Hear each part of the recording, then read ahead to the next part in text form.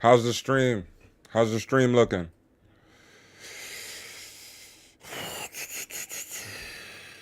We looking straight.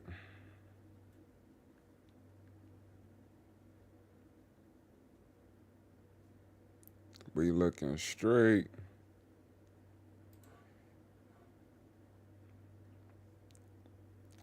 We used to play out in the rain. No ain't no moving on.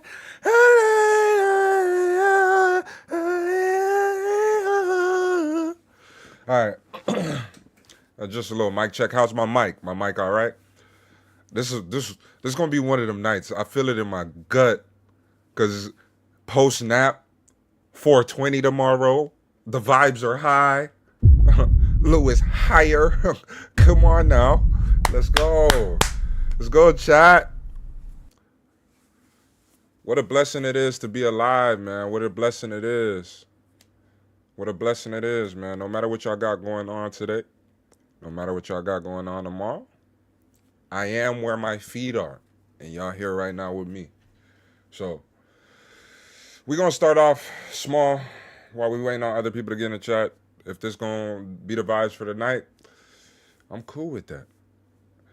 Because you came to chill with me, all right? So, Evelina, how are you, though? You cool? You chilling? Everything all right? Smooth? We're going to do... I got, like, a couple reactions.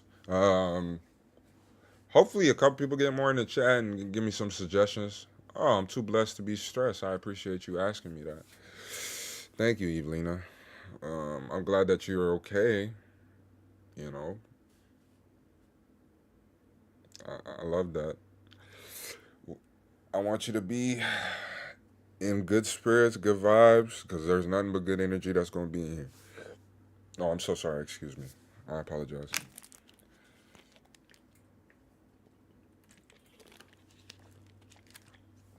Now, we just gonna warm up. I got something coming from my guilty pleasure, Visual Venture, and he dropped a video today. And I always find these ones so interesting because it's gonna talk about the family thing. Now, what it do, nephew? It's your home. Oh, and I'm coming at you. So.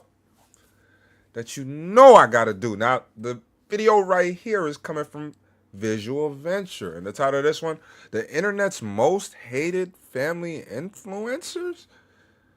Man, I'm not gonna waste no more time. Let's go ahead and enter. Pause. Make sure you hit that like button for the algorithm. Hey, Uncle Lou, make sure you share the video with somebody next to you. Then go ahead and hit that subscription with that notification muscle, because we're on the way to 10K in 2025.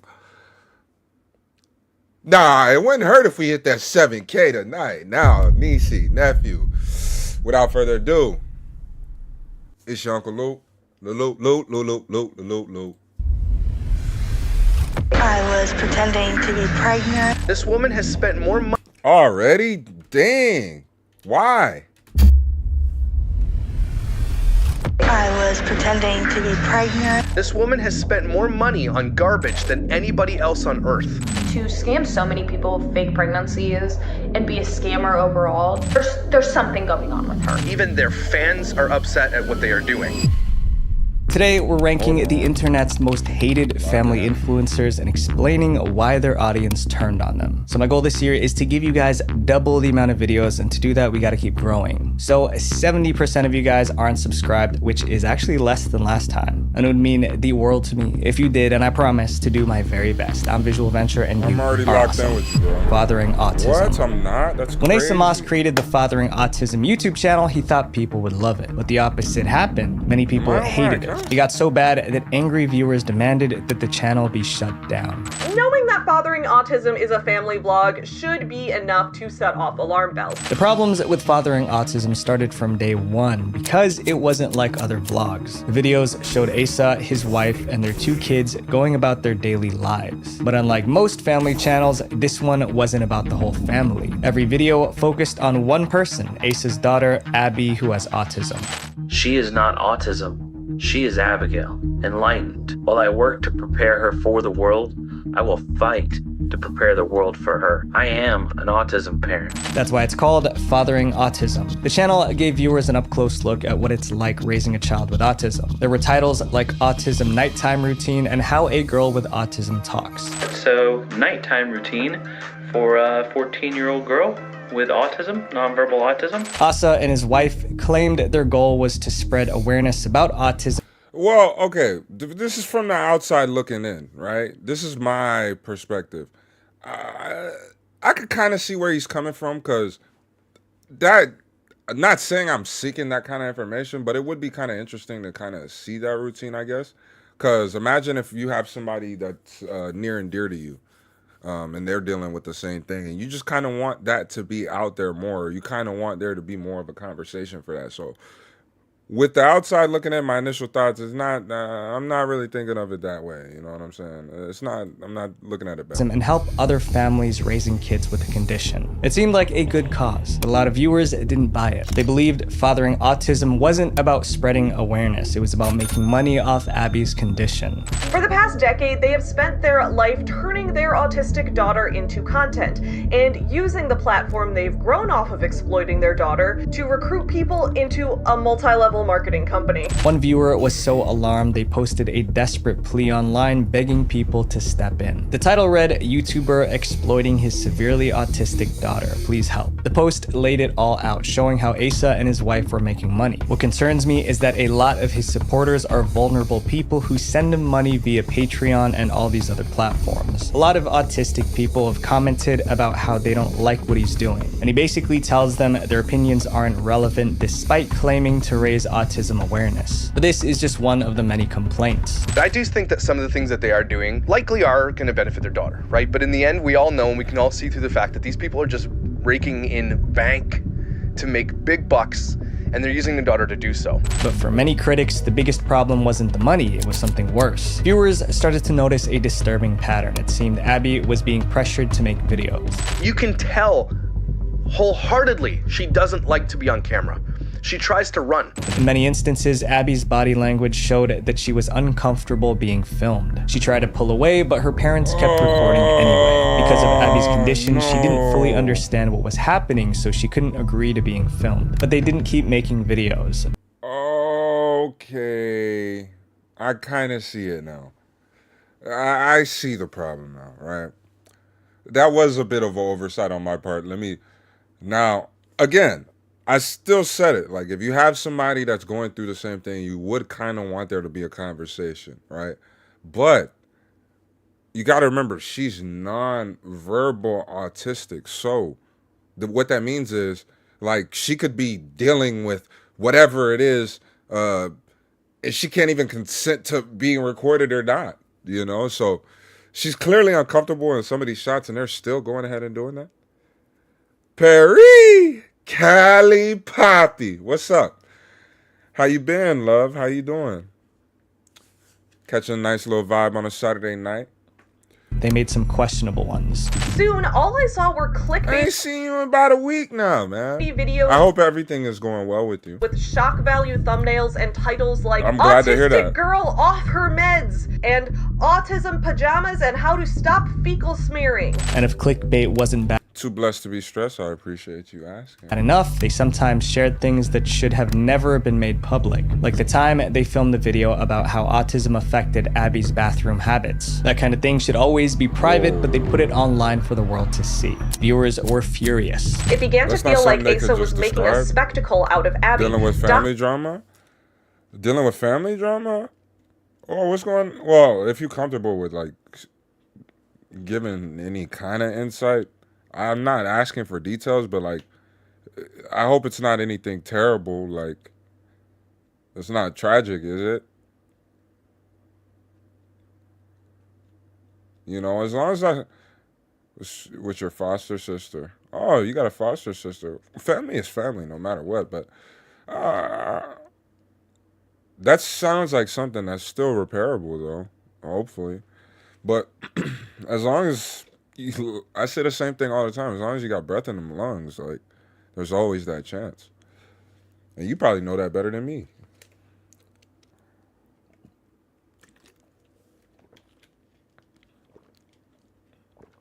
foster sister. And you know me, I don't have any brothers. You know what I mean? I only have sisters. I have 2 sisters. So if it's anything about them, I'll go to bat for my sisters. I love my sisters to death. You know, but at the same time, they go piss me off sometimes. You know, I'm just keeping it real. they piss me off sometimes. You know, but no matter what, we gonna thug it. Grew up in the system and aged out. Oh, wow. Well, that's tough to hear. I actually went to middle school, mainly middle school with kids that grew up in that system. Not that much in high school. I feel like kids kind of hid that a bit more, or you just weren't as aware in middle school. But how do you feel about like the system? You feel like it changed you? Do you feel like it affected how you grew up, or?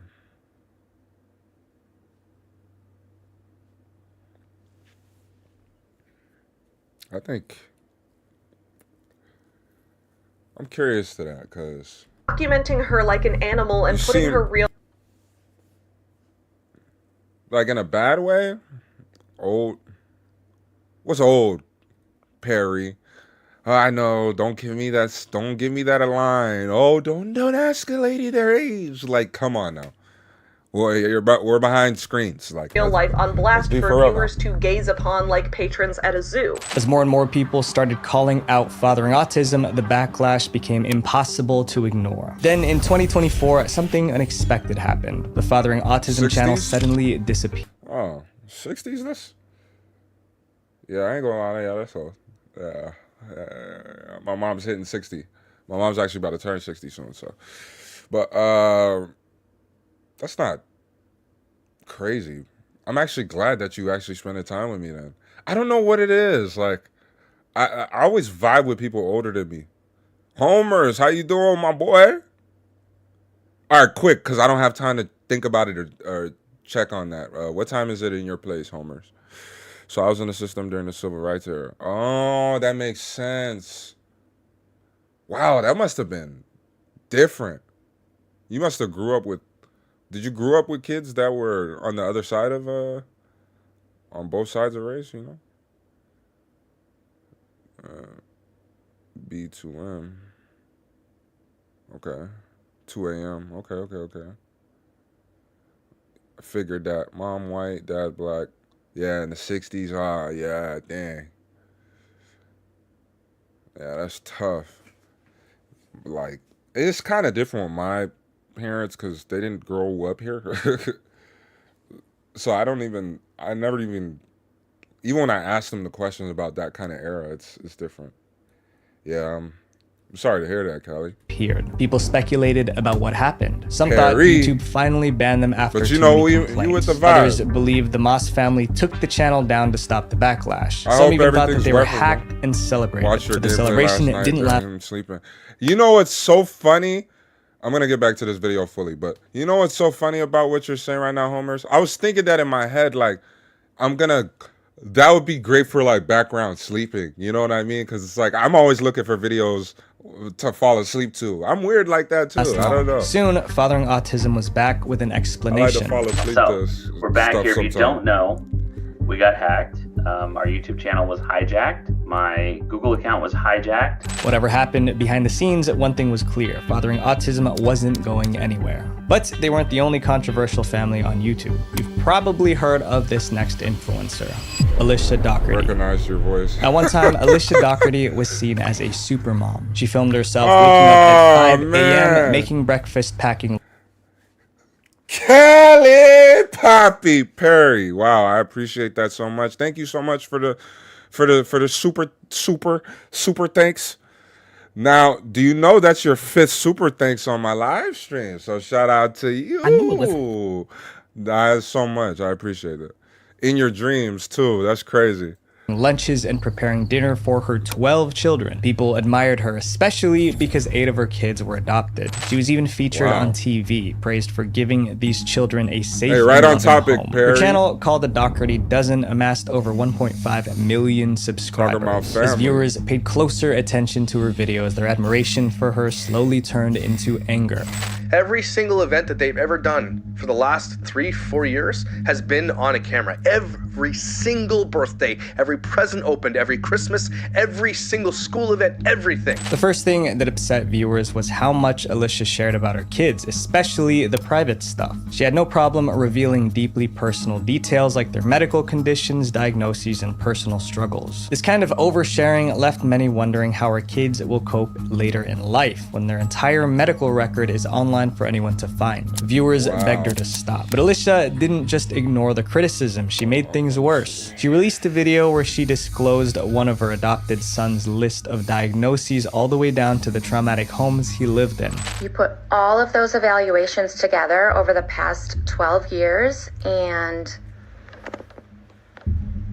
that's his full list of diagnoses. Thousands of viewers complained on YouTube and Reddit. The top comments said, "What is she doing? How could any loving parent do this to their child? Is it because he's adopted? I wish TikTok would close her account. Our society is so messed up thanks to parents like her." It was clear people weren't inspired anymore. They were angry. But some thought they knew why Alicia was oversharing. She wanted to look good. They figured she was trying to paint herself as a heroic mom raising kids no one else wanted. In some videos, Alicia boasted how some of her children were deemed unadoptable. She called them what? Trauma kids. She talked about how hard it was raising them.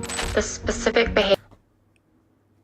Let me get some more context. Okay, let me not immediately close my ears on Behaviors that we've dealt with because of this are explosive rage, such as screaming, crying, and breaking things for hours every day, lying, stealing, food hoarding, food binging. But oversharing was just so one why are you gonna take them in? Things people complained about. Viewers also accused Alicia of being a shopping addict. Anyone who watches Alicia's videos knows one thing: she shops a lot. Okay, Doherty Dozen last year spent over $950,000 that we know of on camera for a bunch of junk that she's likely just gonna throw out eventually. She films herself buying mountains of fast food and blowing thousands of dollars filling up shopping carts at the grocery store. Alicia also insists on buying things in 12s because she has 12 kids at the grocery store. You going to the store by yourself? What the fuck? Holy shit. Mountains of fast food and blowing thousands. Who else is sitting in here? Of dollars filling. Oh my god. I know you don't touch a dang item. None of these are bagged. Up shopping carts at the grocery store. Alicia also insists on buying things in 12s because she has 12 kids, even if not all of the kids need that product. Viewers think that's just wasteful and she's teaching her kids that money is unlimited. Alicia even admitted that she didn't care whether the kids ate or not. She just wanted to film them making dinner just to have content to share. Despite the backlash, the Doherty Dozen is still going strong with over 6 million followers across social media platforms. And it doesn't seem like Alicia plans on changing anytime soon. This next family helped invent family vlogging, but that's exactly why so many people despise them. The Saccone Jolies. The Saccone Jolies were once called Europe's most successful family vlogging channel. They seem to have the perfect life with over 1.6 million subscribers and millions of dollars made from YouTube. But the things they did to stay on top didn't just bring them fame. They made them one of the most hated family influencers ever. Jonathan and Anna Saccone Jolie started their YouTube channel in 2009, back when family vlogging wasn't even mainstream. Over the years, they had 4 kids, and every single one of them was born into the spotlight. From the moment their children entered the world. I know that's coming. I expect that to be on here. Jesse, how are you? So to the almost chat, everything Jesse. was filmed. Their first steps, their first words, You their think I first forgot? birthday parties, Come on, even Jesse. their doctor visits were all posted for millions to see. Over 12 years, they uploaded thousands of videos turning their everyday lives into entertainment for the internet. Millions watched, and though they enjoyed the content, they also complained. People were asking if the kids were old enough to agree to be filmed. At one point, Jonathan and Anna asked their children if they were okay with being in the videos. Their response wasn't positive. Do you like being in the videos? Are you having a rough day? Man, what's going on with everybody today? Everybody having a rough day? Man, y'all come in. Look, I love y'all. I love that y'all offloading that, man. Let's come in here. I want y'all to come in here. Y'all know y'all vibing with y'all Uncle Lou. When y'all come in here, y'all vibing with y'all Uncle Lou. This room right here, same thing. Nobody comes in that door with that kind of energy, bro. We on that cool vibe. So I want to make sure I can clear you of all that. That is why I come watch your videos to feel better. I appreciate you for saying that, Jesse. Now I hope whatever happened today wasn't too bad, but just like we was talking about a little bit earlier, as long as we got breath in them lungs, you know what I'm saying? It's always that possibility to make it better. You know what I'm saying? Life wouldn't be life if it didn't go up and down. You get what I'm saying? Well, we can only focus on what we can control. And we here now. I am where my feet are. That's written on everything for me. You don't mind, do you? You think it's okay that mommy and daddy make videos every day? No. Every second day? No. But even after hearing that, Jonathan and Anna kept putting the kids online. And then the videos got even more personal. One of their kids, Edie, seemed to want to transition from a boy to a girl. Obviously, that's a deeply personal... Y'all don't understand. Y'all low-key get like y'all low-key therapy for me too. Like, I get on here sometimes. I'm watching these, but like just having that convo with you guys is pretty cool. You know what I'm saying? Thing. But instead of keeping it private, the Saucony Jolies announced it on YouTube. Viewers assumed that would be the end of it, but it wasn't. The Saucony Jolies turned Edie's transition into a whole series of videos. Tell the truth now. Do you want to be a boy? No. How do you know? Because it's boring stuff and most of the boys play football and stuff. There were many saying Edie's parents were even convincing Edie that he was a girl. The backlash was massive. But over time, just as people were getting used to the transition videos, they noticed something else, something that made them angrier. The transition videos started feeling staged. Scenes seemed carefully planned, almost like they were designed to spark engagement and go viral. The reason that this TikTok is interesting to me is because there are many other recent videos showing this child wearing jeans. So it was obviously orchestrated for the video. People started questioning the family's true intentions. Slowly, the trust between them and their audience began to fade. But the transition videos were just one controversy on a long list. Viewers were uncomfortable with how the kids were dressed in certain videos. Others were furious that Jonathan and Anna used cold showers as punishment. Then there was the issue of fan mail. The Saucony Jolies allowed their viewers, complete strangers, to send gifts and letters to their kids. Obviously, this came with serious risks. Then in 2022, Jonathan and Anna dropped the bombshell. They announced that they were deleting every single YouTube video they ever posted. More than 10 years worth of content, thousands of videos. It was headline news. But why? Jonathan and Anna said the internet was different now, and they no longer wanted their kids' lives to be put out there for everyone to see. Jonathan's exact words were, "I love my children more than I love my YouTube videos. I just want to give them an opportunity to curate their own life story on the internet." But it wasn't just I don't got kids yet, man, so I love my videos a whole bunch. I'm not gonna lie to you. I watch Radiant Brit all the time. I never heard of that. What is that? Like a TV show? About protecting the kids. Jonathan also admitted that years of vlogging has taken a serious toll on his mental health. But despite their dramatic announcement, the Saucony Jolies YouTube channel still has videos. It's unclear whether they deleted everything or quietly re-uploaded some of their content. Whatever the case, the Saucony Jolies are still very much on the internet. These next influencers are different because viewers couldn't decide whether to feel sorry for them or call them out. Della Vlogs. When Della Vlogs first started, it was a couples vlog. Dallin and Bella filmed their life, just a fun, goofy couple making videos together. That's why the channel's called Della Vlogs, a mix of Dallin and Bella. Fans adored their picture-perfect love story. Eventually, they got married, but as their content shifted from couple vlogs to family vlogs, things started to change. That's when the problems began. After marriage, Dallin and Bella spent 5 years trying to have a baby, but it just wasn't happening. They opened up about their struggles in video after video, hoping to connect with others going through a similar situation. Eventually, they decided to adopt, but the way they went about it was very unusual. Especially since they tried to get a baby from the internet. Mind you, they started their videos by saying, like, if you have a baby, and they went on a podcast, if you have a baby, we will adopt that baby. Then something amazing happened. A pregnant woman who saw their vlogs reached out. She was expecting twins and offered to let Dallin and Bella adopt her babies. When they continued talking over text, the woman encouraged them to get the nursery ready with everything they would need for the arrival of the twins. It felt like a dream come true, but the story wouldn't end well. In May 2023, Dallin and Bella made a sad video. They revealed they were victims of an adoption scam. It turns out that the woman who promised them twins was never pregnant. She made up the entire story. Tearing up, Dallin and Bella explained what happened. We started talking to this female, and the messages that she would send us and the texts that were going back and forth just seemed so perfect. We actually confirmed with other people near her, people that are close to her, people that she works with, that she is not pregnant. And they weren't the only ones. Other families have also been tricked by the same woman. At first, people felt sorry for Dallin and guys. Their comment first section... time chatter. Another first time chatter. Jennifer Oxley. Wow. Hi. Never catch your live streams. Well, welcome. It's always a vibe for a first time. First time, always got to start somewhere. Appreciate you for tapping in Saturday Night Live with Uncle Lou. And kind words. Their video I hope about everything's the scam well with you. racked up 3.7 million views. But then something shifted. Instead of moving on, Dallin and Bella kept making video after video about the scam, stretching the story into multiple Jenny videos. from the Each block. video got a ton of views. And soon people started to wonder, were they sharing their pain? Okay, a video called Don't Be a Sucker on the U.S. National Archives channel I think would be interesting to watch, but probably too long for a live.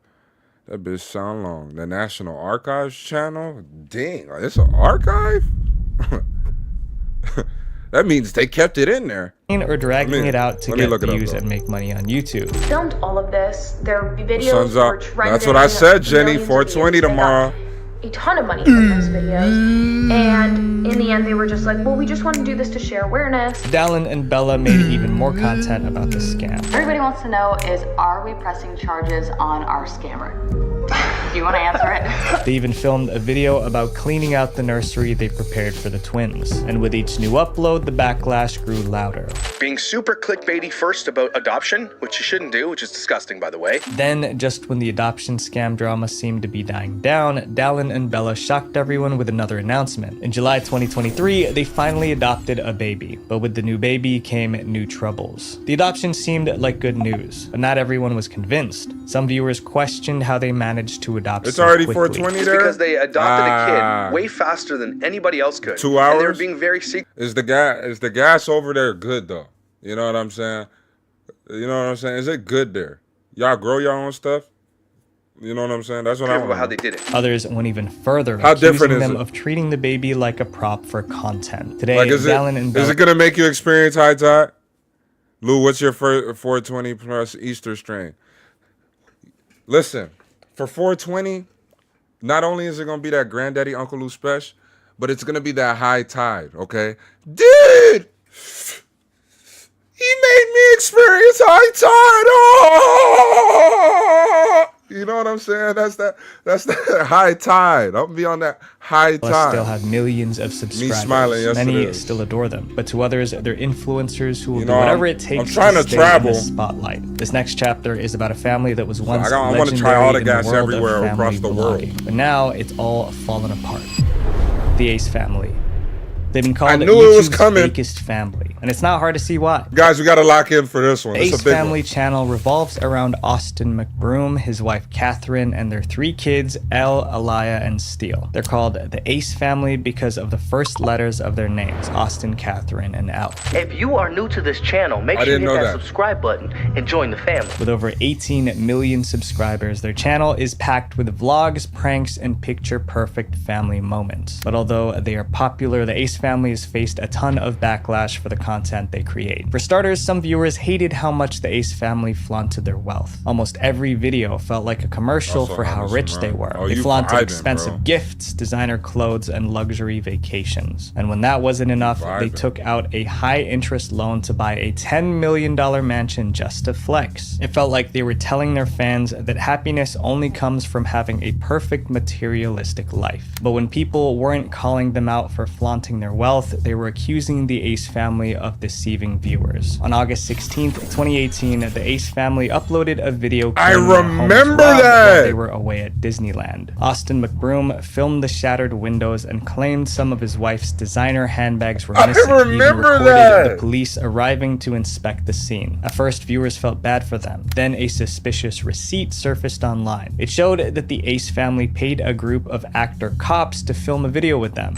Also, this officer, who seems more than happy to be in this vlog, looks somewhat similar to Officer Auriel a fake policeman you can hire from Cop Shop LA. Viewers also pointed out that many electronics and luxury goods weren't stolen, which didn't make sense. Suddenly, people started asking, was the whole robbery staged? Of course, the Ace family denied everything. People made up a receipt that we paid actor cops. Yeah, I saw that. Like, they literally made it up. They typed it out, made it up, and the fact that it was just typed up very professional, they thought it was real. Eventually, the drama faded, but another problem was about to hit the Ace family. This time, it was all about money. In June 2021, Austin was accused of being a scammer. He organized a YouTubers versus TikTokers boxing event. The winner was supposed to walk away with a $1 million prize. However, after the event, many participants complained that they were never paid. A few months later, the Ace family got more bad news. In late 2021, news broke that they were being kicked out of their $10 million mansion. Despite acting like they were swimming in money, they failed to pay back the loan on their mansion. Eventually, the authorities took it away. Through all the financial scandals and bad press, the Ace family still presented themselves as a tight-knit, picture-perfect family. But even that didn't last. Austin and Catherine McBroom, the couple behind the wildly popular Ace Family YouTube channel, have broken up after nearly a decade together and 7 years of marriage. The reason for the split wasn't clear, but Catherine explained in an Instagram post that she and Austin agreed to divorce due to irreconcilable differences. This next family has been accused of doing anything for clicks, even if it means using illness and tragedy. The LeBrant family.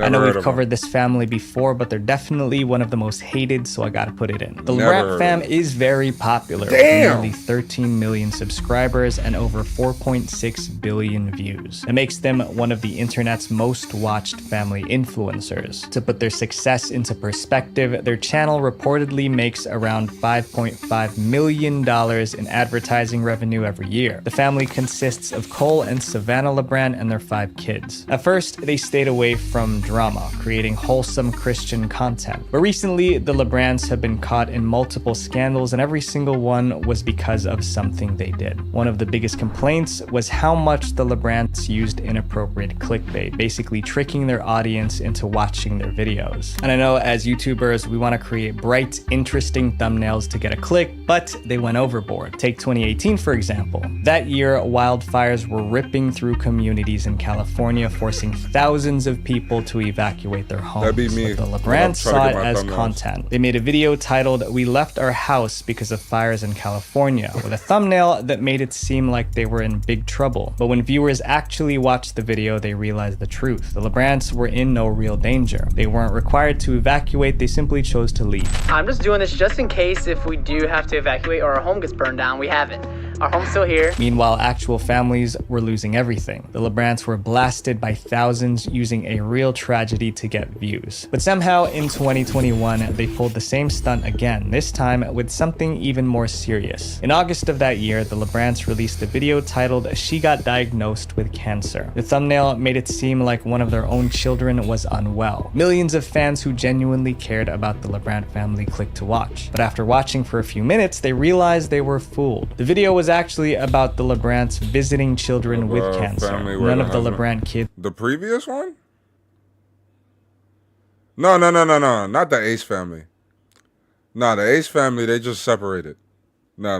Were actually ill. People were furious. They tweeted angry comments like the LeBrant family has been losing they still do content today, but they're not like a family. Austin does like own thing, apparently. I don't know what the girl does. Yeah. Respect for a while, but they really crossed the line with this one. How dare they use childhood cancer as clickbait and spend nobody the first hopefully 10 is minutes dying talking in these. like one of their kids has cancer. We just warming up. Disgusting. People even made more videos just to complain. Eventually, the LeBrants changed the thumbnail to one that didn't mislead viewers. Fans assumed the LeBrants learned their lesson. No more clickbait, just wholesome content. But the controversies never end. The LeBrants' pattern of controversial clickbait continued, this time at their child's expense. Remember when they pranked their oldest child by saying, Jesse, I might just have to check her out, bro. Basically have to like get rid of her dog. Remember that cruel quote joke that they wanted to play on her? The most recent controversy was when they launched a new app called Bear Fruit. It's marketed as a community platform for Christian families. That's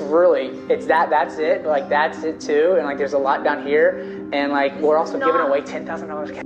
But just days after the launch, the LeBrants were accused of stealing the idea from another family they used to work with. These scandals have cost them. Over time, they lost goodwill and a lot of subscribers. In the past year, the LeBrant family channel has lost hundreds of thousands of subs. The LeBrants are still vlogging, crazy. and viewers are watching to see if they'll stay true to their family-friendly image or spark more controversy. The influencers we've covered so far are pretty controversial, but this next one is in a category of her own. You live in a state of Zakiya Lori Duncan. Vallow and the high fly killings in Ogden, Utah. Oh wow.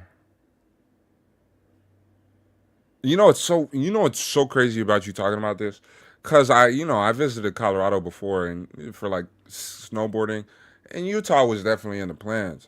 And I thought about how like life in Utah must be. It seems so like calm and quiet and like relaxing. So that's kind of interesting that you put that there. Anyone who watched Zakiya Duncan's TikTok videos would have thought she was a loving mother. In early 2020, she posted happy videos of herself laughing and dancing with her kids. She even gave advice about the importance of family. Family time is the best time, huh? Yes. Family time is the best time? You love your family? Love your family. But in 2022, the world found out the truth. Zakiya wasn't a loving mom, she was a monster. Zakiya lived in Texas with her 7 kids, including 16-year-old twins, a boy and a girl. Zakiya's boyfriend, 27-year-old Jova Terrell, also lived with them. To outsiders, everything looked normal, but inside that house was a nightmare. One cold October night, the twins made a run for it. No shoes, one not wearing a shirt. It was cold outside. They were desperate. New surveillance video shows the twins going to a neighbor's home early yesterday morning, begging for help. After several rejections, a neighbor finally let them inside. When the twins explained the situation, she was speechless. They claimed they were not fed properly, locked indoors, and sometimes handcuffed, just to name a few. They needed to escape. So one night, the boy hid the key to the handcuffs in his mouth. Then they waited. The moment their mother and her boyfriend fell asleep, they unlocked the cuffs and ran to the neighbors for help. After hearing this story, the neighbor called the police, but the cops got there too late.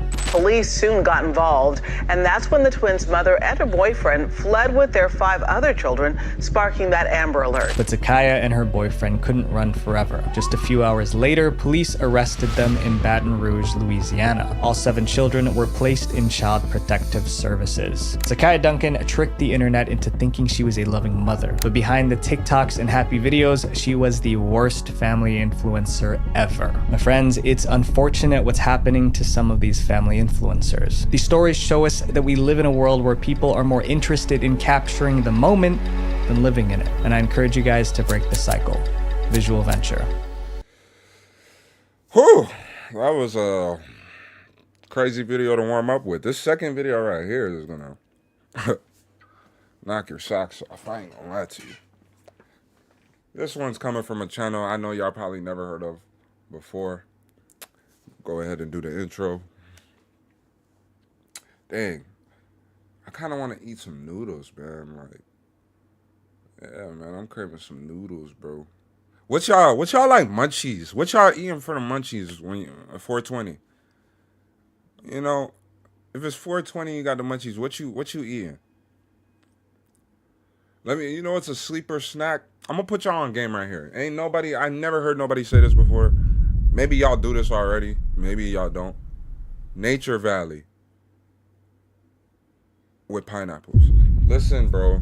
Nature Valley with pineapples. If you haven't did it yet. Oh, wow, that sounds tough. Vanilla cupcake goldfish. Damn,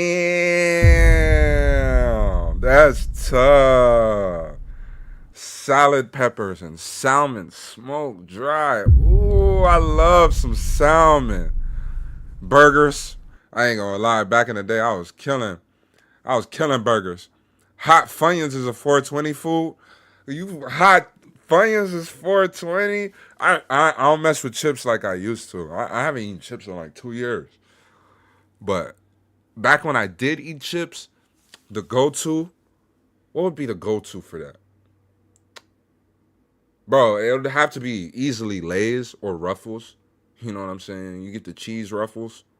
You know, they got the spicy ones on there. Or if you're going to go Lay's, you could go with the the barbecue, the green lake. Listen, you ever, bro? I'm about to put you on game again. Oh my God! Listen to me. You gonna tell me I'm tripping too? Green sour cream and onion lays with white rice. Listen, bro. If you ain't do it yet, if you ain't do it with some rice, bro, I don't know why, but when I was younger, that's what all I used to do. To the point, sometimes I'll crunch it up and I'll throw it. Bro, listen.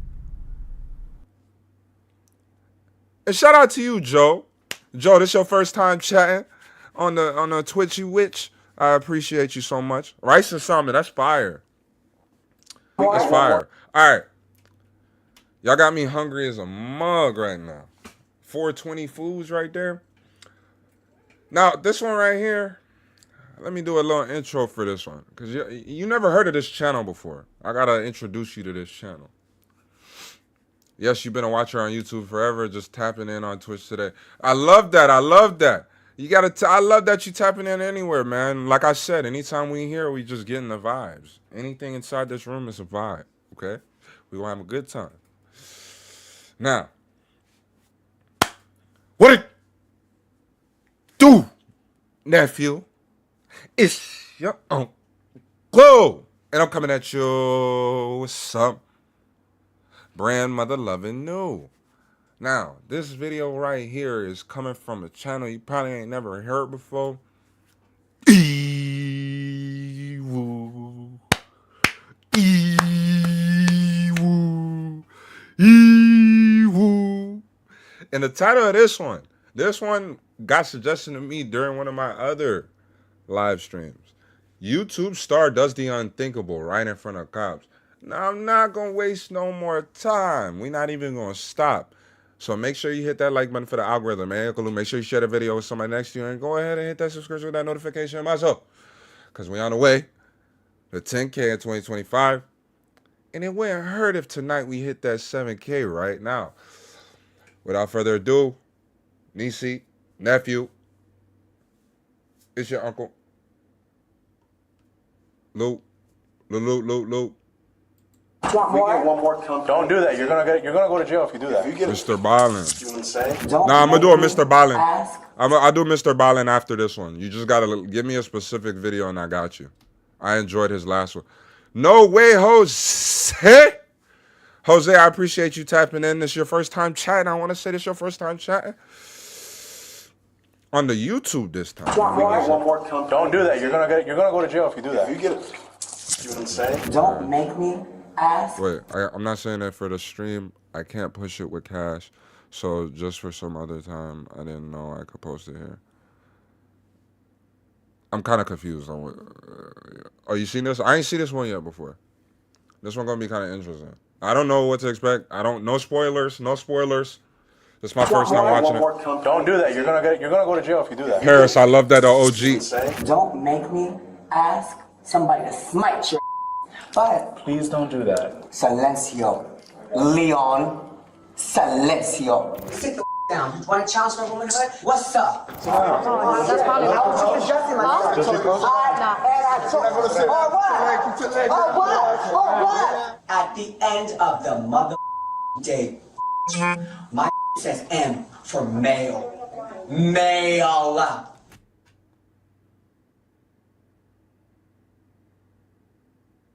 She going what?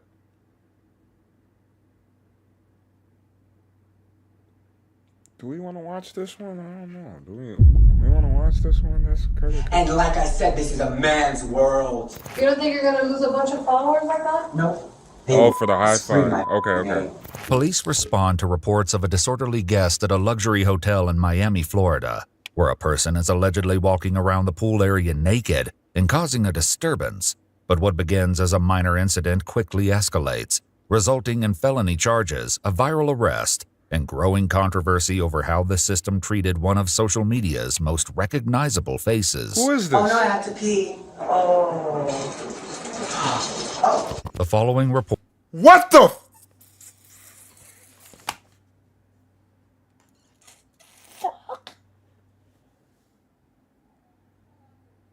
the hell?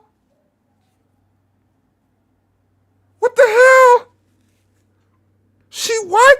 Report is based on official police records, and some of the footage has never been seen before until now. Well, around 6 p.m. on November 7th, you 2022, said M for a male. 911 Yeah, that's call what I was comes gonna in from say. staff Yeah, you said M for male.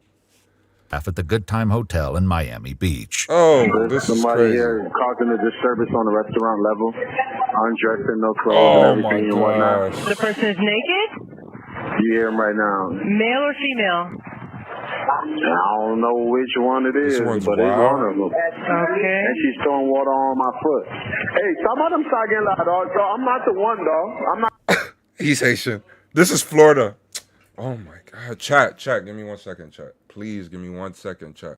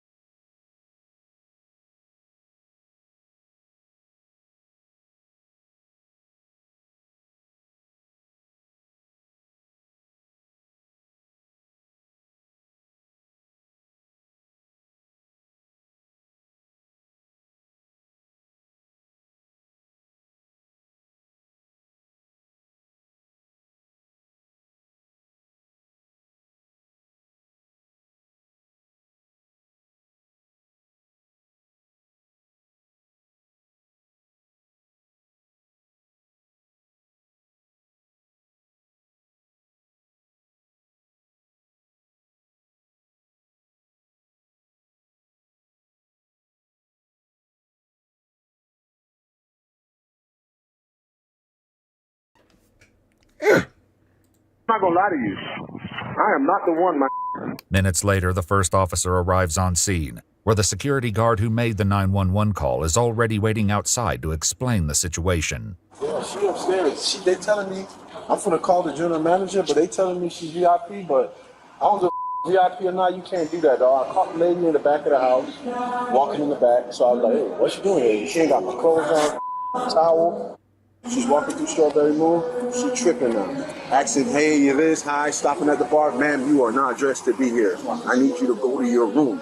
Oh, don't talk to me like that. This, that, and the third. She goes, this, she takes some water from the belly, asks and pour the water on me, all type of yo. I'm fun for that, dog. And I don't give a who your friend. I don't care how much money they got. Y'all not gonna be disrespecting me at all over here, dog. That's ridiculous. That's why I called y'all, bro. Because I'm about to fold this, put it in a mother pancake platter, dog. No, don't do that. For sure, dog. Well, I'm here now, and I'm gonna try to help you out as best as I can, okay? The guard leads the officer inside and attempts to reconnect with another staff member as they seemingly lost sight of the individual. I'm right here.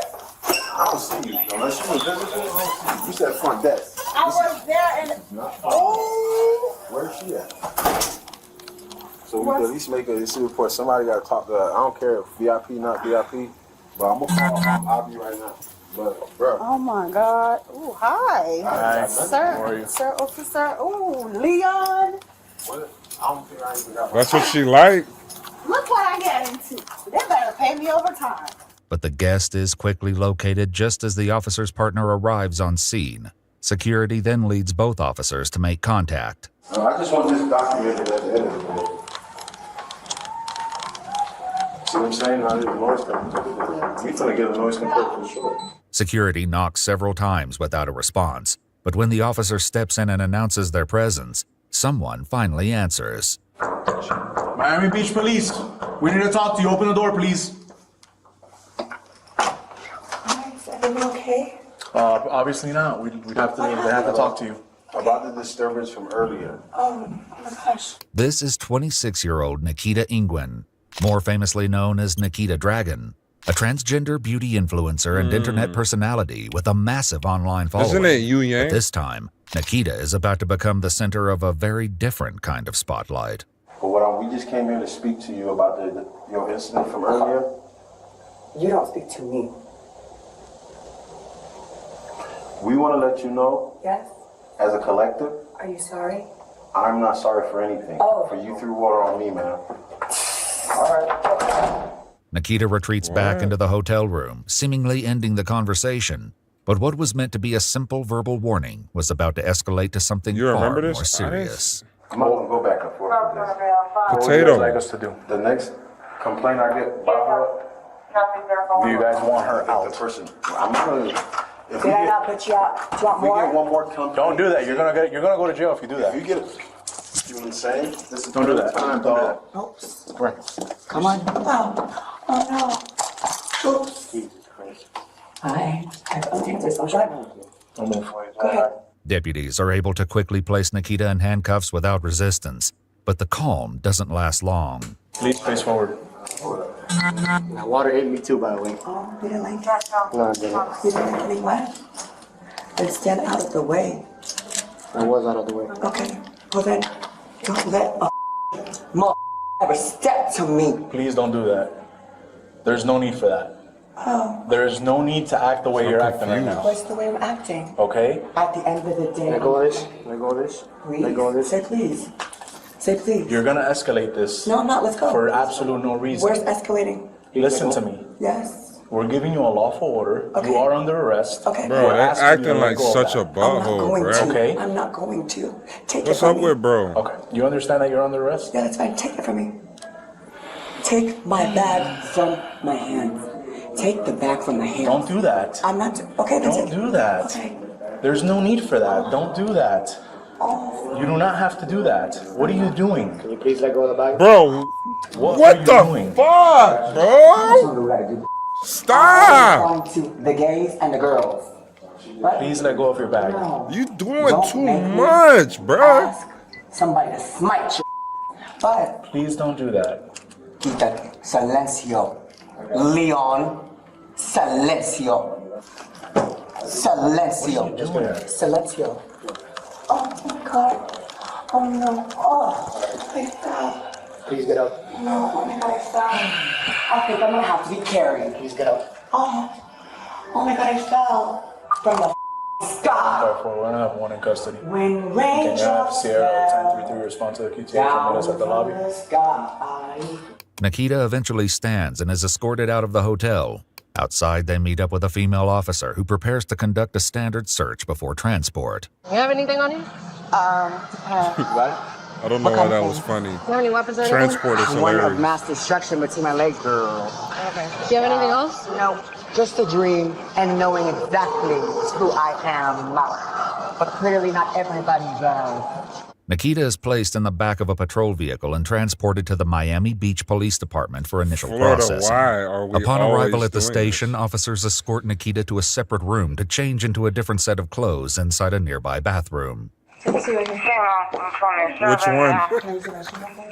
Look, yo, which bathroom? Which one are they going into? Because if you guys watched, listen, if y'all watched the intro of this specific video, he did say that he's an infirmale. So which one y'all think he's going into? Yeah. Here. When you go, are these your clothes? Both? Okay, 1 second. I'm gonna switch them to the front so you can put these pants. Yeah, man. Close the door, okay? That's fine. Nikita begins to change into new clothing and continues to talk with the officer. Close the But the door. conversation quickly takes a sudden and unexpected turn. Are you gonna put the shirt on? Yeah, of course. I'm just give me a second, Molly. Don't rush me. I'm just asking, I'm not rushing you. Okay, don't. I'm Don't. just asking, I'm not rushing you. Okay, Put the pants don't. on. Put the pants on. Do not. Put the pants I am showing mercy. Because even the weakest of us is stronger than the mightiest. Put the pants on. Okay? And they're on. They are single service toilets. Also no ass spanking in her. Bro, I'm gonna be honest with you, bro. That shit is up here, bro. Yeah. That shit So, up sister, I'll put them on the way. there. That shit up there. I for will. real. But let me move this because it's hurting my. Okay. Okay. I try to get dressed up, but you know, I pull up like this because that means I can suck him easier. And I've been gone over that at him too.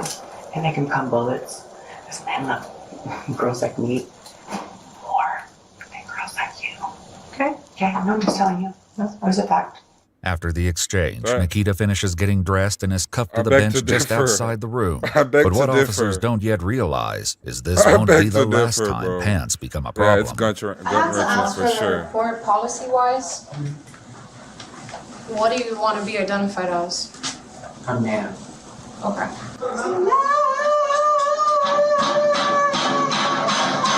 This is a man's world.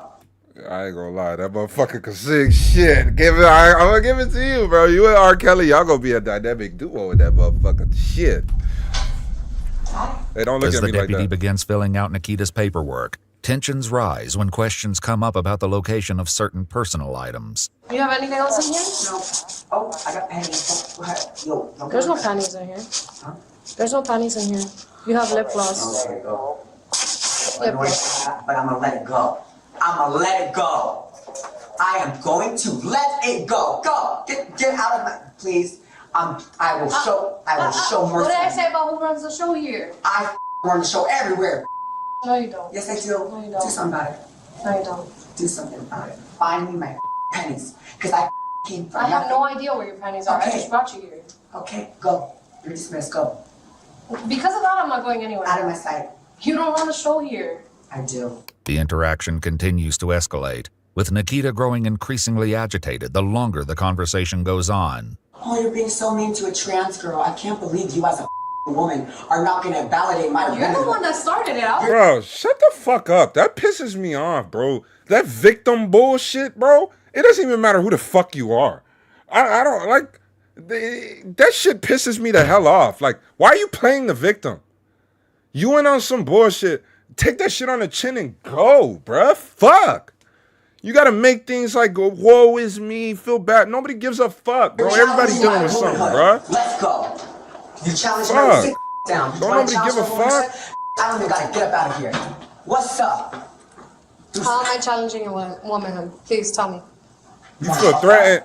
You wanna feel threatened because she just show up like that. She wake up like that. You gotta put up and do all this extra shit. And you could go here, you could go there. Stop. But nobody cares. Everybody gotta live their own life. Nobody's worried about you that much, bro. I promise you. Come here. Nobody's Come putting that here much now. time in there. Come here. Oh, you're gonna hide behind. Oh, you wanna hide? Oh, you wanna hide behind there? Ass spanking Oh, as you loose hide? punishment. I gotta. Yeah, I ain't gonna lie. I ain't doing that. I'm not touching. I'm unburned. Try it. Spanking is Girls wild, is not not Game of me. Thrones. Why? That's Come crazy. at me. I know who the I am. Nicolas Antonio Win, breaker of mother chains, mother of dragons, first of her name. Birth of my I just got by God. That's a good Because point. he said I got the best in the world. And my good too. And he wanted to make me come. And I waited. I waited. And the back of you is even worse than the front of you. But thank God you're sparing me. Because God damn it, you look like even more of a dude than before. Because at the end of the day, at the end of the mother day, my says M for male. Male. And like I said, this is a man's world. This is a man's world. But as the verbal assault continues, Need I say more? the officer fires back at Nikita. Damn, girl, you thick, girl. But not Like, even in a good way. You trying to play both This line sides. is real. My feels real and God loves Yours it. is not real. Huh? Yours is not real. But guess what? They all want to Can someone at least give me a thing of water?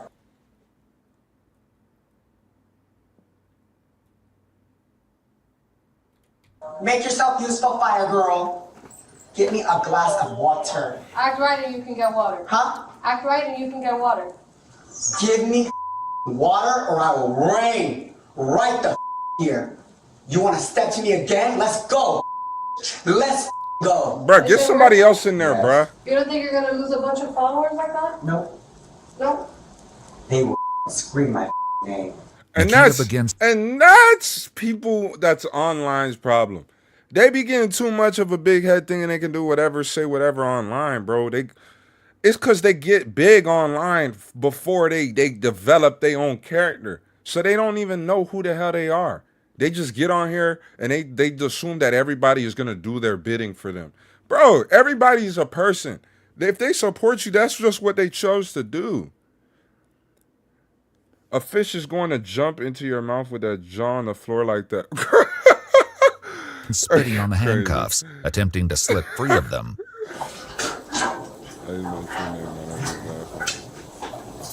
I use my name, Lou. Stop trying to take the handcuff off. You're gonna get handcuffed on the other hand too. Okay. What did you just use as my top?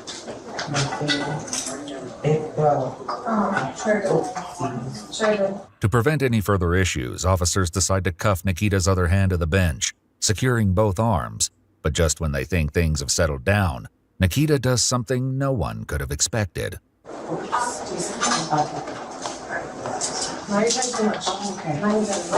Oh, it is an abbreviation. The deputies continue securing It's definitely Nikita's short. second hand to the bench, but Nikita begins pushing the female officer with a leg, prompting the officer to rush back over to assist. The large unit is hilarious. You're gonna stay like that, bro. Okay. Not gonna fight you, put your pants on. I can't believe I'm just having to stay here with my on my wedding day. Officers leave the room momentarily, and seconds later, Nikita performs another foul act of defiance. Oh no, I have to pee. Here I go. Oh no. Oh. That is disgusting. It's for Lil Uzi. A short time later, officers return to escort Nikita out of the station and into a transport van bound for the Turner Guilford Knight Correctional Center. That's though disgusting. the ride there was anything but quiet.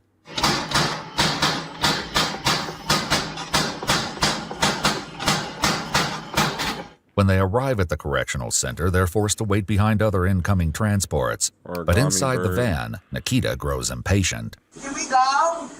No, you Hello? Nikita, we're in line waiting. For them to allow us in. There's a line. The jail. It's a jail. I don't wait in line. Come on, let's go. We do though. The officers are soon allowed entry and begin waiting in the drop-off area for the intake process to begin. But as the minutes pass, Nikita's behavior once again begins to draw attention. Nikita, are you pink? Name, Put her in bro. a paddy wagon. Did she pee on you? No, not on me. We have to call GPS for the van too. Bro, that's Damn it, disgusting. Soon after, correctional staff ask the arresting officers how Nikita prefers to be identified. His license says female, but he identifies as him, and he has female. Switch to female, but as of right now, today, he wants to be addressed as him. Okay. The officers open the van doors, allowing Nikita to step out, then place Nikita on a nearby bench to wait for inmate clothing and an intake check by the jail nurse. But just as things begin to move forward, Nikita sets sights on someone new, and the tension is about to rise once again. Sit down. Out the way. Sit down. Oh, the paddle. No, I'm not. You know what? I'm not gonna. Still, I don't know. At all. At all. See, that's what you got to do. All right. That's what you got to do. Relax. Oh, remember? Relax. Remember when you touched that one girl, homie? Oh, yeah, you remember? Oh, she didn't want it. Okay. She didn't want it. That's fine. That's up. Oh, for sure. No, yeah, he told me. He was like, straight up said, I was just adjusting myself. I took. I'm not gonna sit down. Put your legs Oh, up. what? Oh, what? Oh, what? Oh, what? Oh, relax. Oh, you touching me again? Oh, but I'm not like the other one. Oh, you can touch me, homie. What's up? What's up? What the is up? What? Nikita Dragon was booked into the Turner Guilford Knight Correctional Center in Miami-Dade County. According to news sources, Nikita was charged with felony battery on a police officer, misdemeanor battery, and misdemeanor disorderly conduct. Bond was set at $2,000, though Nikita was ultimately released on recognizance. During the bond hearing, Nikita claimed to have been placed in the male section of the facility and requested a transfer. The statement sparked controversy as Nikita is legally recognized as female, despite reportedly telling both police and correctional staff Nikita identifies as male. However, Miami-Dade Corrections disputed this, stating that Dragon remained in an open booking area during intake and was later held alone in a separate cell due to high-profile status. Following the incident, Nikita was reported to have taken a hiatus from public appearances and social media to focus on personal well-being, but has since returned to the public eye. Bro, I'm not even gonna lie, bro. That being famous shit, I don't want that. I swear I don't want that. Like, I don't mind growing, being like recognized for like the stuff I do, but like I don't want to be famous. Like, bro, these folks go to acting ridiculous. Especially if it like being famous means I gotta be around folks that act like this. I'm straight, bro. Literally, bro. I'm straight. You abused for 30 years, but never treated PDs like that. Brother, it's because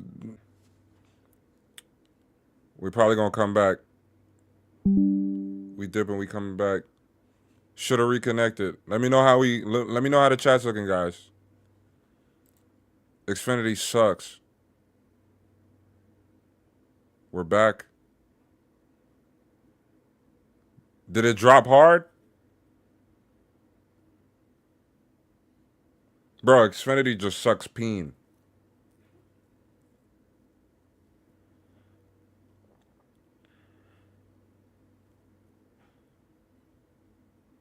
For a breath of a second, yeah.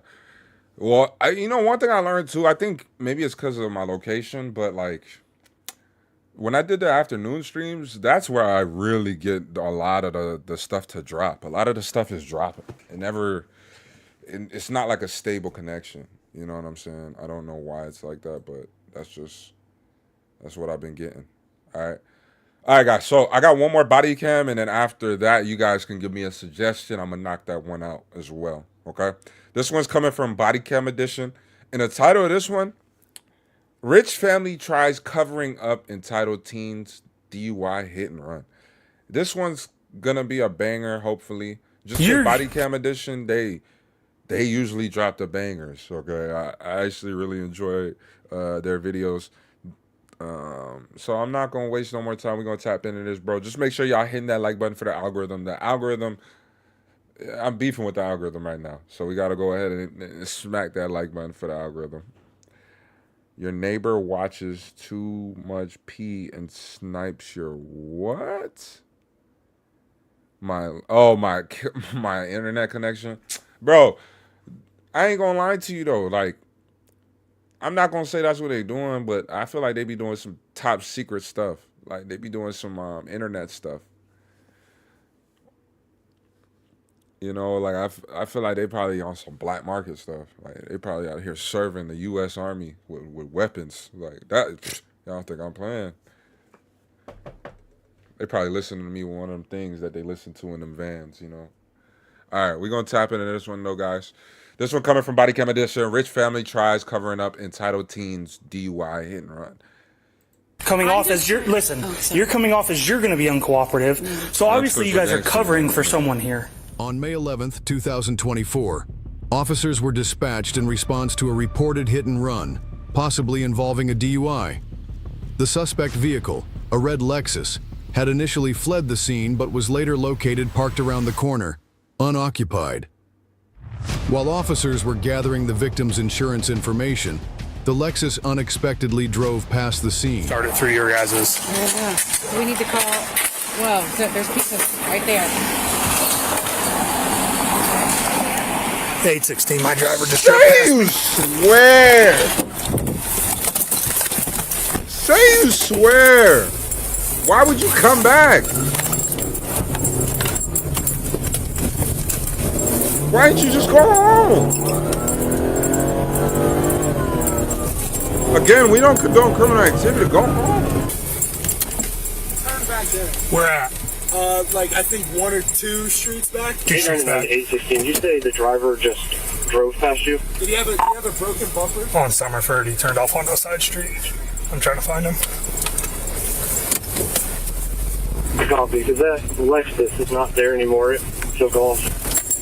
Yeah, that's what he said. What are we blurring? It's going to be an older white male. Oh, the computer's right there? Affirmative. He's got a flat and heavy front end damage. Yep, I just had a question. All right, so your vehicle that you own was involved in a crash, all right, and ultimately... Wait, my vehicle was involved in a crash? Yeah, I'm gonna explain. Yeah. So, you own a Lexus, right? Red SUV.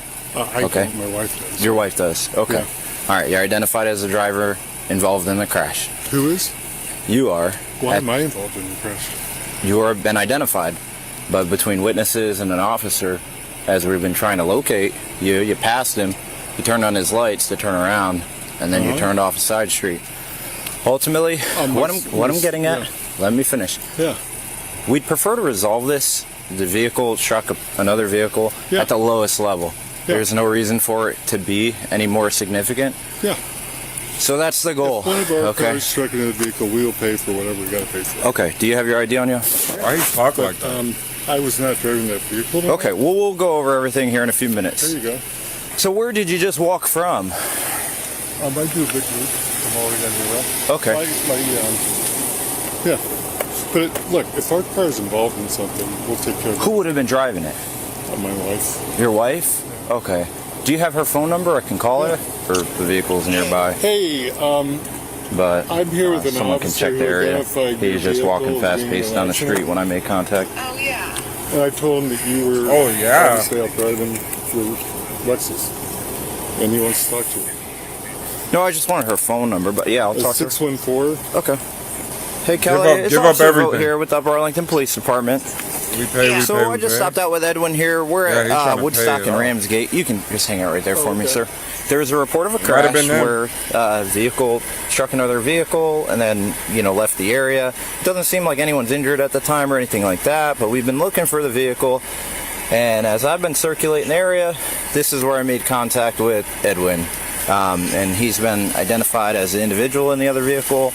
And so, my husband. So at this point, we're trying to locate the vehicle, but that's why I'm out with him. So just so you have an idea, are you home currently? I am on my way home. I was. No problem. Okay.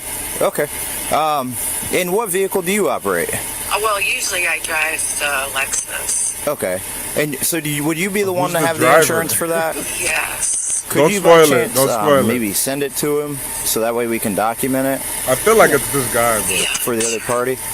And no immediate rush. I mean, take your time. We're still in the beginning phase of just trying to square this all away. So I'll look for that and send it to him. Okay, thank you. Thanks. And if we need anything further, I'll be in touch with you. Great. Okay, thank you. How far you said our car was in an accident. Yeah. Let's pay for everything. Take care of it. Well, then the next step is to determine, and make sure we have the driver as well. Because the last thing we want to charge someone with is additional charges for, lying and things like that. Where did you just walk from? Well, obviously, look, if you're telling me that there's a charge, then obviously it sounds like any robbery. So that's probably the way we should go. What is... But I thought you weren't driving, so then at what point? But you're obviously saying people identified me, which is impossible because I wasn't driving and it's dark out, so I don't know how... Well, can we locate the vehicle? Can we do that? Where would we be able to find it? I have no idea. Well, it sounds like your wife is already on the home and she's not driving the Lexus, so it wasn't her. So then where would the vehicle be? We need to find the vehicle. But, so then how do we find it if she's not driving it? This is You're pulling my leg over. I am not. You pulling my leg? I want to take care of any cost. You're telling me there's charges coming though, and if there's charges coming, then I should probably have a lawyer. He may be covering for somebody else. Hey. You're clear. I have a vehicle here pulling in. Copy. There's 3 white males wearing heavy You got a ride? shirts. That might be them. You're clear. I have a female and a younger male. Hello, ma'am. How's it going? Good. I'm just getting my insurance card. Okay, I'm Officer Johnston, Upper Arlington Police Department. Are you aware of what's going on tonight? Yeah, I am. Okay. Do you know who was driving that car during the accident? I do not. It's pretty convenient.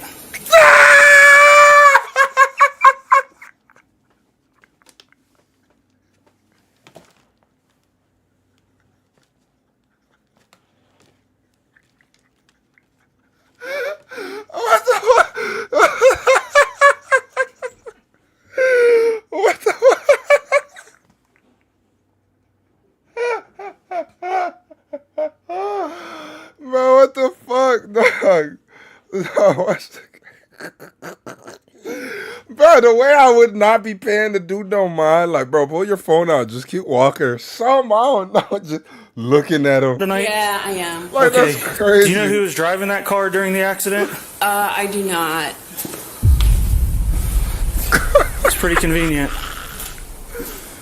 Let me get my insurance card. No weapons or anything inside the house? No.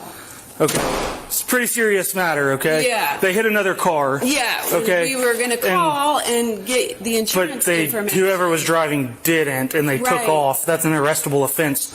Number one, right there. Well, no. Number two, if they've been drinking, that's also an arrestable offense. And I feel like we're already out with your husband. Right. He's being very uncooperative with us. You're coming off as you're you're coming off as you're going to be uncooperative. So obviously, you guys are covering for someone here. Am I wrong? They already on top of it. But why let him go inside? I'm just wanting to get my insurance information. Am I wrong? We were going to get the insurance information and That's put it on just the hilarious. car. That's all. I mean, we're just trying to get the information for you. But you know who is driving. You're covering for probably him. 816 was. Oh, you should never let him go in the house. I need him to come out here right now. The mom has the driver at the residence. He is inside at this time. I need him out here right now. That's crazy. If I would have did something like that, the way my parents would have put that belt to my behind, like, bro, I don't know what bro is thinking. They sitting there about to cover up for him. Copy with C-24. I don't know. I get one to protect your kid, but like, bro, you hit another car, bro. He was driving. Like what? Right now, you're just going to be detained.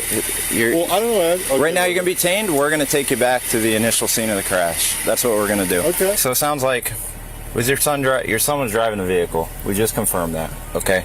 She's with him right now. So why don't you let them handle that? We have an officer at your residence right now. So the good news is, maybe I can help you find this car and get home. Hey, I'm being detained, and I guess an officer's coming over. At this point, let's locate your car. Can we do that? All right, I'm going to give you your ID back. Bro, is everybody finna get arrested, bro? Is that where you're in the area to try to find it? It's okay if you are. Oh yeah, you gone. Weird. Okay. You Maybe gone. I'll take it. Let's try to. But you don't know where it is. I don't. Okay. All right. How's it going? Come here. He got his shoes off. Go ahead, turn around, put your hands behind your back. Put your hands behind your back. Put your palms together. It's more comfortable that way. Palms together like you're praying. Say behind your back. Behind your back. Okay, right now you're being detained for leaving the scene of a motor vehicle accident, okay? And that's being under investigation for a possible OVI as well. Okay? We were going to get the insurance information and put it in the car. We're gonna continue to circulate. He left the scene of the accident. He said, "Put your hands together like you're praying." He was scared, so he called us. Okay, well, he can stay there. Come this way. I'm going to read you your rights, okay? Stand right here for me. I'm in route 2. 814, I'll have one detained. That 11 I gave With that being said, are you willing to answer some questions for me? With vehicle. Can I speak to my lawyer? How does this work? Yeah, if mom wants to call him, that's fine. You're detained right now, so. Here, how old are you? 18. Okay, so you can make your own decisions, or you can ask mom. Are you willing to talk to me? You're an adult.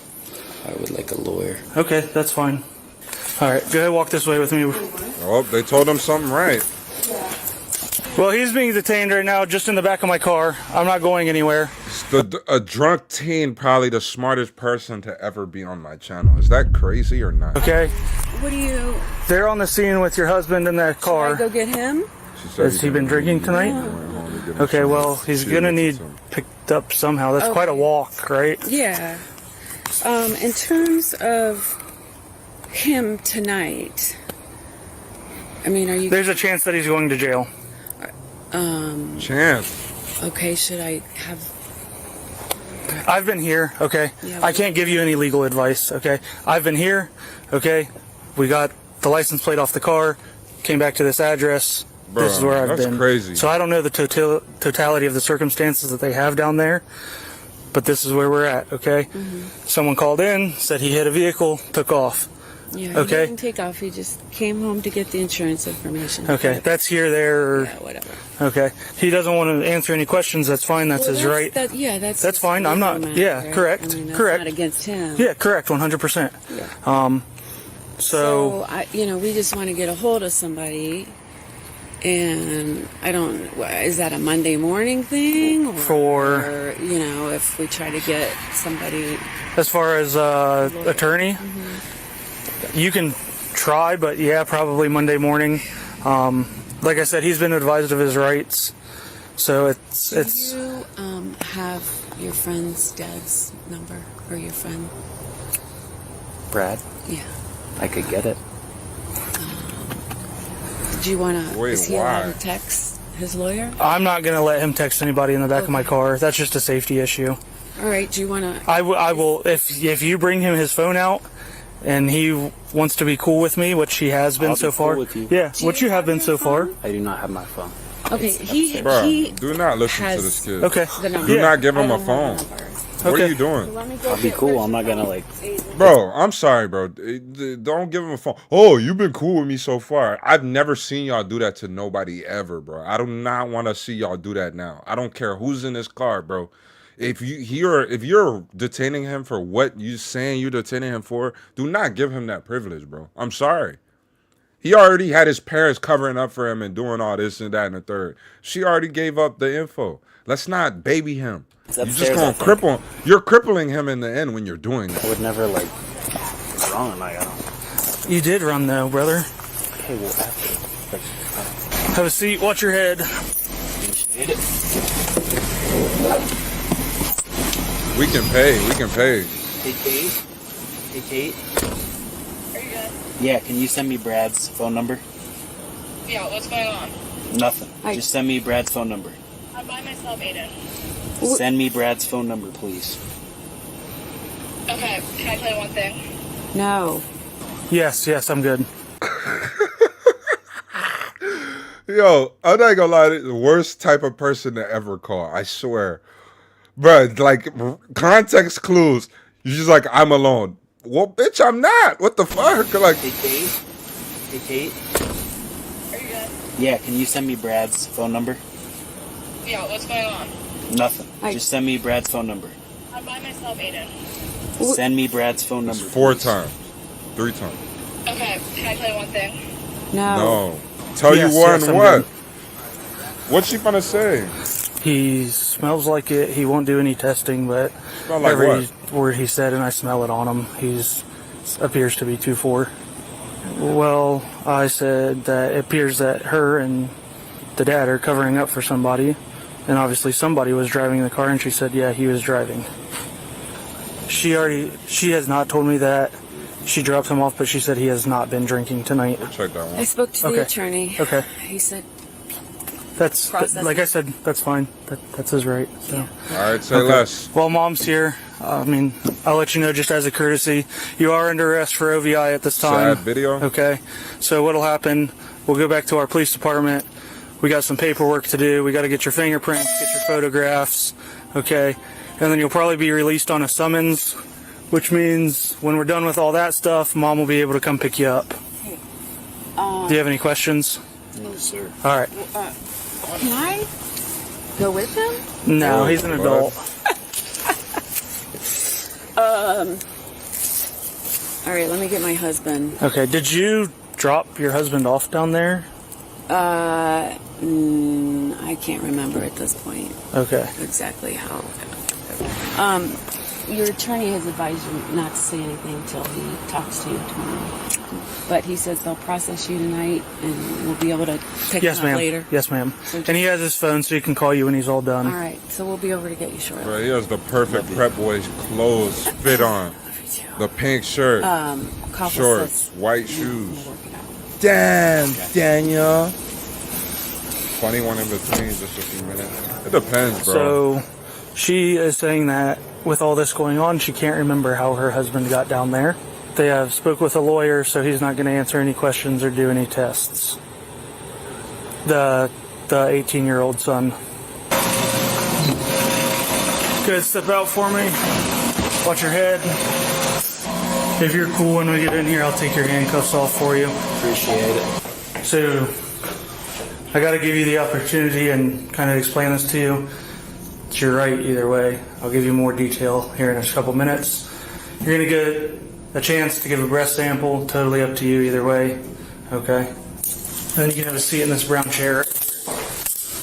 I haven't seen that chair since 2006. Are you gonna take that? That's a school chair. Okay. Whatever my lawyer thinks. You're good, man.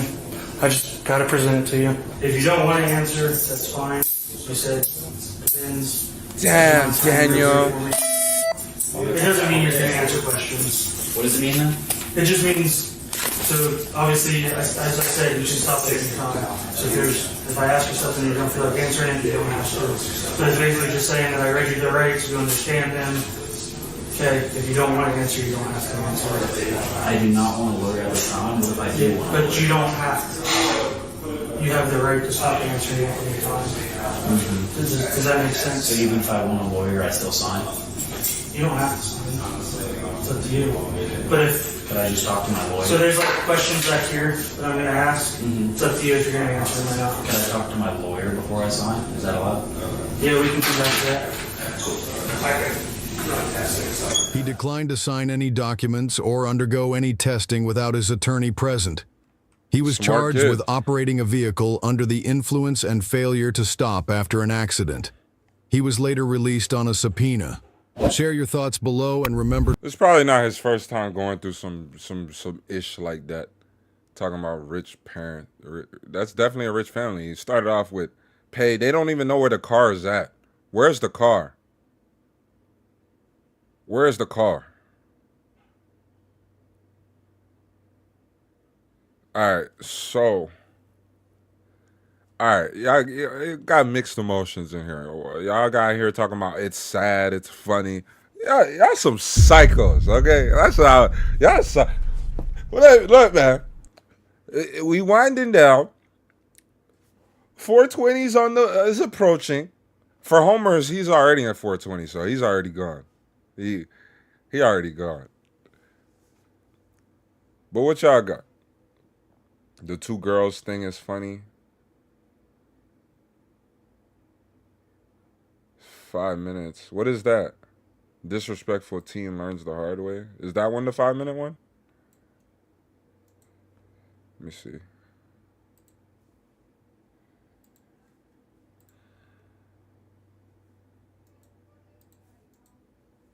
I hope nobody gets flipped on their ish, bro. Wait, which one is this one? Which one is you got a? Is it the Midwest safety video?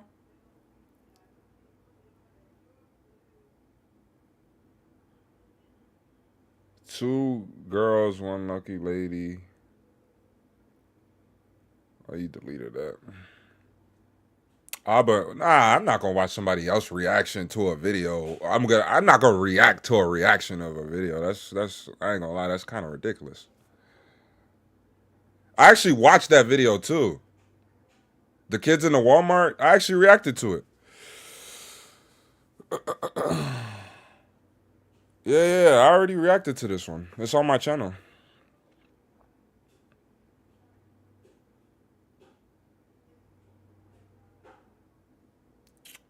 Two girls, one lucky man offending everybody. It's a drawn comedy bit. Right up my alley. Comedy bit. I don't know. Y'all notice y'all don't see no more comedy on my channel, bro. This shit don't be funny on here no more. That shit do not be funny. This one, two girls, one lucky man. Who's this one? I don't know. How do I know which one is which? Offending everybody. Okay, let me click on this one. If dating was like a video game, what would the best stats be? Hold on now. Your home page already got the video? Like LCT or C-Town, that's crazy. The moment she ill two people. Next time me around. Let's talk about Mind Rush. Next time me around day. I ain't gonna lie. Cali Poppy. She got y'all beat right now. I ain't gonna lie to you. Well, Paris, is that a suggestion? Is that a suggestion? I ain't gonna lie. She kind of jumped the line with that one. If that's a suggestion. All right, what is that? Talk about Mind Rush. What is that? Or is Mind Rush that's a scary video? Oh no, it's police. Okay, Mind Rush. No, scared? The moment she killed 2 people. All right, Potato, we gonna keep that one in the tuck. It's creator. Okay. You got a specific video? Give me a specific video while I look up the realize she blanked 2 people. I'm gonna try to she blanked 2 people. Let me go see that one. We used to play out in the rain. Hold, please. Okay, this one's coming from Midwest Crime. Bro, I think this was in my watch later from like forever ago. I never got to watch this. Gotten for the one is she laughing? The one she is laughing at, is it? I don't know. Is she laughing? She like she crying. Easter morning. Oh wow, it's Easter time. Yeah, I ain't gonna lie. That divine intervention. Gotten for this family. Easter. Oh, it's a car accident. Okay. Oh wow. Okay. It's one of these ones. This pisses you off and it's sad. Okay. All right. Let me get my tissues. All right, guys. This one right here. This one's coming from Midwest Crime. I'm not even gonna lie. Let me just move this up out the way. Just for the moment, bro. Just for the moment. All right. Just because I need this. Okay. The moment she realized she blanked 2 people, this one's coming from Midwest Crime. This was suggested by the boy Revolving Potato, okay? I'm not going to waste no more time. We not going to let this one play, though. Make sure you hit that like button for the algorithm, Uncle Lou. Share the video with someone next to you. Hit that subscription notification muscle. On the way to 10K in 2025. Let's hope we get that 7K tonight. Now, without further ado, niecey, nephew, it's your Uncle Lulu. Easter morning in 2021. What happened next would never be forgotten for this family. We weren't getting a pulse on these people. We've been tracking this case for the last 2.5 years. After dozens of open records requests and the hiring of an attorney, we finally obtained the records related to this tragic incident and go in depth on the story behind it. 911 calls detail the seriousness behind what took place. April 4, 2021, 10:32:35. Please confirm the address of your emergency. Yes, there's been a severe car accident on Highway 42. What's the cross County street? Road 42. What's the cross street? Bubble Barn. Bubble Barn. County Road 5. County Road 5. Okay, how many vehicles? Happened. Two vehicles. Is Very, anybody very injured? bad. Yes. Yeah. Okay, what kind of injuries? We don't know. We're driving past it. Completely normal. It looks like it's gonna start on fire. Okay, you're not. Are you there anymore? No, we've driven by. Okay, stop. They've been on the way this entire time. This is just getting more information for them for when they arrive. Okay. Like I said, we have a lot of help on the way. Thank you for calling. Yep. Thank you. 10:32:39. 911. Is this a life or death emergency? Yes, it is. There's a car crash on 42, like right by the gas station. 42. Hold on. 42 and what? But I don't know. Whatever's by the bubble What barn. happened? The red car was turning like by the. Tell me what happened. Accident or I can't understand. A car crash. you. Yes, a car crash. Is anyone injured? Yes. Okay. Is it blocking traffic? Oh, wow. I need someone to talk to me. The car's on fire. There's one car on fire. A car's on fire from it? Which car's on fire? The white car. The Chrysler car's on fire. Okay. Do you see flames or just smoke? Yes, there's flames. Everybody's Is screaming. anyone in the vehicle that's on fire? No, not in the vehicle, but the car and the SUV, there's somebody that is not conscious. Just stay on the line with me. I have lots of help on the way. Are you involved or are you just passerby? No, I'm a passerby, but Cried hard. brother and sister were in the car that just got hit. Court testimony held. All right, guys. So I'm going to be upfront with you. I see this one. I see where the trajectory of this one's going. You say this one's sad and all that. you know, around this time of year, especially where I'm from, in the area, it's prom season. You know what I'm saying? So a lot of young people out there getting on the road, and these are things that can also take place as well. So I think it's important for you guys to understand. Y'all gotta stay safe out here, you know, and just stay away from all that stuff. Dang! Shout out to Jenny for the super. Okay, so the hi-fi. Oh, is that the one? I'll check it out. I'm gonna check it out after this one. But yeah, man. Held at a later date details the moments before officers arrived. After witnessing a horrific crash, witnesses say they approached the white vehicle and found one passenger to be severely injured but alive. Bystanders pulled her out of the car while it was on fire, likely saving her life. She would not have been able to do this on her own due to her injuries, which included a broken ankle, broken backbones, and 2 broken ribs. She also suffered from a deep laceration caused by the seatbelt into her stomach, exposing her intestines underneath her shirt. The driver of that same vehicle was able to get out on his own and sustained minor injuries. As officers arrive, they witness the injured passenger on the ground and recognize that civilians have stepped up to help. Hello, thanks for attending to her. Their next priority is to check on the occupants of the red vehicle. The damage is plainly obvious, as the red vehicle was struck with such a force that it was ripped into 2 pieces. Whoa!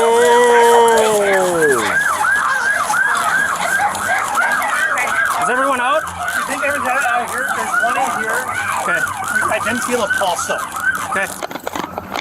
No fire extinguishers? I'm not too concerned about that. Is there still a person in here?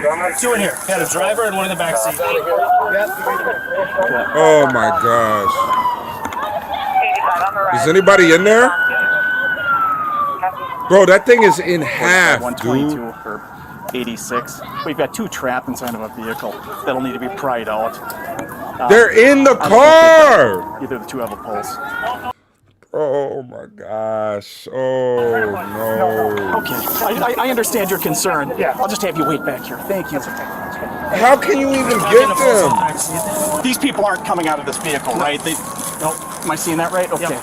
All right. I appreciate your assistance. Thank you. I'm a former EMT. Oh, you are? All right.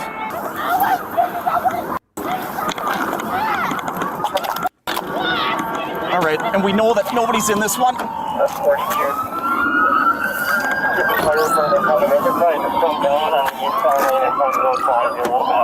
Everybody out? Okay, we're clear here. Okay. Bro, they're in that car. I'm gonna try to maintain some kind of a perimeter here. Whoa! Who is screaming like this?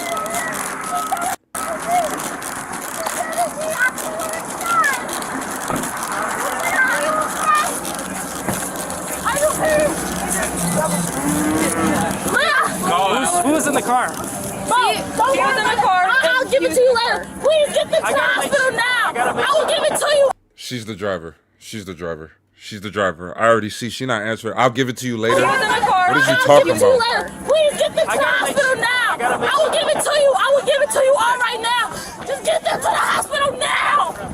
She's a huge cut right here on her neck. Well, did you see what happened, or you just heard The one's not in the car? Okay, so you did see it happen, or you didn't? No, I didn't see the accident. Okay, all right. Right behind you. Is there anything I can do to help get this person out? Can you check a pulse on that? We weren't getting a pulse on these people. Bro, there's somebody in that car.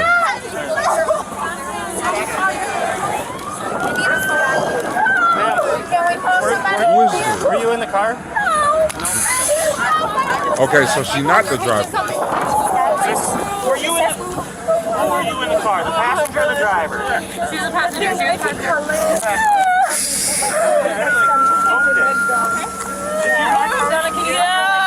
Miss, can I just have you switch your multi spine quicker? Yeah.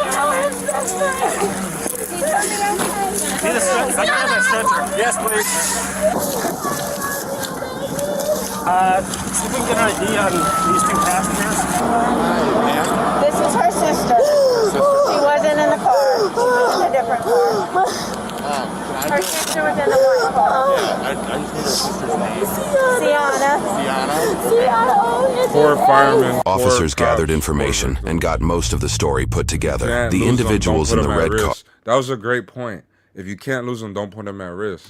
Dalton and Taylor were struck by the white car, driven by Leon Bond III with his twin sister, Sienna, in the front passenger seat. Their older sister, Camille Lachey Dennis Bond, was driving alongside them in a separate and seemingly uninvolved black vehicle with her best friend in the passenger seat, Lynn. Lynn was the one to make the 911 call at the beginning of this video. After the crash, Camille stopped down the street in the middle of the road and ran towards the accident on foot. According to court testimony, Camille got out of the car so fast she forgot to put the car in park, but Lynn noticed and did it for her from the passenger seat. Officers quickly realized this may be a criminal investigation involving multiple fatalities and that extreme speeds were likely involved. Accordingly, they quickly identify Camille as a key person of interest. Officers will eventually obtain video evidence of the crash itself to further support Camille. Bro, she looked like Dennis Rodman, bro. I'm sorry, bro. She like Dennis Rodman.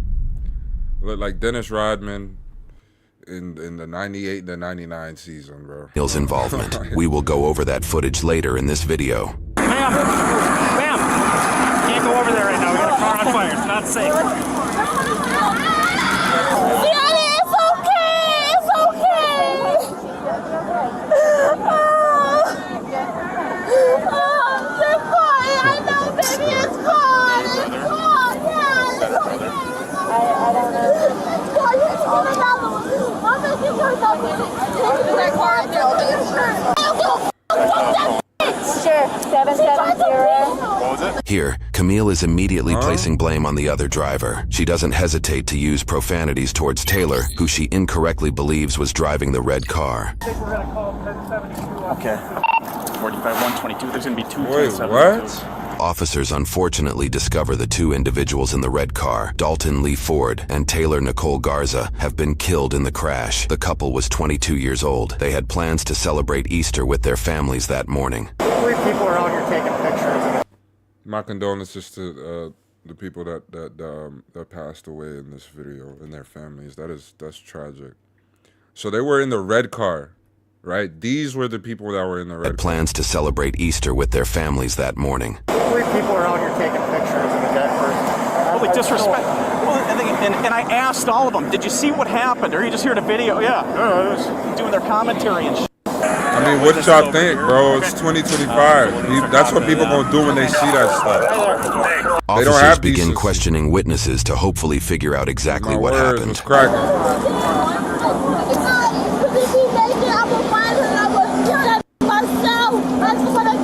Who's she talking about?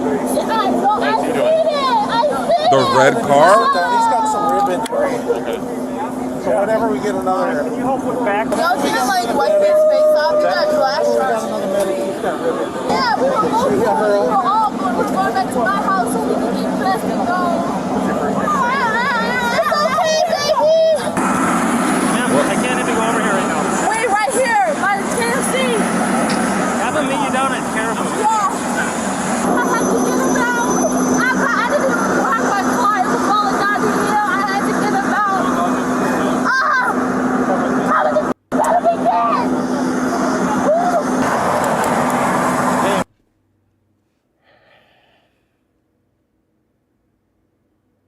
This isn't fucking sad. This is rage-inducing. Can you believe this?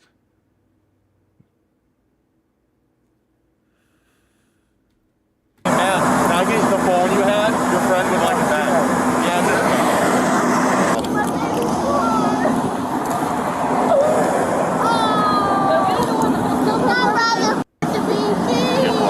blood on there. Oh, no, only one. It should have been me. It should have been me. Oh, that was very close to hitting you too. It should have been me. Very close to hitting you too, but he didn't. You have a ride coming? My mom is here, but her car is up there. Okay. Is your car still drivable? My car is fine. Is she dead? Is she dead? That's all I need to know. I have no idea. Well, she better be. If she's not, I'm stuck on that head. Bro, what the fuck? What? No, bro, no. Bro, what are you talking about, man? Oh my gosh. Who the fuck does she think she is? Who the fuck does she think she is?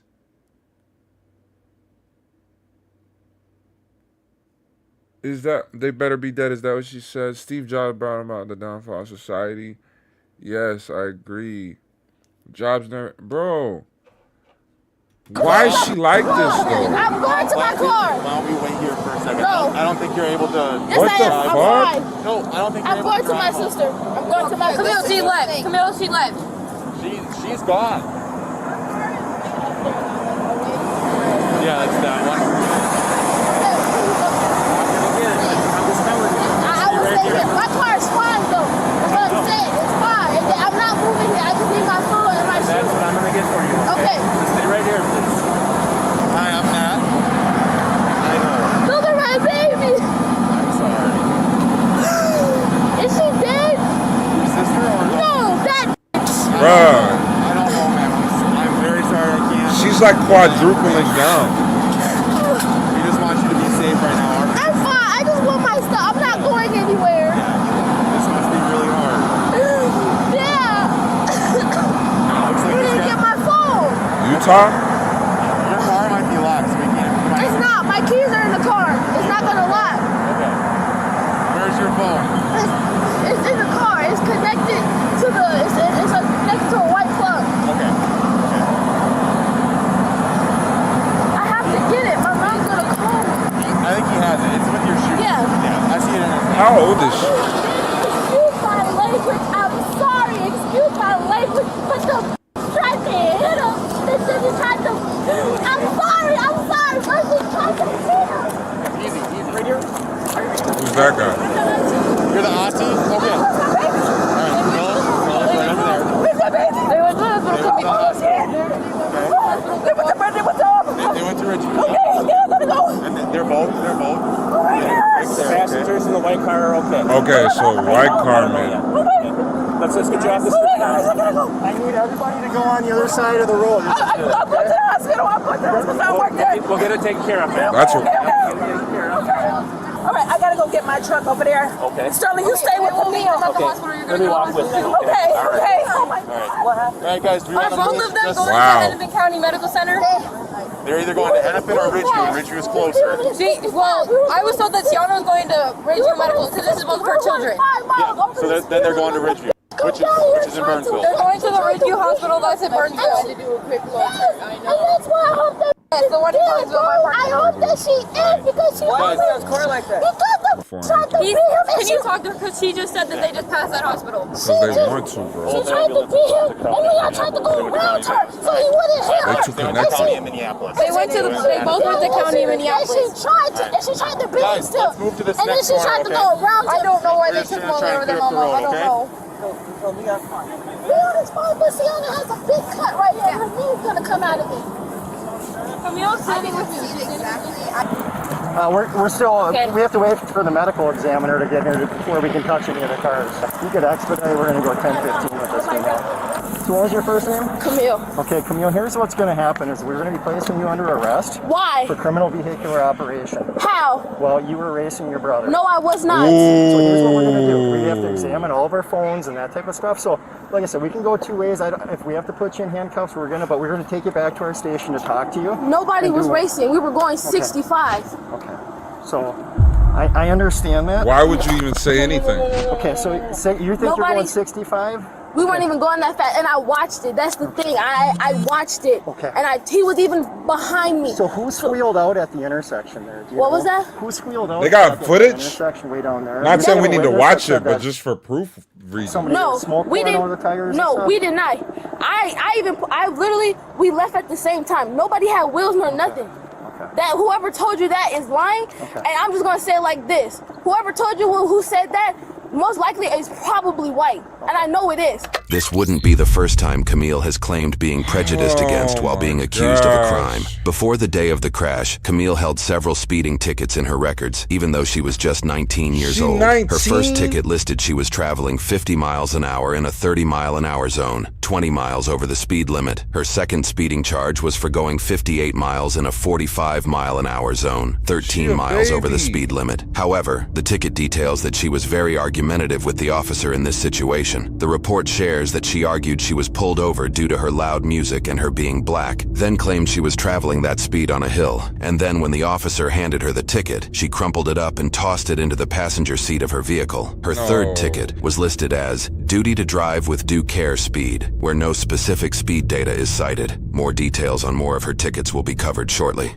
We were not racing, no, none of that. You weren't racing at all? No, okay. I told him, for a simple fact, I'm gonna tell you just like this. For a simple fact, we are black. It is a nice day outside. I know that the police are out. We see the state troopers out. We were not going fast. I said, we're gonna just go the speed limit up here. He said, okay. His car has more horsepower than mine does. So obviously it's gonna sound like it because I know how the engine sounds. And I'm gonna spit fact. My car is slow. But I was in front, so he knows I was in front. Obviously, I'm gonna be in front because he's gonna follow my lead. We were not going fast. She gassed on it. When I mean she gassed on it, she didn't see him because he was behind me. Actually, my car was up there, but I moved up. She's not making sense. Here because it was rolling back and it was still in. She just said that other people were racing. Now yeah. Now nobody was. This don't make sense. Drive. Don't want to mess up my transmission. She gassed on it to try to beat him. Okay, so I appreciate you telling me all that type of stuff. So, like I said, our process is this. Okay, Please don't do that. So, I'm already black and it already looks bad enough. Stop. To do with race, man. We have 2 people that are dead right now caused by an accident. Because she gassed on it. Okay. That has nothing to do with me and my brother. Okay. We were not speeding. What do you not understand? You know what the speed limit is on here? Yes, it's 55. We were going 60.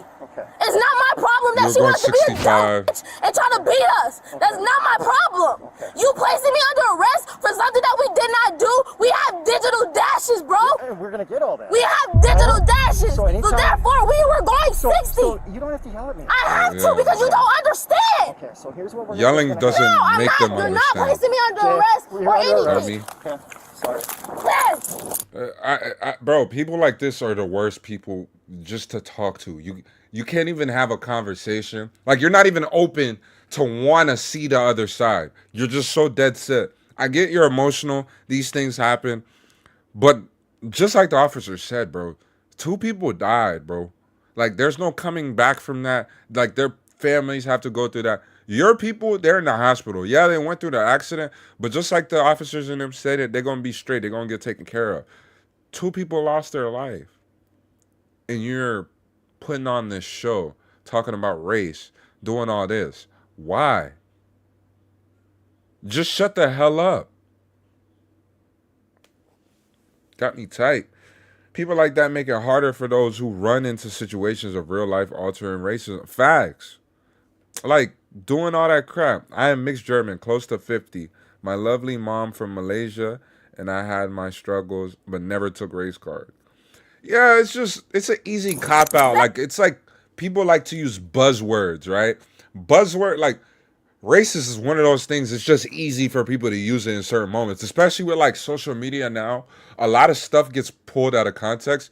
So people just want a moment to go viral, and they want a victim. They want that victim mentality mindset. They want somebody to feel bad for them. Abby, I love you. Bro, don't nobody feel bad for you. We all going through some shit. Dummy. You're gonna be in handcuffs in a minute if you don't stay over there. Please, baby, I love you guys. I love all you guys. Mental health, drug addicted, race. Yeah, she's trying to throw all of it in. Yep. Yeah, and yes, they did use force, and I was not resisting. They're not using So, force. miss, what we'll do is we'll take a statement from you and everything you said. Can you take me out of these, please? When we get back to our station, okay? Love you guys. That was the moment. That was the moment she realized. Can you, Jay, you want to pat her down quick? I don't have anything. I know, I gotta make sure. There's nothing in my ass. I ain't even got no drawers on. Just listen. Okay. I ain't even got no f***ing drawers on. Okay. While both Leon and Camille were arrested that day, they were both released shortly after, pending charges. She almost died and still not compassionate for others. I think she is beyond help. Coming close to death changes a lot of people. Yeah, that's another thing too. Like, fresh off of an accident or even witnessing an accident where like people died that close, you're not even like empathetic to the fact that people die. You know what I mean? Like, it's ridiculous. However, prosecutors did charge and arrested the driver of the white vehicle that made contact in the crash, Leon Bond III, who faced charges 6 months later. Leon was ultimately tried as a juvenile. This was despite the efforts to try him as an adult, including a delinquency petition and a petition for adult verification, both of which were denied. Because he was tried as a juvenile, the details surrounding his case are not readily available or public. However, we do know some things, which includes a peek into Leon's school history with fights. One appellate case reveals that Leon's mother legally went after a school official when he attempted to prevent a fight that involved Leon, his 2 sisters, and another student. The case... I'll never work in a school, bro. I'll never be... Bro, you want to do well, you want to help people, you want to do shit like that, and it be parents, bro. Parents be the reason. Like, they be enabling shit like that. You're talking about somebody went to go break up a fight that your child was in, and you're gonna go seek legal action on them? Accuses the school official of dislocating Leon's arm while attempting to prevent the fight. What are you this talking case about? was ultimately denied by the court due to there being a lack of willful or malicious wrong in the school official's actions. While Leon's case was being determined, Camille was also charged 6 months after the crash with charges surrounding her direct involvement by drag racing. Hey, she like Young Thug now. Hey, what I said she looked like at first?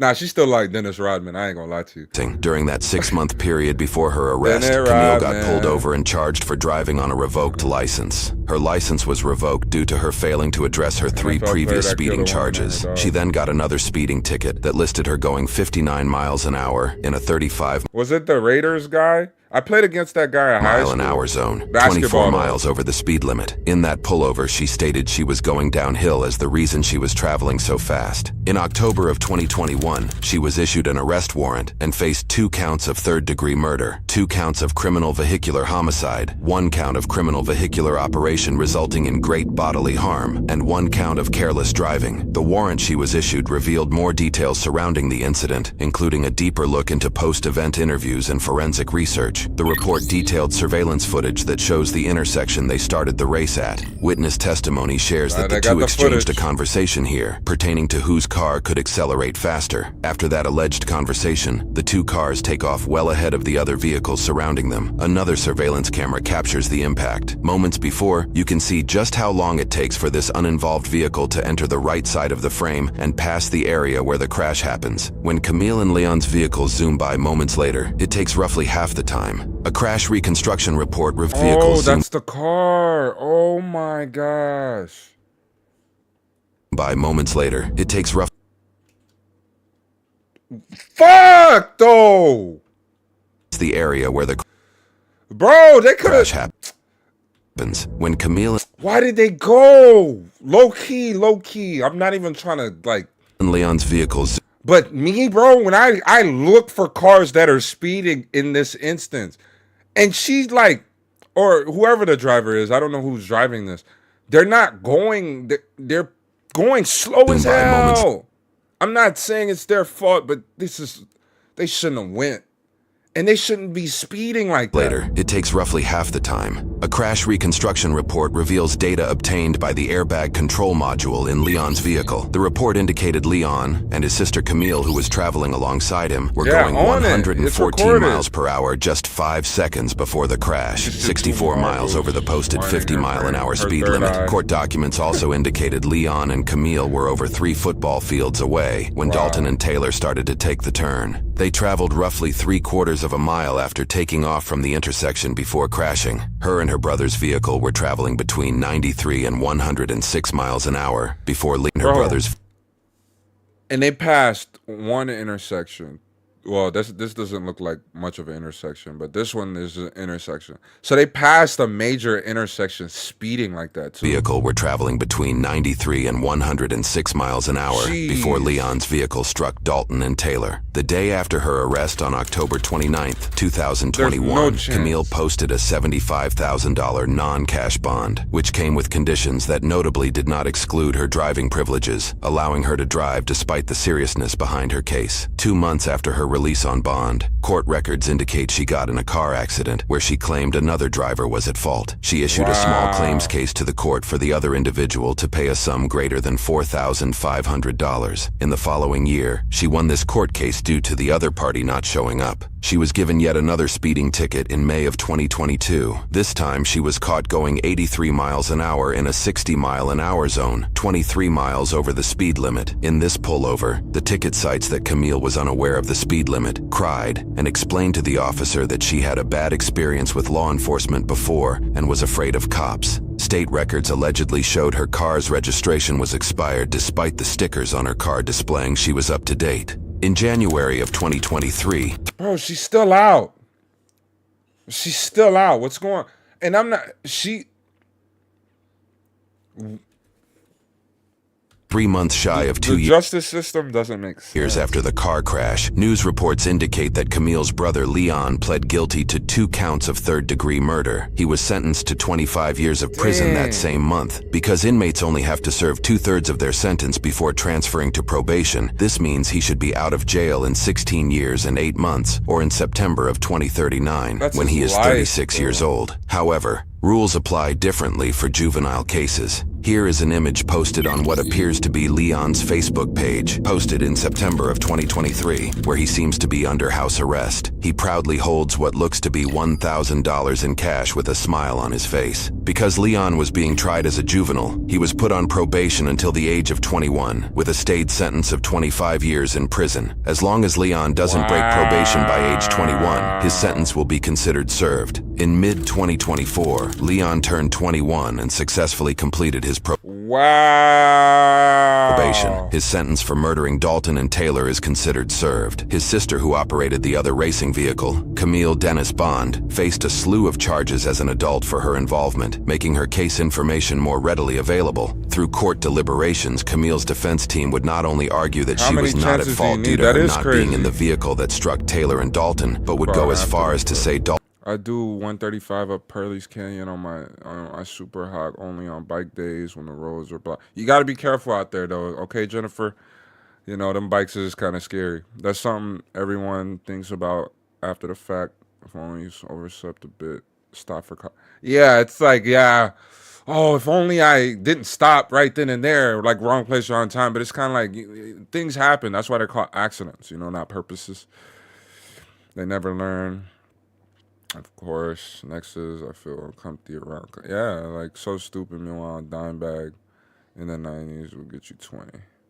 How many chances? Dalton should have yielded before the turn, and even suggested Dalton was at fault for the crash. In this section of the video, we will cover the surprising court deliberations that brought the case to its conclusion. In court, several factors were brought to light through witness and expert testimonies. While there are some notable instances of witnesses ascribing the scene to being horrific and the worst thing they have ever experienced, some more frustrating revelations deemed that Camille and her brother Leon were not only reckless with their actions, but continued to be reckless after bystanders had told them to slow down prior to the crash. Court testimony details that a bystander noticed descriptions of Camille's and Leon's vehicles traveling at a high rate of speed past her house in a residential neighborhood. This frustrated the witness as it was Easter Sunday, and there were children outside. This witness noticed that the pair parked down the street from her residence, so she decided to walk down to the cars to tell them to slow down. This witness's testimony matched the descriptions of Camille, her passenger friend Lynn, and the description of the vehicles Camille and her brother were driving. After the neighbor had spoke to them directly about slowing down, she claims the cars then sped past her on the road as she was walking back to her home, which was... Bro, she's the only one that cares about the race card, bro. We don't care about the race card. An inferred attempt at retaliation. This neighbor then tried calling 911 at 10:28 over their reckless behavior, roughly 4 minutes before the crash happened. Unfortunately, it appears the call didn't connect, and the neighbor decided to let it go, seeing as she only had a partial license plate to work with. A couple days later, when she saw a news article involving the vehicles, she claims to have recognized the plate based off the partial she had, causing her to call the authorities to inform them of the racing activity she saw the pair engaged in earlier that morning. If that wasn't jarring boring enough, the prosecuting attorney also called up Lynn, the passenger in Camille's car, and revealed Camille and Leon's lack of remorse over the whole situation. Lynn claims that she was best friends with Camille, but ceased the relationship over the morality of the situation. Lynn supported the neighbor's claim that Camille and Leon were not driving safe in the neighborhood, and confirmed that the neighbor had spoken to both Camille and Leon. She also shared that, in the moments before the pair sped off at the intersection, Camille and Leon exchanged a conversation through their car windows over who could accelerate faster. Camille in past interrogations claimed that this was true, though she informed her brother not to go faster than 55 miles an hour so that they wouldn't be pulled over. Lynn's testimony contradicted that claim, citing the pair never talked about speed limits. During her testimony, Lynn admitted she was scared during her 911 call because she had realized the car Camille was driving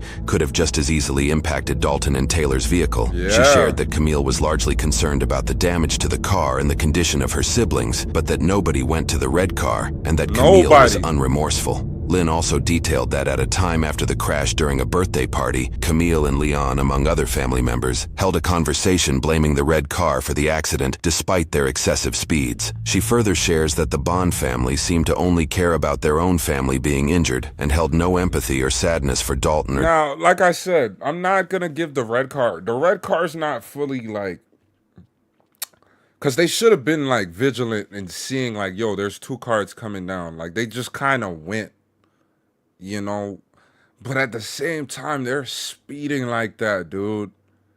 They're speeding like that. They cannot be moving like that. You got a hip replacement and you out there on bikes, Jenny. You got to be safe, man.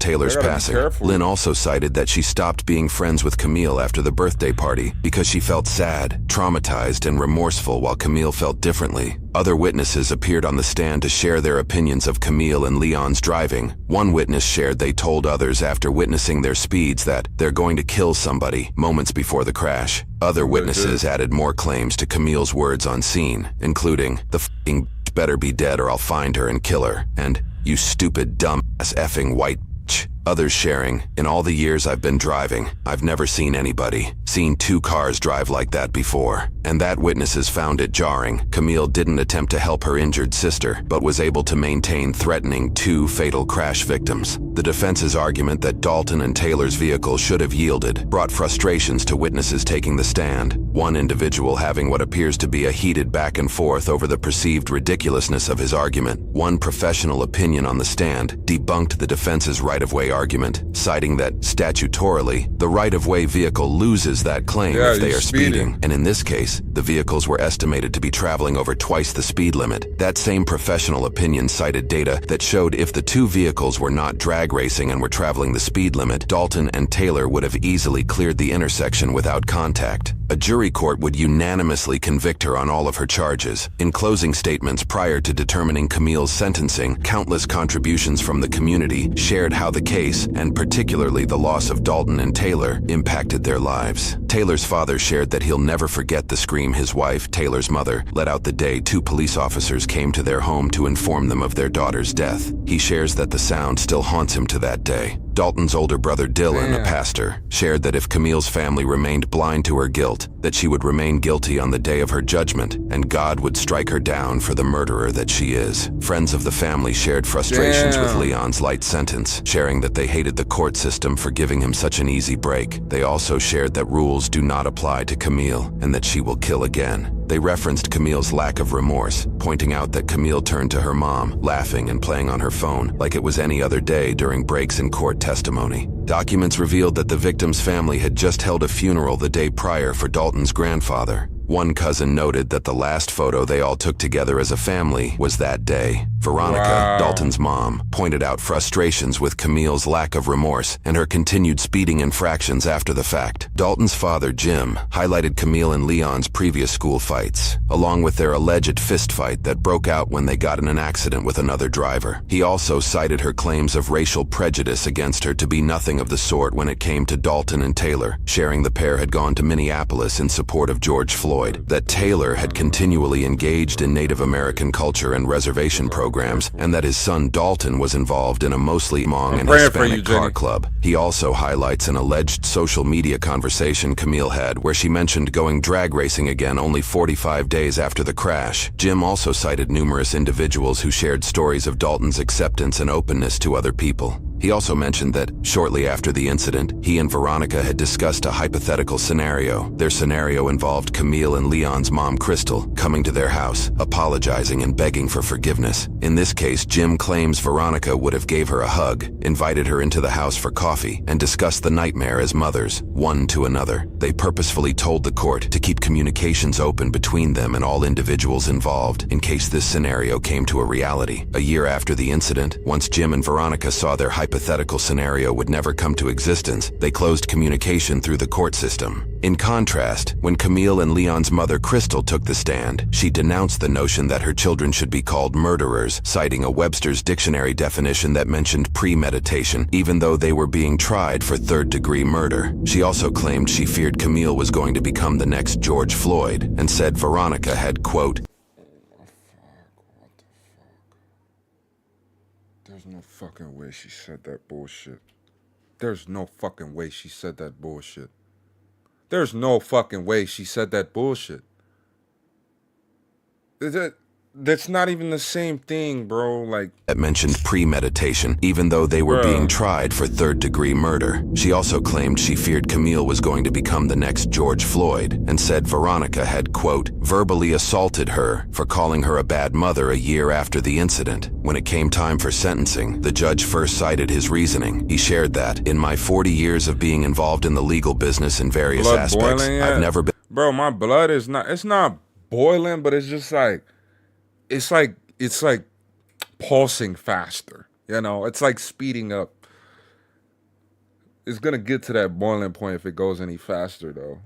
Been involved in a case that's affected and impacted so many different people in so many different ways. He also pointed out frustrations that Leon was tried as a juvenile and wouldn't spend a day in prison as long as he abides by his probation conditions. Before sharing the sentencing, he told Camille directly, I think you're in deep denial about what exactly your role played in this event. For her third-degree murder charges, she was sentenced with 150 months for one and 180 months for the other, which would be served concurrently with her sentence for criminal vehicular operation resulting in serious bodily harm, which amounted to 38 months. For the rest of her convictions, a sentence was not pronounced. Because all of her sentences run concurrently with each other, her total sentence is 180 months, or 15 years. In Minnesota, inmates must serve 2/3 of their total sentence, making her eligible for probation after 10 years. She was also permitted 107 days of jail credit. Her court fees were waived, but she was ordered to pay Dalton's mother nearly $30,000 in restitution, which would be deducted from prison wages and from pay she obtains while on probation.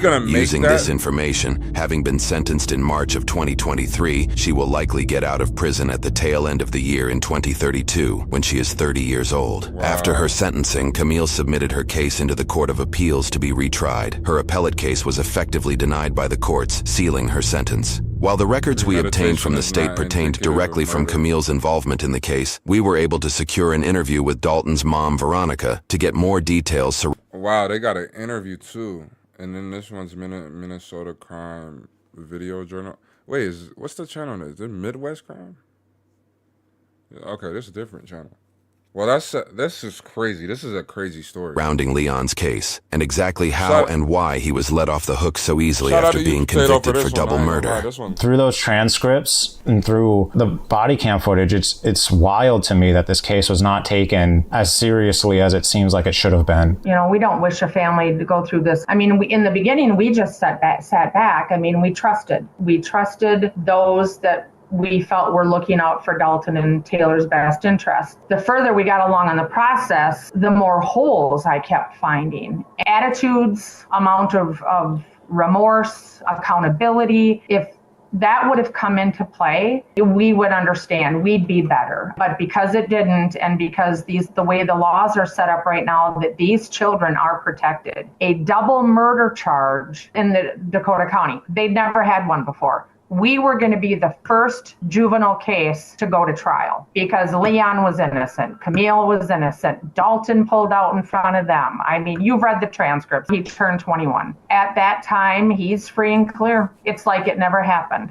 I bet you I did 75 open records requests. I fought hard and not so much on Camille's situation. I mean, because hers was adult, it was fighting the juvenile side. Strangely enough, they did make 4 changes to their juvenile certification process. The juvenile side, they say that this case will haunt them for the rest of their lives. That Leon was not certified as an adult. I found out there are 87 counties in Minnesota. There are 87 ways to certify a juvenile. County by county, not even Washington, Dakota, Scott, Carver, none of them go through the certification process for a juvenile the same way. The county that handled this case, Dakota County, certifies juveniles through a psychological and criminal record report, which then goes through an evaluation process involving multiple parties. To qualify for certification, the accused must be 14 years old, and in this case, Leon was 17 and 9 months old at the time of the crash. Secondly, the crime needs to be a felony, and this case certainly qualifies as one of the worst felony charges a person can obtain, and Leon got 2 of them.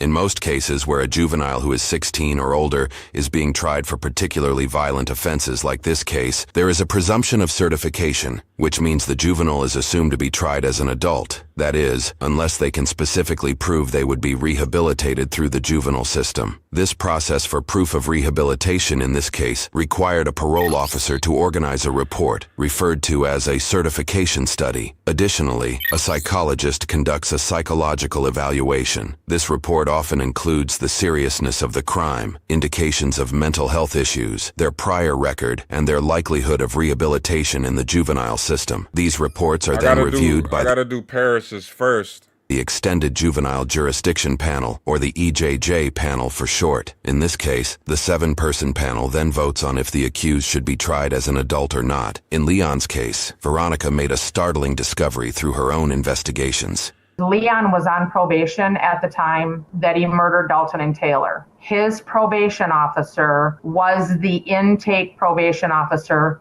for the certification process. Leon was already on probation at the time of the crash. Reports indicate this was likely due to his violent behavior in high school. What made this a troubling situation was the extended history the probation officer had with Leon. These prior efforts to push for rehabilitation could influence the probation officer to unjustly suggest a favorable outcome for Leon due to their personal attachment to the case. Unfortunately, it seems that's exactly what happened. His current probation officer was the one that supplied all the information to the 7-panel EJJ members, and she left out all of his high school history. She only went up till 8th grade. And that, of course, influenced that panel.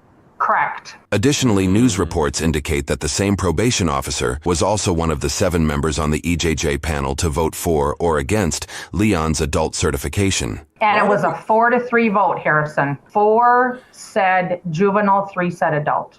In this case, that probation officer was one of the votes to not certify Leon as an adult. So 1 vote with him being 80 days shy of 18 with a history, on probation for the 3rd time, 2 of them being assault charges. We just said that's a conflict of interest. And then they would come back and say, well, but the current PO is going to have the most history with that juvenile. Okay, but then that probation officer needs to give everybody the same information. The state forensic psychologist had everything, had all of his history from all the way through high school. The 7-member panel did not. So one of the changes that was made was all reports given have to be the same.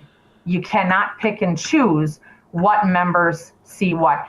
The other one, the intake parole officer cannot be the juvenile's current probation officer. Right. The 3rd change was with restitution. The corrections department determined the amount of restitution. I had provided documentation showing, because Dalton, 22, didn't have life insurance, student loans, had a car payment. Restitution was approved upon at $29,000 and some change. It was whatever I submitted. Well, we got the documentation from the juvenile side, and it said, well, Leon is only responsible to pay $8,500. And I went, why It's 29,000 and some change. They're both equally guilty. I would have thought it just would have been split in half. Dakota County Juvenile Corrections set their own dollar amount. Most counties would leave it up to the judge. He's been out.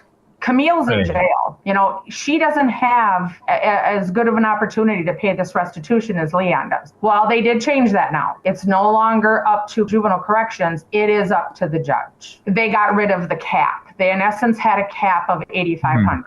The state forensic psychologist came back and said, yes, adult. There is not enough time to rehabilitate him. There is not. He for the severity of the crime, he cannot be rehabilitated, or she didn't think. No. I'm not gonna say that. Rehabilitated. He was just speeding, bro.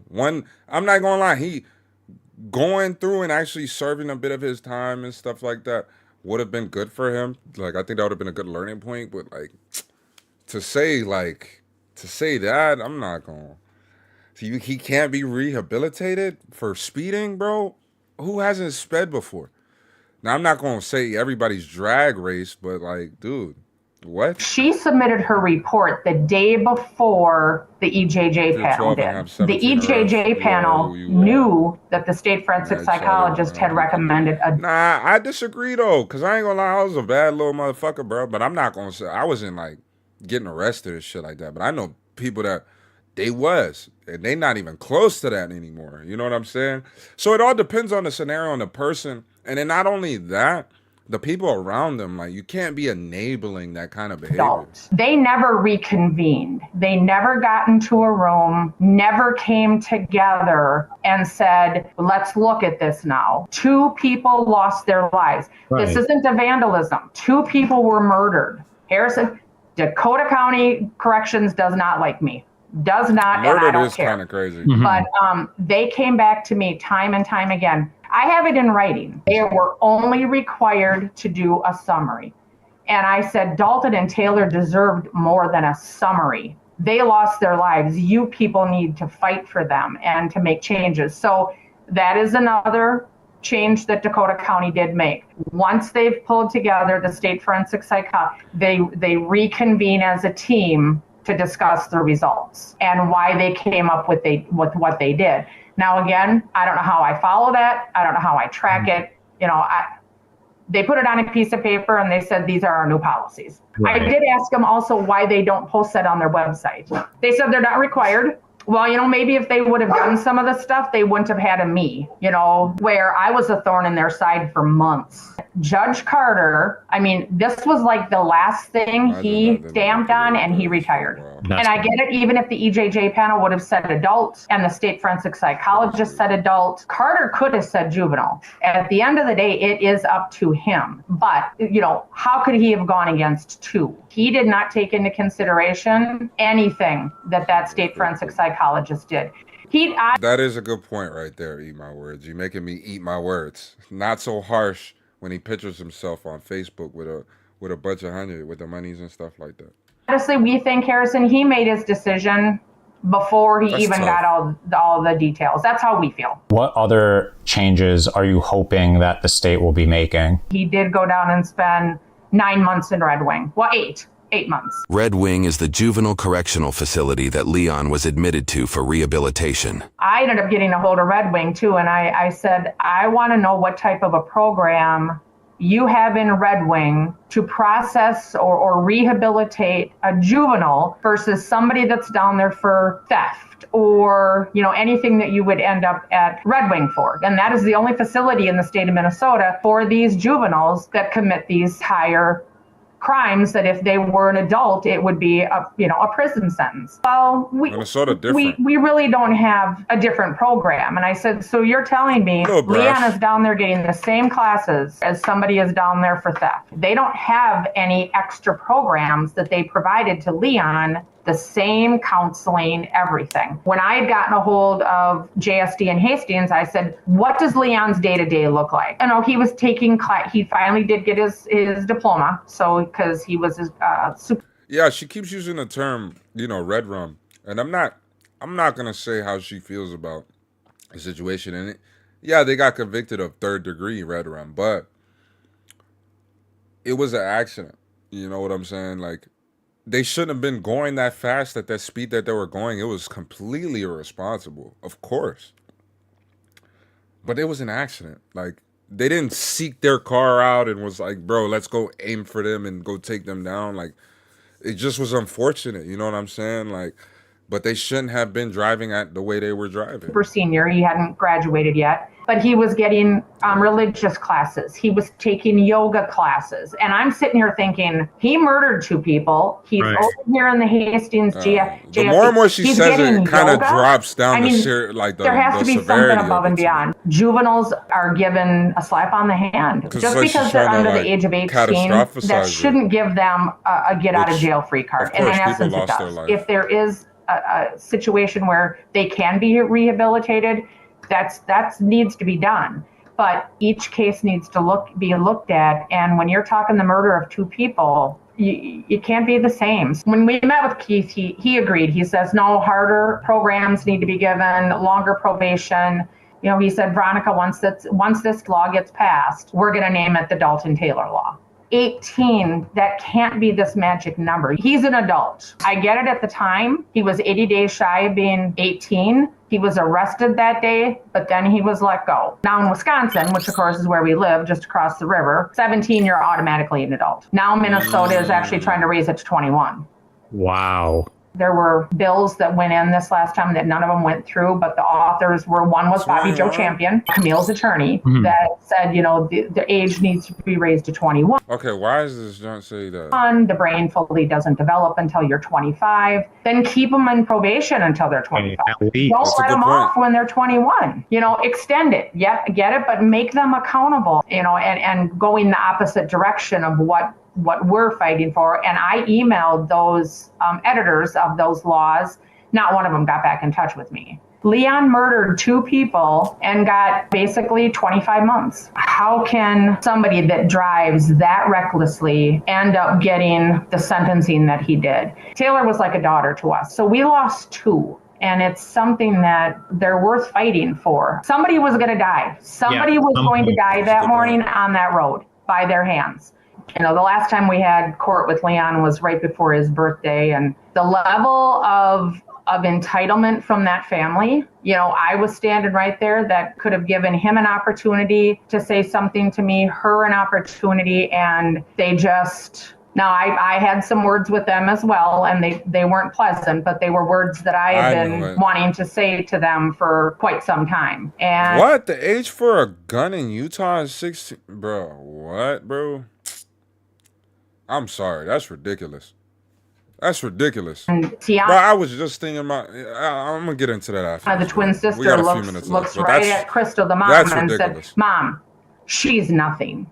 Don't worry about it. She's nothing. And this is the twin sister they almost killed. And I just, you know, at that time it was like, yep, you guys took 2 beautiful, innocent lives and you could care less. If they would have taken ownership. I've been driving since I was 15. Fallen to their knees that day and apologized and said, yep, this is what we were doing. I mean, we'd be in a better place. Honestly, not even sure if they would have done that. They might not have even seen a day in jail. I believe at this time we can turn a page and not expect to hear anything. I hope and pray that Camille... That actually is true. I heard that too, revolving. Just because...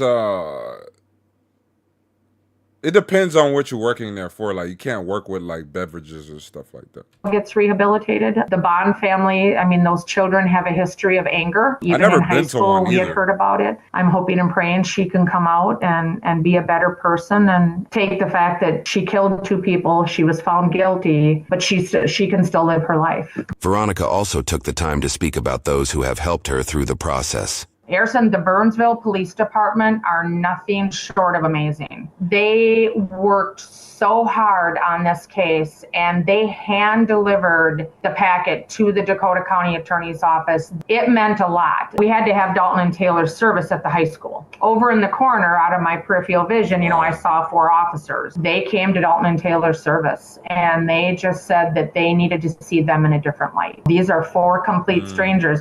They were first responders, so they were there. And that meant the world to us. You know, it just goes to show you what kind of people. One of the EMTs, I mean, he broke down on the stand. He started to cry. I mean, you know, and young. And he just, the tragedy of it all, This is a very tough case. It's a tough case. It's okay.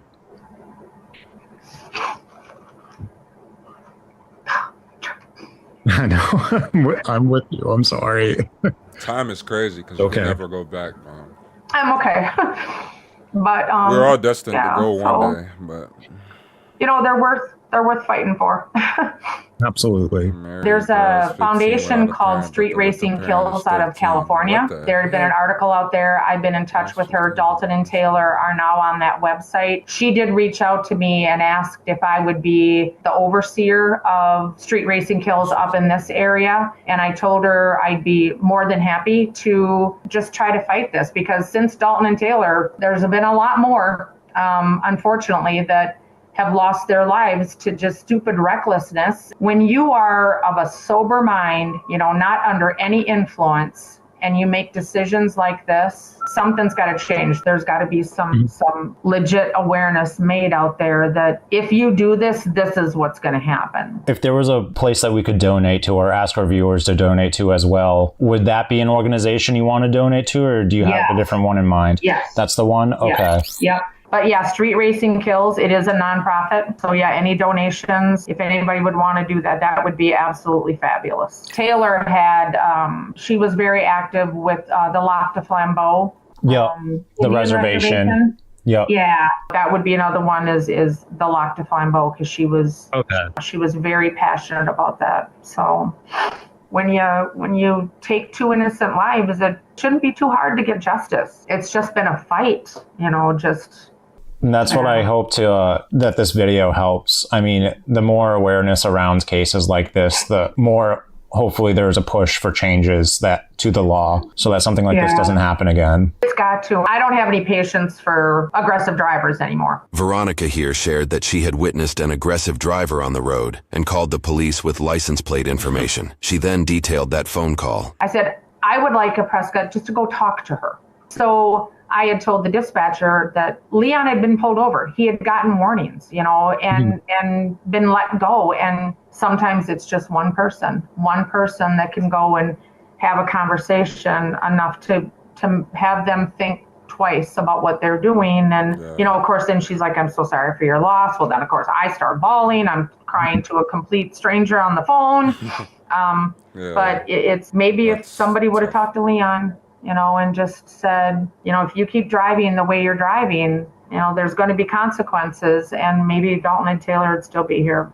So, we can what if ourselves forever for the rest of our lives. Any kind of awareness we can bring to this, Harrison, like I said, I'm not done. I'm going to rattle cages until my last breath. I don't know if you have children, but your children teach you things. I was very grateful to be his mom, for 22 years. I would have loved to have had him for another 66, but that was taken from us. And another family can't go through what we went through. Whew. That was tough. It was tough. It was avoidable, but at the end of the day, like, it's accidents. Like, that's why they're called accidents, not purposes. Like, they can occur at any moment. The two people, or the young man that actually caused the accident, he really didn't get any time. He got lucky. He got spared by the system, right? The other girl, on the other hand, the way she was acting was it was disrespectful. It was disgusting. I didn't like none of that. Again, my condolences to everybody that's involved in this. And I mean everybody, even from the young man that was driving the vehicle. I know the mom of the people that lost their life was trying to say murderer and all this stuff. But again, like I said, it's accidents. Like, this could be anybody having that moment. You just got to be mindful. You can't be driving like that. You know what I'm saying? And sorry for these two young people right here that lost their lives. But yeah, it's unfortunate all around. All right, let's see who we still got in the chat. Yo, Perry, you still in the chat? Paris, you still in the chat? If you still in the chat, your stuff's up next. I had the wrong name of the channel. It's called Mindseed TV. The episode is a year old. It's called The Time Tanner Almost Quit. Okay, let's see. I went to Mind Rush. Dang. They had the person on the thumbnail with a big old booty. I wish we could have watched that one too. Dang, that's tough. Oh, it's a scary one. Mind Seed. Which one? Hold on. The time. Let me put this episode is called. It's a year old and it's called The Time Tanner Almost Quit. I got you, Jenny. I'm so Jenny from that block.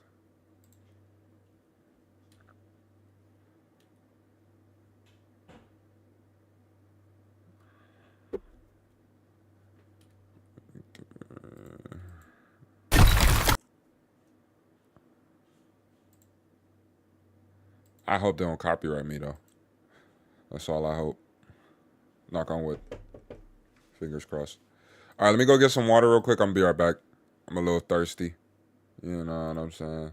Y'all talk amongst yourselves, you know. Let me make sure the Twitch chat is still up, yeah. All right, I'm gonna be back, guys. Y'all talk to each other.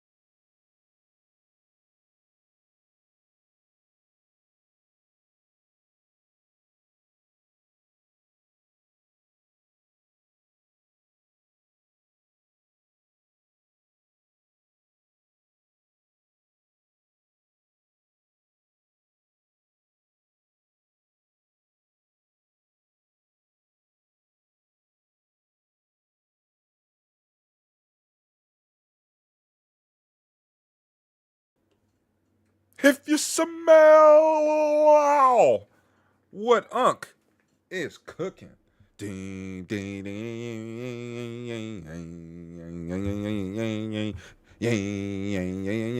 All right, so let me see the. Hey Lou, please don't feel obligated to watch my suggestion. I understand. No, I'm watching them. You tripping? I just want to go to the. I want to go get some water, bro. I've been, bro. You know how long I've been? We've been on here for close to 3 hours now. I need some agua. Okay. So mine CTV.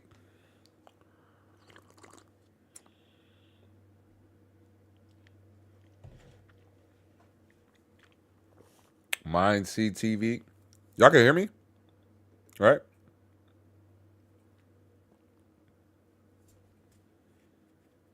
Let me know if y'all can hear me. My mic's unmuted. Okay. Let me read some of y'all chats before we get into this thing. Talk. Hi, what are y'all having for dinner? Pizza, pepperoni, olive, and garlic. Oh my gosh. Half a sandwich. You made a discovery potato. Tomato slice on pizza is amazing. Really? I was ordering pepperoni and sun-dried tomatoes, and they messed up and put regular tomatoes. Sun-dried tomatoes too. That junk do sound kind of good. I'm gonna try it. I'm gonna try that. But when you eat it for leftovers, it is amazing. Do you deep fry your pizza? Not deep fry, but air fry. I only like plum tomatoes. Those are good. I love Capri salad. Salad is fire too, though. They say tomatoes are a fruit, but I ain't having them in a fruit salad with the mozzarella and cherry tomatoes, some oil. Put some jalapenos in a fruit salad. Yeah, cherry tomatoes are so bad. I'm watching the suggestion, Perry. I'm sorry. Perry? Wee wee. I always have to poke the tomatoes, though. LOL. I don't like it bursting when I'm about to bite. That's funny as heck. The little circle tomatoes. That's what, when in school, that's all we used to do. We used to pop them things and toss them at each other. Okay, so I will be egg dyeing for the neighbor's kids. I don't think they can afford the eggs. Oh, that's awesome. So I won't be chatting as much, but I am here. No, that's fine. That's fine. That's no problem. Stephanie. Yep, missed my live. Needed it too. Peace out, everyone. I ain't missed nothing crazy. We still in here. I'm not going nowhere. We still tapped in. Hopefully ain't going nowhere, Stephanie. We still locked in. All right, this one's coming from Mindseed TV. And this one is a video from Callie Poppy, or a suggestion by Callie Poppy, a.k.a. Paris. The time Tanner almost quit. Now, I'm not going to waste no more time. We're going to get into this bit. Now, make sure you hit that like button for the algorithm and Uncle Lou. Make sure you share the video with someone next to you. And hit that subscription, that notification muscle, because we on the way to 10K in 2025. And this month, we going to get that 7K. I know that's right. Now, without further ado, niece, nephew. It's your Uncle Lou.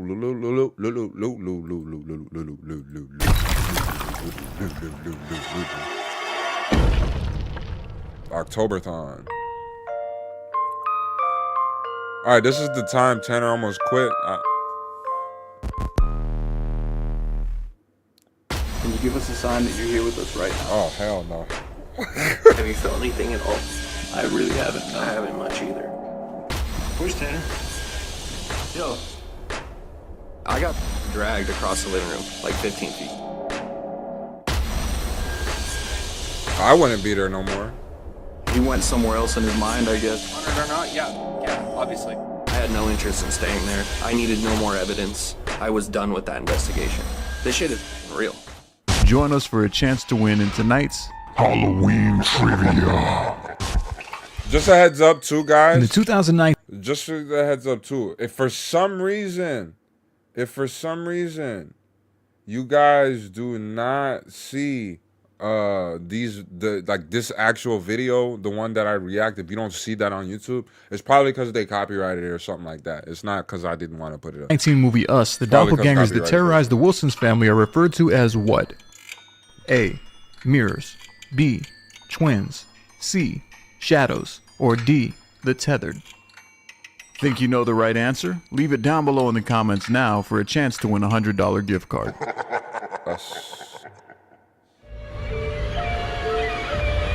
are self-funded. If you enjoy our content, please consider. Hunter's Law. Give me to the goodies.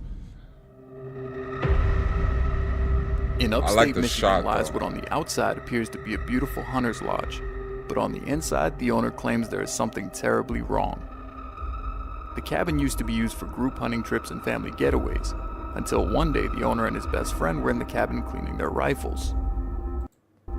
The owner states that while cleaning one of the rifles, it accidentally discharged, striking his friend in the head, instantly taking his life. Ever since this horrible event took place, the owner has had a hard time even being in the cabin. However, he claims that when he is there, he can feel the presence of something unearthly. Although he refused an interview, he allowed us to investigate the cabin for activity, and while things started slow in this hunter's lodge, what happened on this investigation almost made Tanner walk away from paranormal investigations for good.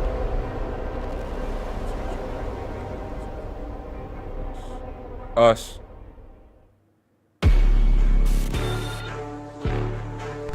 Alright, we probably gotta skip intro. Might have copyright music. He said he's just gonna leave it unlocked. Yeah. Dude, Why they gotta go insane. late at night, bro? Why don't y'all go during the day and then let night come? This is making my. They got the little rocking chair too. Why ghosts always gotta sit comfortable like that? All right. On some freaky shit. Oh, it's nice and cool in here. Bill. My name's Bill Wilkins. You don't know that movie. That's creepy as hell, though. They got the Milwaukee Bucks everywhere. There. Look at that. Bambi? I'm not gonna lie, that's ridiculous. Like a really cool place actually to vacation at. There was antlers everywhere. There was deer heads. You could definitely tell it was a hunter's lodge. This place is pretty big. He love that shit. I can hit the upstairs. You guys hit down here. Yeah. And then we'll regroup at the boneyard. Wait, so no lights? Yeah, this place is. Y'all don't want to turn the lights off? Lost upstairs. Yeah. If you get any spikes, let me know. Bro, this as loud as it look like it is. I was trying to volume it up too. This place is pretty nice, actually, huh? Yeah, it's super nice. We maxed out. I wouldn't mind going on a little vacation here. I think that's on purpose, though. I think they volumed it down the EQ on their side. Wow, that is badass. Old wood building. It's very creaky already. This is definitely many hours and many days spent. Yeah, but imagine that, dude. Like, you come out here hunting all the time with your best friend, and fucking gun goes off. Like, how do you live with that, you know? Yeah, man. I mean, even if there's nothing paranormal activity, like, if there's nothing paranormal here, I could understand not wanting to be here after that, you know what I mean? Yeah, it's just uncomfortable. No one ever recovers fully from stuff like that. They run out Airbnb. But apparently they used to do, like, full parties out here. What, these people? Events. They'd have, like, 20 people going on hunting expeditions and stuff. Oh, wow. Hey, you good? Okay. I gotta see if this fake for real. That's gonna be actually kind of funny. Slam up there. Nah, eat my words. I'm not gonna say that. I actually seen a ghost before, so I'm not gonna say ghost not real. Ghost is real, but I'm not. I just thinking what people try to make it market out to be, like what they marketing it. It's not. You know what I'm saying? I think people are marketing it crazy. No, I seen it for real. Like no BS. I think it's just one of the things you probably have to experience for yourself. If you don't believe, that's fine, but it's real. But I'm telling you, it's not white cloth like, oh, I'm gonna haunt you for like. It's just. Are there any be on a different paranormal level. entities here You know what that I mean? would like to communicate?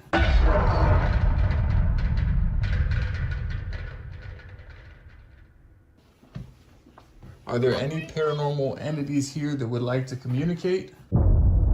Sounds like a... Why don't they just let it fucking happen? Why they gotta type it?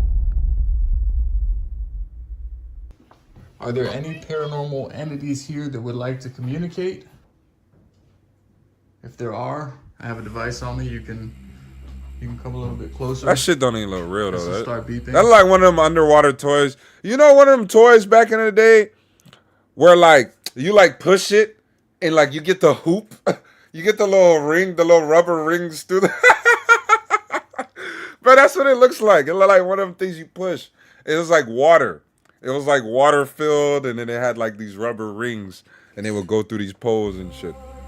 Is there anybody here, any entities that want to talk to Sorry, us? I haven't seen it. Oh, not you, hon. Use the device in my left hand. It's an EMF detector. You can tell me anything. You can talk to me.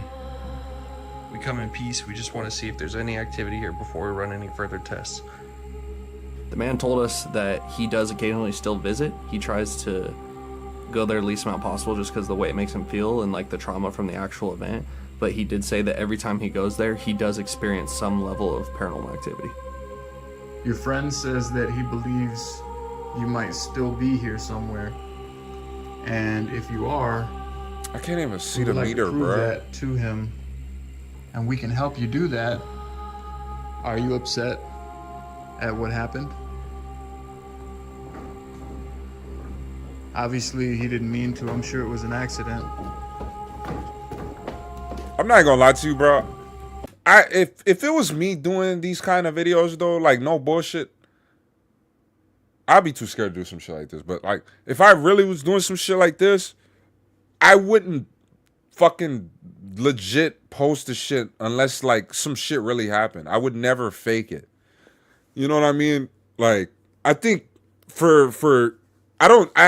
again, I never seen this channel before, but if it is fake, I would feel like for it to happen on every video. What up? Anything? Nothing. And I'm not saying them, but just like for people that do fake videos. For people that fake videos, like, you know how they have one that drops every week? You know what I'm saying? It's like, bro, they drop every week. You can count on them to drop every week, every Monday. Like, come on, bro. Yeah, you know what I mean? There's a room over here I didn't hit. You want to hit that with me? Like, I know if you filming over, like, y'all got much seasons on and any stuff, of our but if it's like a instruments, YouTube, pretty much no EMF. We did a little split. Checked they the whole brave place as hell out. though. I wouldn't do this. Neither team got anything.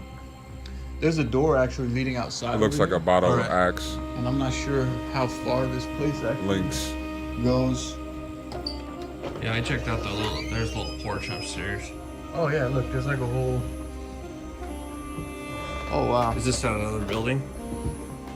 Yeah, it's like nothing but like woods out back, but look, here's the other part of the building. It's a hinge in need of some WD-40. Need a big giant meat freezer, yeah. Probably they put all the game that they would catch after they kill it.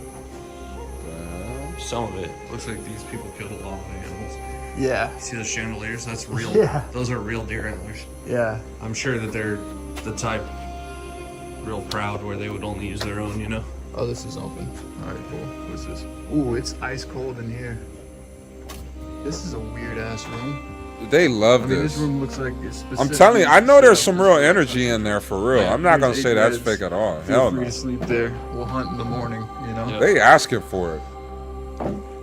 Sure they get their kids hunting as early as possible. So Yeah. a bunch of kids sleeping in here. If there's any presence here, we need you to communicate with us. The only reason that we came out here tonight was to try and talk to you and see if you would be willing to give us any readings. If you come close to me, this will light up. I'll know that you're here. The owner's not sure. He thinks sometimes he hears whispers. He hears footsteps every now and then. Is that you? Are you here with us right now?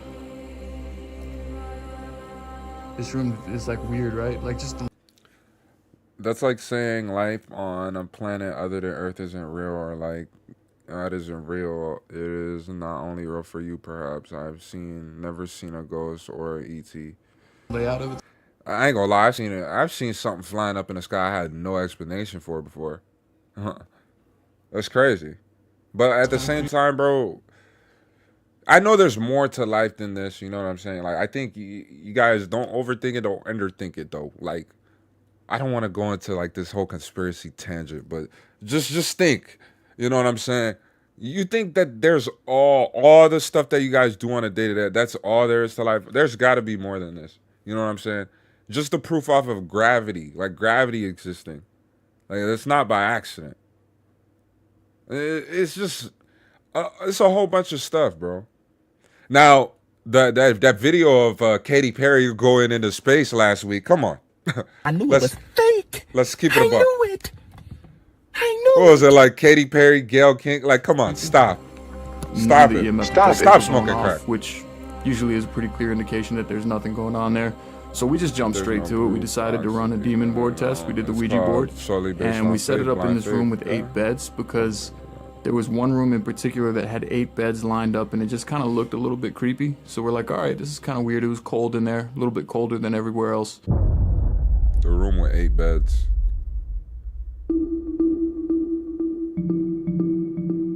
Their B-roll is crazy.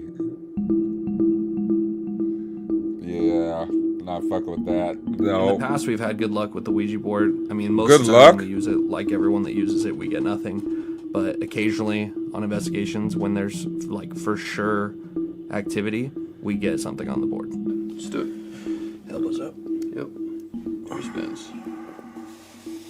Yeah. 1, 2. I think it's possible. I think there's. If there's any presence here that would like to communicate, now is your chance.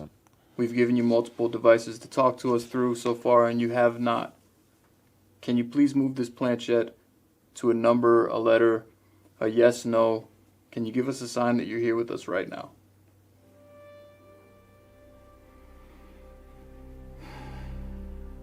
I have a couple past traumas with Ouija boards, and then what the fuck? Where are you? Where the fuck are you? Are you the camera guy?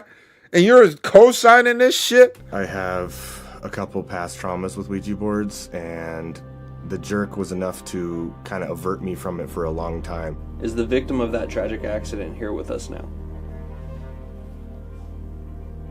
He look like he pulling this way. If it goes this way, it might be good. I don't know. Friends with the owner of this house, or were you friends with the owner of this house? Is there anything you would like to tell him?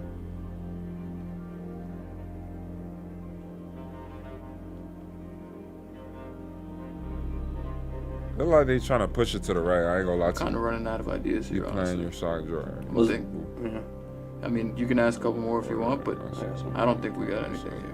We ran the demon board and we didn't get any results. When I saw that there was no activity, there was some comforting feeling that I got, and I'm imperfect in that way.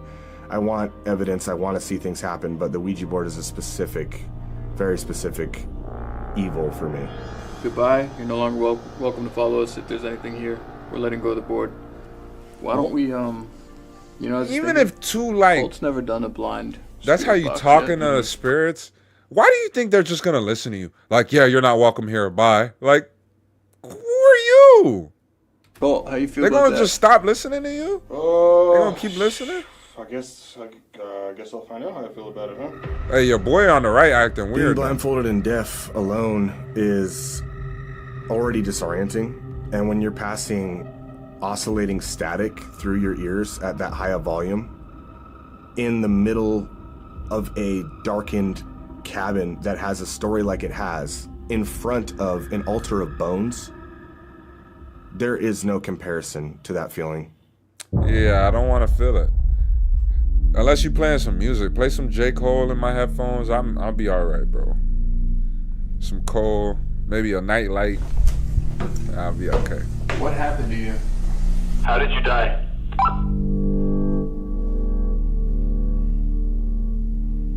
Horrible.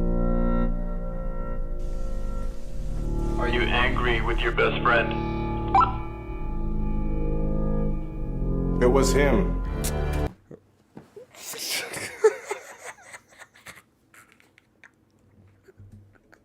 I knew it was fake. I knew it. Man, stop, bro. Let me hear the spirit box for real there. Don't do this. Do not do this, bro, please. It was him. Not like this, bro.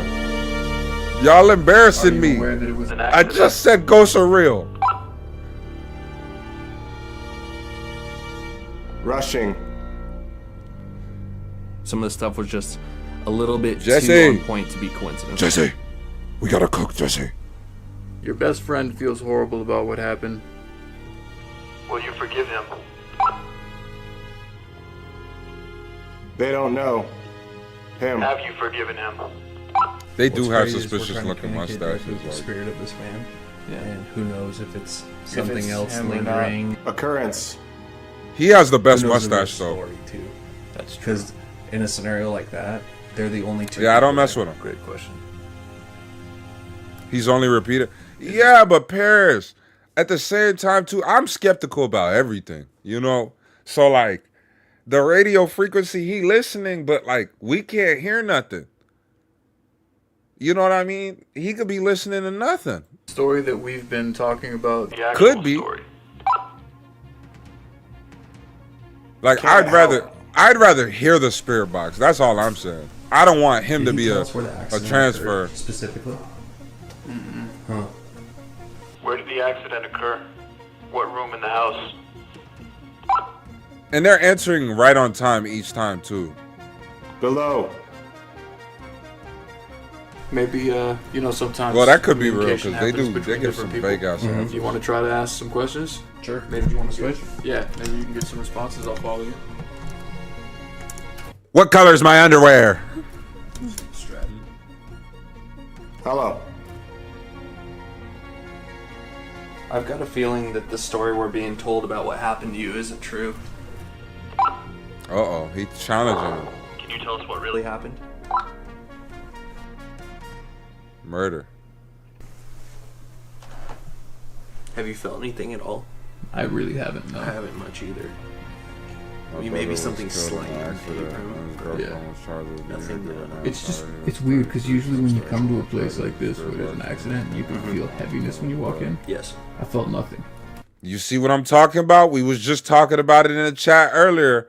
We was just talking about it. We was just talking about it in the chat. I appreciate that, Jennifer. I have the best facial hair. I try. I'm gonna try my best to make sure y'all don't see my dad ever. Okay. I just hope, because then you're not gonna think that. But nah, Jesse's on it. Like and my condolences, Jesse. But you tried to communicate to your brother, and you said it was a bad. I wouldn't do that. You know what I'm saying? I lost people throughout life. You know, that was the last time we were gonna speak. Okay, I'm sorry. I'm gonna think of you and stuff like that, and maybe I'll see you in my dreams. But I'm not gonna go out my way to, hey, are you there? Because, bro, you don't know who you're really talking to, who you're inviting in. I'm good. It's weird. What color's I'm my just underwear? thinking he's probably just like upset about what happened and Sure. holding on to any hope that he can. Don't try. Okay. But it's cool that we can do something. I don't know. Yeah, at least see if anything is here. Maybe want to take. I like Zach Bagans in them though. Second. Yeah, let's go outside. Ghost Adventures. That's scary. We're as gonna try dog. anything, you know. Yeah. Let's see what's going on. You step out for a minute. And this would be a beautiful. Stepping out. Now that we're outside, are you a little bit more comfortable talking to us since we're kind of more in your house?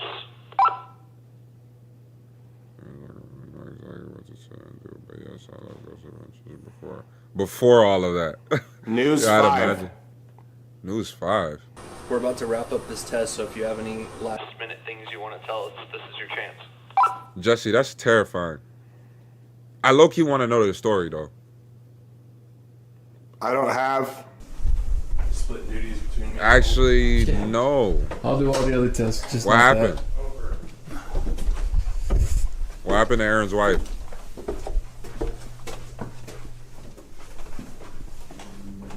Good. Aaron from Ghost Adventures, right? We're good. It's me. Here. Pull this off. I would have lost my shit way we're more. Good. We're finishing up. Okay, cool.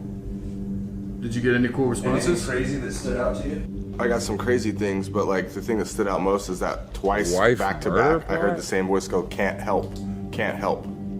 Like we can't help him. Like I don't know how to interpret that. Honestly, I was in the zone, but we were basically just asking if the entity was the man that was killed by accident. And we were trying to ask if it really was an accident. Okay. Because if you think about it in that scenario, the man and the man who died, they're the only witnesses. Yeah. So who's to say there wasn't like a malicious act? I don't know what I said, but I'm almost positive there was a time where it was like, it was him, or it's him, or something like that. Okay. And also there's another one that stood out to me. I'm just trying to think of it. It was, sorry, that's just Well, if when completely we asked the disorienting. question, was it really what it said, and then he says it was him, that's a lot. Yeah. That's a lot. If he says that, that's a lot. Then I also got occurrence.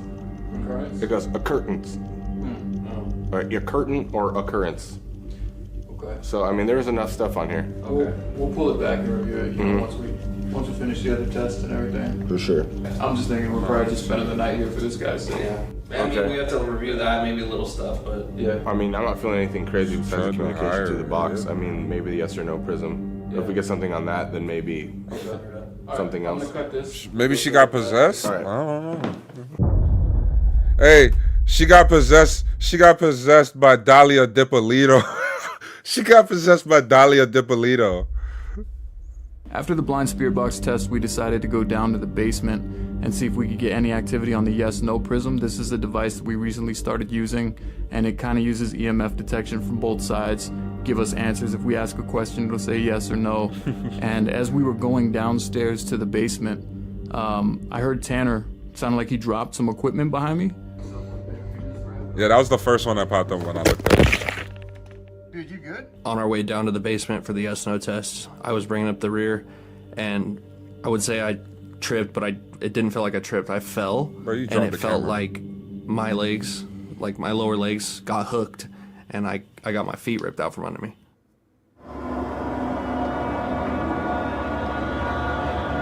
Stick with you long after watching. All right, for some of y'all that are pussies, y'all could get out of here now. Okay, this is gonna be funny to me. Just the way they're trying to throw it out. Okay. All right. The following footage may cause extreme discomfort and stick with you long after viewing this video. All right, we're gonna see. If you're easily disturbed, we recommend that you skip the following clip. Well, good thing I'm not. I'm not. Let's see. Why they got to do a countdown though?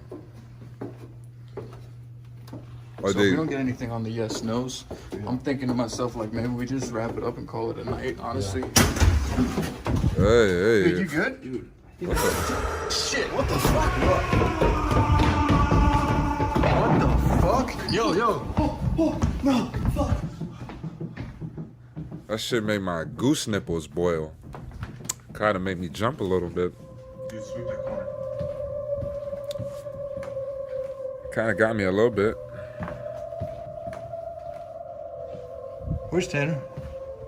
Yo. Wow, homers. As soon as I opened my mouth, I felt like an intense pressure around my ankles, and I guess I slid across the floor, and like when we look at the footage, it looks like 15 feet or so, but honestly, like that whole situation just had my brain so fucked that I don't really remember. I can call it a night, honestly. Dude, you good? Dude. He felt perfectly right there though. I don't know. Yo. Yeah, I don't know. The clown under the bed, the dead deer want their home back. Hey, Bambi not fucking around, man. Dude, sweep that corner.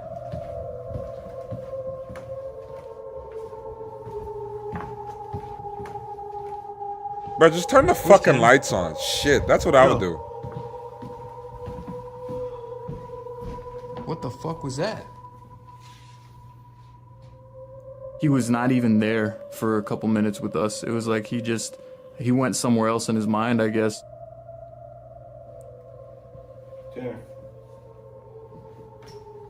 Yeah, I'm not even gonna lie to you. That happened. I wouldn't even be in that room. I wouldn't even be in that house.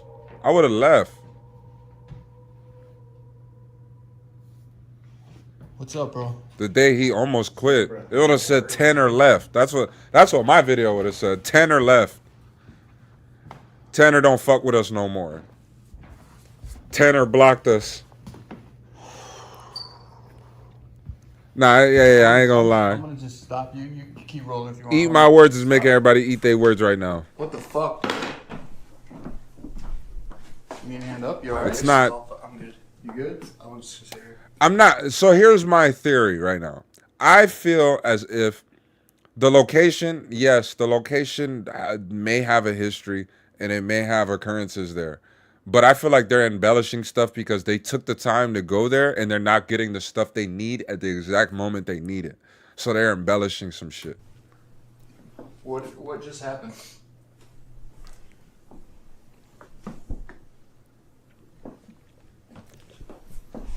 I saw you. I knew it was I heard you trick behind me. But what did you just feel? I saw you get dragged the fucking way, but what did it feel like? What did you feel? They're just standing in the same spot too. That's why I'm like, around my ankles. Let's they was about to put him in a position. Okay, yeah. I think if you stop rolling, let's take some time to breathe. All right. I told him if you wanted to, we could take a breather. We went outside for a few, and he just didn't really want to talk about it. It took a while for us to actually go back in the house at that point. What's wrong with you? I'm over it. I just got fucking dragged, dude. Are you crying, dude? Fuck you, I'm not crying. Well, I mean, you know, we still got... No, it's easy for you guys to fucking... You didn't get dragged. When we even went outside to check on him, he was pacing the end of the driveway. I've known Tanner for 20 years, and I have never seen him get emotional like that. Okay. Nah, if I go look up another video of theirs and he's fucking acting like this, I'm never watching them again. I mean... You said you knew him for 20 years. Like that was pretty much the only activity we had, dude. Like, first just load up. Right it's now. enough. I mean, I got dragged too by my friends when I was too drunk.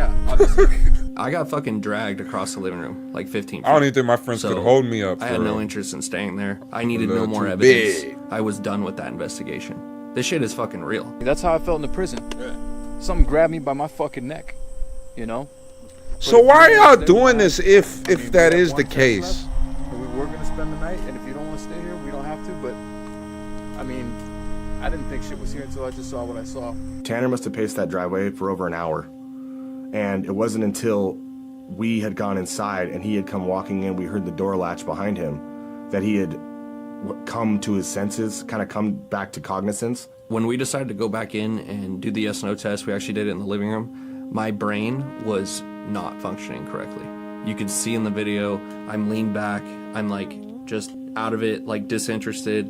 It's just, I wasn't there still. I was playing back what happened. I couldn't even remember exactly what had happened. I just know that an entity took a violent action towards me. And that's pretty much where my head was at. I had no interest in doing a yes/no test. Yeah, nah, I ain't gonna lie to you, bro. They would have been the fuck out of there. Like, at least in a different spot of the place. Like, they're just chilling. Lights on, chilling, like, you know what I'm saying? Grandma died, my sister had a special dream. Nah, that's creepy, though. Whatever just dragged... I ain't talking to no ghosts. Hey, this... it's a shitty way to feel with y'all making fun of it. I'm sorry. No, we're not making fun of your suggestion. It's more like, it's not you. It's more, it's them. It don't got nothing to do with you, Paris. Like, you suggest everything all you want. You know what I'm saying? I point out a lot of shit. That's just me. You know what I'm saying? But damn, I lost my train of thought. What else was I gonna say? Skeptic. No, I'm a believer. I'm a full believer. I'm a full believer in the actual videos, like scary stuff. But like, I don't know. Again, like I said, I feel like the location is legit. I feel like the activity has a history. You know, if it's documented, it's there. But like, they're not getting what they need in the exact moment they need it, so they have to embellish a bit. Tanner, are you still here right now? Eat My Words is just going crazy. They got compelling evidence and they ran out of the house like pussy. I would have been left. If you're here, can you give us a sign. If I would have got dragged. Oh, I appreciate that, Callie, but no, but if I would have got dragged, like I would have been left. Like it wouldn't have been a second thought. I would have got footage, but my camera would have already been there. I'd have been out there with us, whatever was there. I'd been sleeping in my car or something. We started getting a couple at the hotel. Very short answers on the Prism. Do you want to hurt Tanner?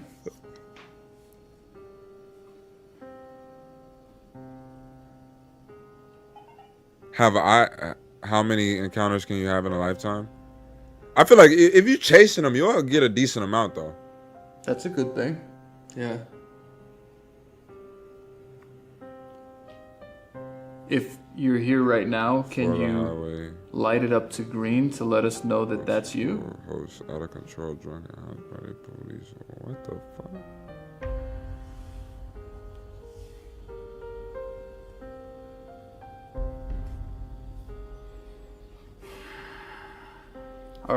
Will you be upset if we spend the night here with you?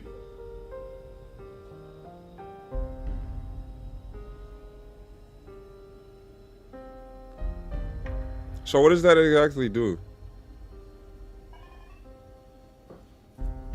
That mean, yeah? That's 2 no's. Bro, your bro's over it. The man on the right, he's over this. I mean, we only got a couple hours till the sun comes up. Do you want to just try to ride it out? Bro, I know that was a lot to deal with. Y'all getting paid for the video anyway, just leave. It's almost done. One more question. Okay. Was what happened to you an accident?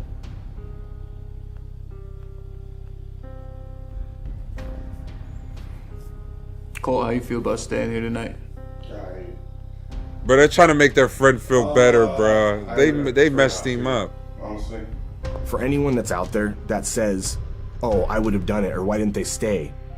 You just don't understand. I wouldn't have stayed. I mean, I understand. None of us really want to stay here, but it's kind of what we came to do. I mean, we got static cameras. Oh, he got the mind seat on his knuckles. I know. I'm just saying, like, we're here to get the evidence, you know. Wait, did you see that? What? Oh, shit. Does that mean it wants us to stay? Y'all talk about leaving it go green. You talk about it's telling y'all to fucking stay. We're here to get the evidence. It seems like it's giving us communication now. Why don't we... There's noises up here. I'm fine. Did you just hear that? Yeah, cool it. Y'all be chill, man. It's Saturday night, Why don't we man. put all our static cameras up? Relax. And find whatever rooms we feel like maybe we're most comfortable in. Obviously, I know probably no one wants to be in this room or in the room with 8 beds. I prefer not to be downstairs at all. Okay, so are you alright going downstairs then? Yeah, I'd rather be further from... Okay. So I'll go to the room with the 8 beds. And Colt, where do you want to be at? I guess I'll take that... The one right over there? Yeah, the second on the one. first The floor? room with the 8 beds is wild. So we'll put static cameras upstairs. And then we'll put static cameras in our rooms. We'll put one in here. We'll put one on the basement, on the boneyard, and we'll just try to, chill out for a little while, see if we get anything on the cameras. All right. Sound good? Sound good to me. That shit just said yes. That's crazy. Bro, Maybe I think one more question. It wants y'all to leave, bro. Like, it turned green when y'all talking about leaving. And you was like, it wants us to stay. Did any of the tests that we used during this investigation upset you? Is that why you pulled Tanner?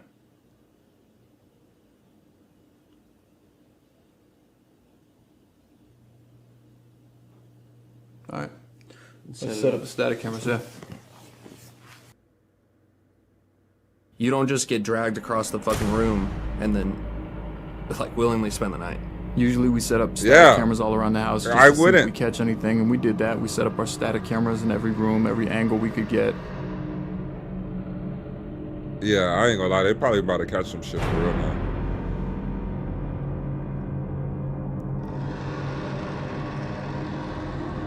I'm not sleeping, bro. Is he gonna get in the bed? He's like getting under the sheets and everything. He got his shirt off going to bed. He's getting comfortable. It's like Monster Hunter, X-Files, or more fun. I couldn't sleep. I just tossed, turned, kept kind of watching my back, checking out the room with the flashlight, kind of scrolling peeking in the hallway TikTok every once in a while. I actually scrolling TikTok and following Lou at LowtoneLu on TikTok. Make sure you follow me at LowtoneLu on TikTok. really never ended up falling asleep.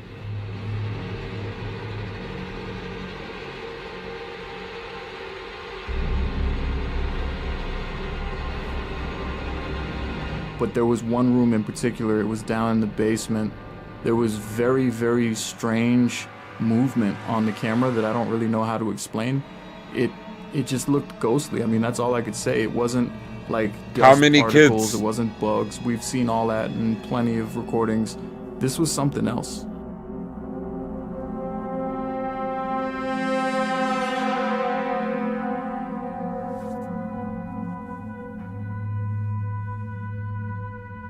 Mr. Ballin. Maybe.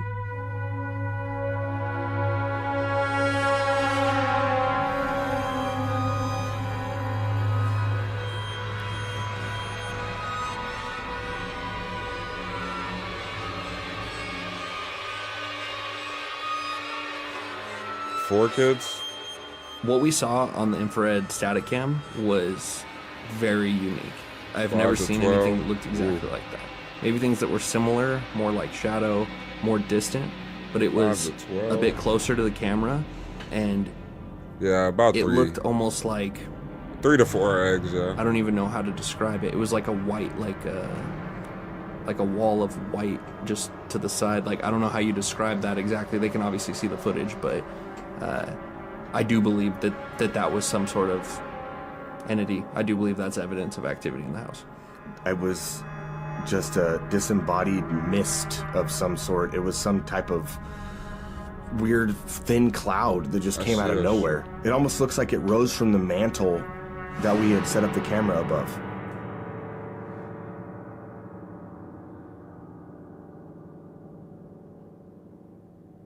Bruh, they want to mess around with this kind of shit. Like, bro, leave this shit alone. Why y'all want to mess around with this kind of shit? There's some places we go that can be questionable, and this place seemed like it was going to be one of them when we started. There was just really no activity on our devices, but after seeing Tanner get drug across a room, there's 100% something there. I don't think any paranormal investigator ever desires violent action towards them by an entity. So I would say no, that's not the evidence I was looking for. That house is, without a doubt, harboring some serious energy.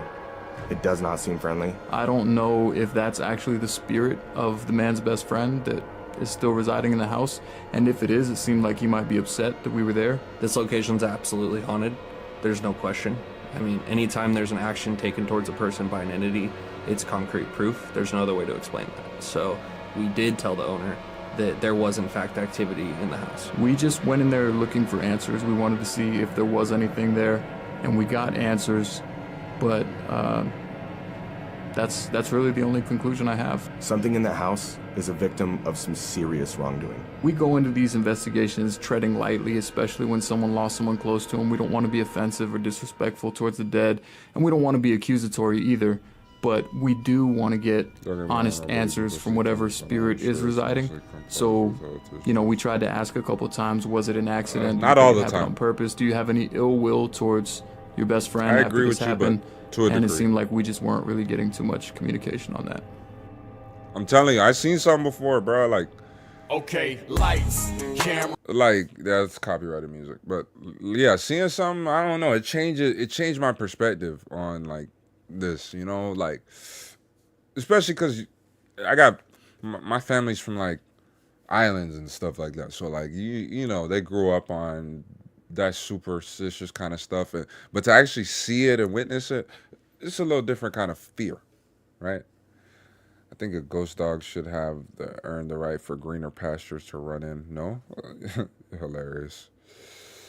All right, let me see. I think we had another one on the buddy. Dang, is it gone? I can't see it no more? What's going on?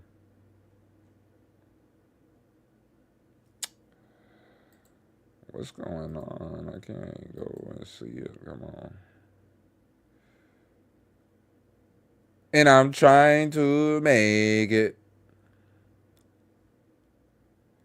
Oh, no. All right.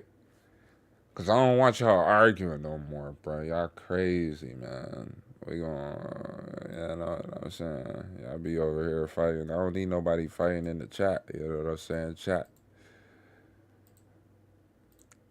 Yeah, bro, I had literally took a nap right before the stream, so I'm straight. Like, I'm straight. Yeah, you next. Yeah, Europe's, Homer's in Germany.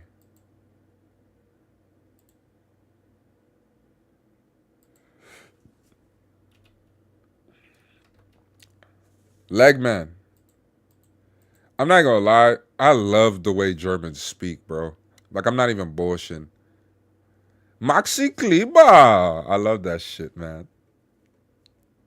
Doug Nowitzki?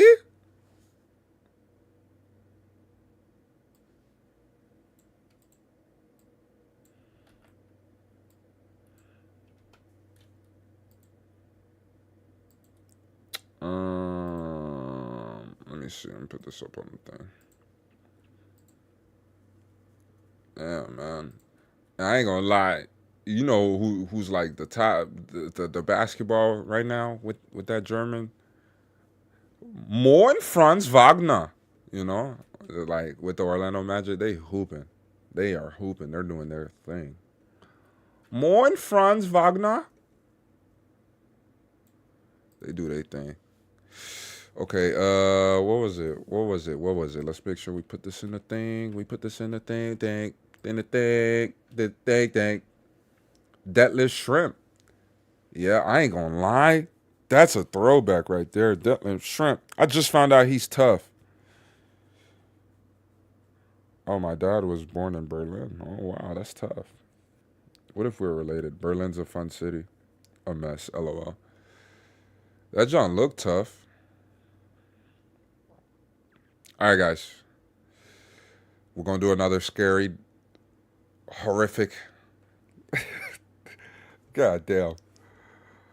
Another scary, terrific. What you said? Nightmare Messenger. Okay. The horrific night of the hi-fi murders. Not Wi-Fi, the hi-fi. Okay. And tomorrow is 420, so make sure you guys get hi-fi. You know. We're going to do this stay late. You do that Saturday Night Live with your Uncle Lou, man. You know what I'm saying? Saturday Night Live with your Uncle Lou.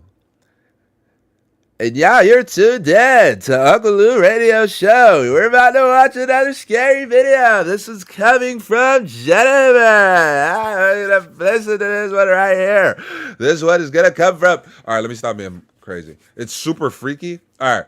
Guys, this one is coming from the Night Messenger. And the title of this one is The Horrific Night of the Hi-Fi Red Rums. Not gonna waste no more time. Not gonna leave no breadcrumbs. Hit that like button. Keep spamming that like button. Hit that like button. The algorithm beefing with me. I don't know why, but I'm beefing back with it. And then share the video with someone next to you and hit that subscription with that notification muscle so you don't miss when Uncle Lou going live. We gonna get that 7K any one of these nights. Now, without further ado, niecey, nephew. Do I even gotta say the thing? You already know what to do. Hello, everyone. It's Night Messenger, back with another horrific true crime case. Today brings us to Ogden, Utah.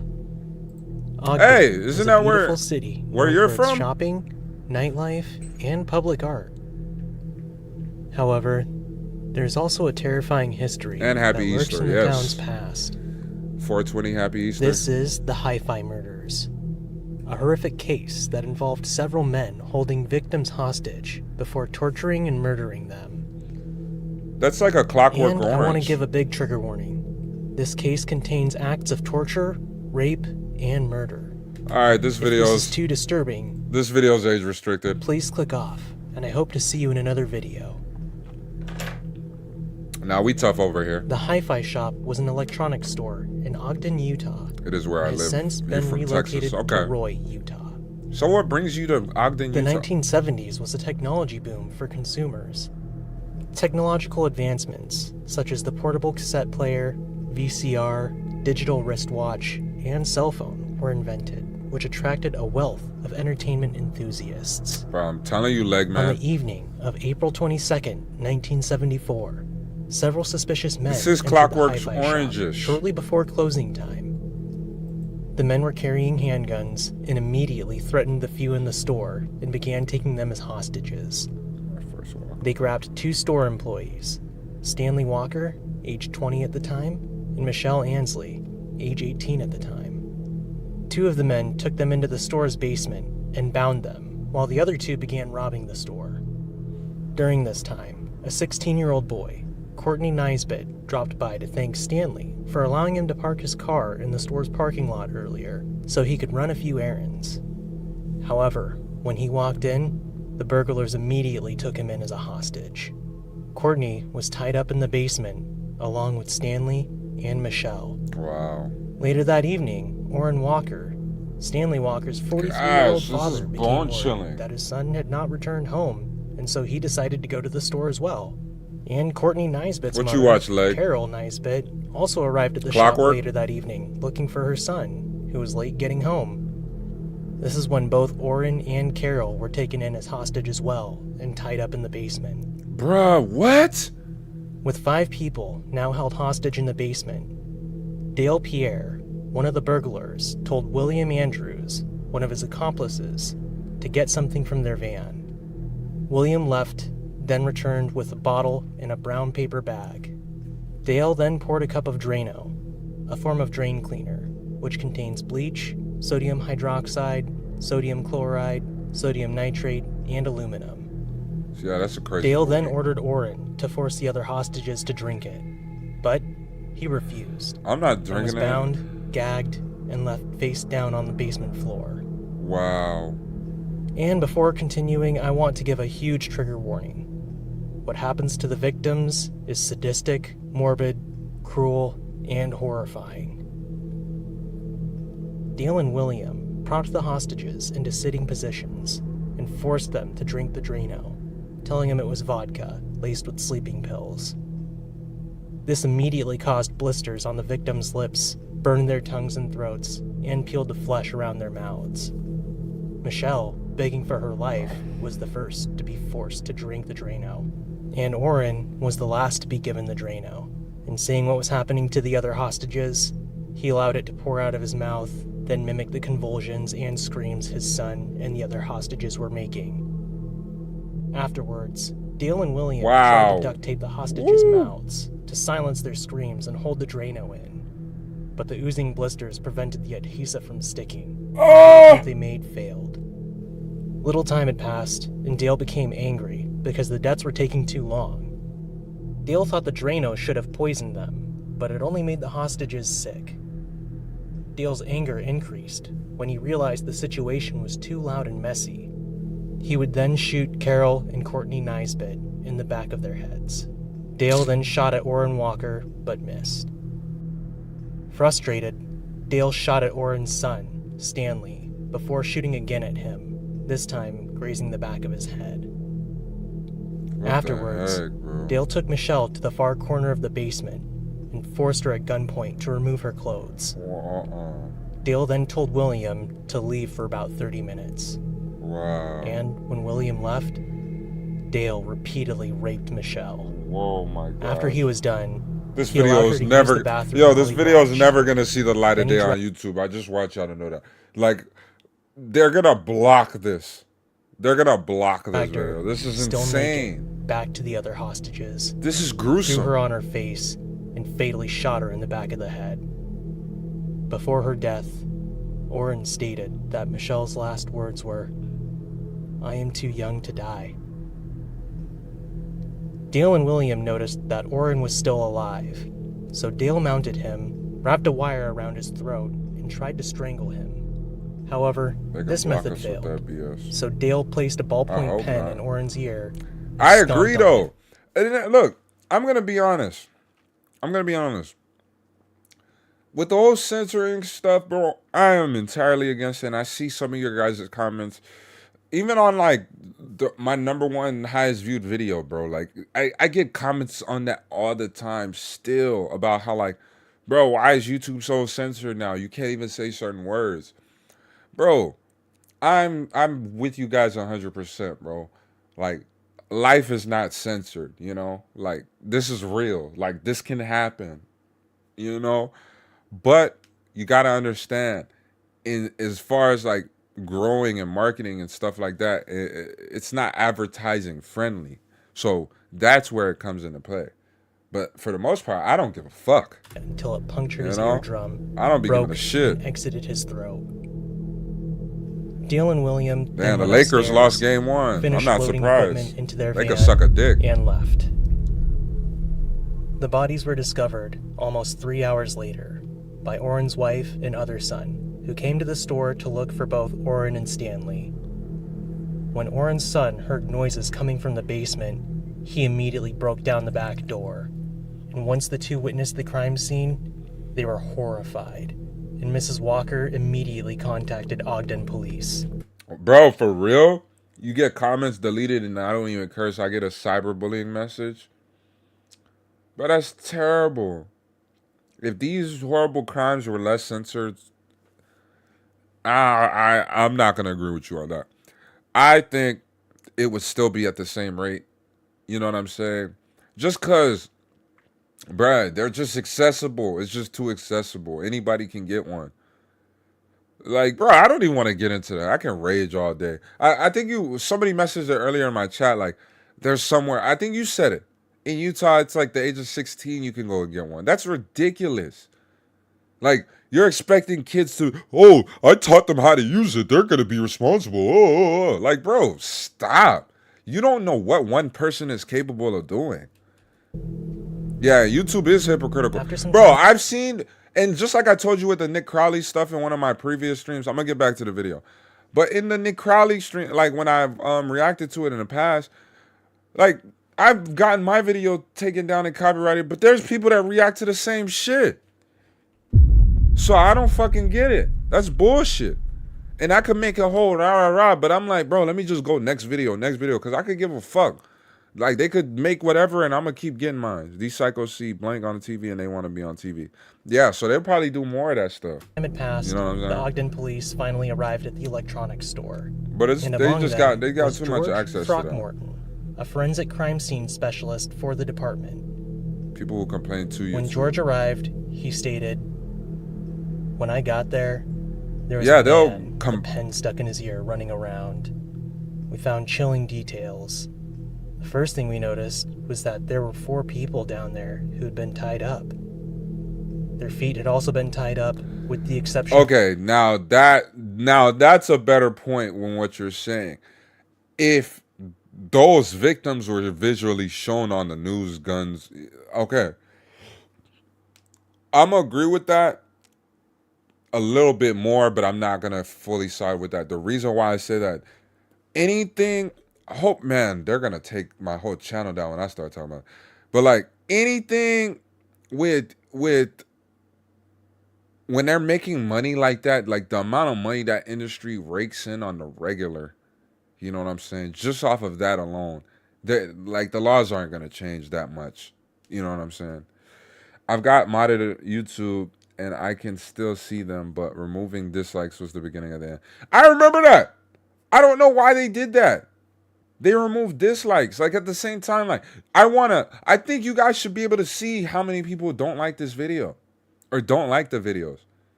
Surprisingly though, my channel doesn't get as many dislikes. It should be more. Like, I feel like I should piss more people off. Honestly, I be holding back. But yeah, removing dislikes is terrible. Like, life isn't censored. Of the one girl who had been raped and killed, she was shot. They were given Drano, and when the people in the basement found out it didn't kill them because they got sick and threw up, they gave them Drano again and put tape over their mouth so they couldn't throw up. And when that didn't happen, they went around and started shooting them. That's crazy, bro. Robert Newey, the prosecutor for the Hi-Fi murders, would also state, "When I went in to view the crime scene, I couldn't believe what I saw. I couldn't believe what happened. Particularly in Ogden, It was very grisly. It was so needless. After locating the bodies, responding officers confirmed Stanley Walker and Michelle Ansley were dead. Carol Nisbet was taken by ambulance to the St. Benedict's Hospital, My laugh is but was adorable in a pronounced manly dead way. on arrival. You're the second person to say that exact thing. My laugh's adorable in a manly way. That's hilarious. Bro, people could dislike me. I don't know. People do. But that's their own choice. I'm not going to be mad at that. And not everybody's going to like me. Nisbet and Orrin Walker were miraculously The people that alive do. and barely conscious. Courtney wasn't expected to live, but miraculously survived. I'm a recluse, However, man. He was hospitalized for Homebody, quiet guy. 266 days before being But if released, y'all know me, y'all know. and had not only severe and irreparable brain damage, but life-altering injuries caused from the Drano. Orrin, in serious condition due to the 5 attempts made on his life, also survived, with extensive burns to his mouth and chin, as well as damage to his ear caused by the pen. Orrin also managed to give officers a description of his attackers. He told them that 2 black men had held the group hostage, stating that the taller of the 2 talked more, while the shorter man has a Caribbean accent and was quieter. I don't believe that. Hours after news of the crime broke, an anonymous Air Force employee Caribbean called the accent Ogden in police Bogdan, Utah? told them that William Ogden, confided Utah? to him months earlier, stating, "One of these days, I'm gonna rob that. That probably hi-fi is shop. you, yeah. If anybody gets in my way, I'm gonna kill them." and after this We're call, all Jennifer, but more on evidence different would accounts. surface. I'm on multiple devices. A few hours after Go. that phone call, 2 teenage boys found a wallet and other items that belonged to the hi-fi victims at Hill Air You Force gotta install that? dumpster diving, which was also close to the barracks where Dale and William lived. The police then arrived to gather evidence and hopefully identify the suspects. Among the police was Detective Deloy White, who knew the killers had to be nearby. As the police began gathering evidence, Detective White watched the airmen and began gathering closely, That'd be curious crazy. about the investigation and what was going on. Detective White would then pick up and wave each piece of evidence in the air with tongs as he removed it from the dumpster. And this is when he noticed that most of the airmen watched in silence, except for 2 men. The 2 were pacing around the crowd, speaking loudly and making frantic gestures with their hands. Based on the 2 men's reactions to the evidence, they were brought in for questioning and were identified as Dale Pierre Oh, they and were. William Andrews. Dale Pierre was also a suspect in another murder involving an auto What the theft fuck are you doing in Utah? ring, and Detective White knew he had to be involved with the hi-fi murders. Fucking Johnny, During this Utah. time, a search warrant was issued Johnny for their barracks. fucking And Utah. when searching the barracks, police found flyers for the hi-fi shop and a rental contract for a unit at a public storage facility. Eddie Murphy is crazy. When investigators returned to Dale, they noticed he was talking non-stop to the police. Dale was then shown the lease agreement, and his demeanor changed immediately. He tried saying that they went to the storage unit, which was a few blocks away from the hi-fi shop, but they were never at the store. Now, the police didn't buy this, and then issued another search warrant for the storage unit, where they found different stereo equipment. They identified the serial numbers, which matched the hi-fi shop. But more importantly, they found a half-empty bottle of Drano. With all of this evidence, the police knew they had the suspects in their hands. And a few weeks later, a third airman, Keith Roberts, was taken into custody after he was identified through questioning on a base as a participant in the robbery. Now, the police knew there had to be more people involved, but they only had enough evidence to convict the 3 enlisted U.S. Air Force soldiers: Dale Selby Pierre, William Andrews, and Keith Roberts. Alright, so these 2 look like all-pro NFL rookies back in the 1940s. And then this guy looks like fucking the DC sniper. The 3 others involved were never caught. The 3 men were then charged with first-degree murder and aggravated robbery. And the joint trial began on October 15th, 1974 in Farmington. During the trial, it was revealed that Dale and William had robbed the store with the intent to kill anyone they encountered. Wow. And a few months prior, they had actually been looking for ways to commit the murders quietly and clean. Why? The two also repeatedly watched the film Magnum Force, in which a prostitute is forced to drink Drano and is shown immediately dropping dead. And this scene would become the inspiration for their crime. What? During the trial, Orrin Walker, one of the survivors, testified and was a key witness to this trial. However, Courtney Nisbet did not testify due to his brain injury and amnesia, and instead, his father testified on his behalf. 1 month would pass until November 16th, 1974, where both Dale and William were convicted of all charges. 21 and 19? Get the fuck out of here. Bro, what? Why the fuck they look old as shit? 21 and 19 who? You mean 1920? The fuck? This dude forehead look like my shit. My shit bald. Bro, 19, 20 years old, bro. They look old as shit. Not part of the murders. 4 days later, Dale Pierre and William Andrews were sentenced to death, while Keith Roberts was sentenced a minimum of 5 years to life in prison, and was eventually paroled in 1987. While in prison, Dale and William got exactly what they deserved. They became notoriously hated prisoners at the Utah State Prison and were particularly reviled on death row. Reviled? Nobody gave them any favors, and all of the prisoners in there hated their guts and wanted to murder them themselves. Reviled. Before Dale Pierre's death, he did try to seek clemency for his crimes. However, they failed. During the clemency hearing, he stated, "The crime just took a course of its own. It wasn't planned that way.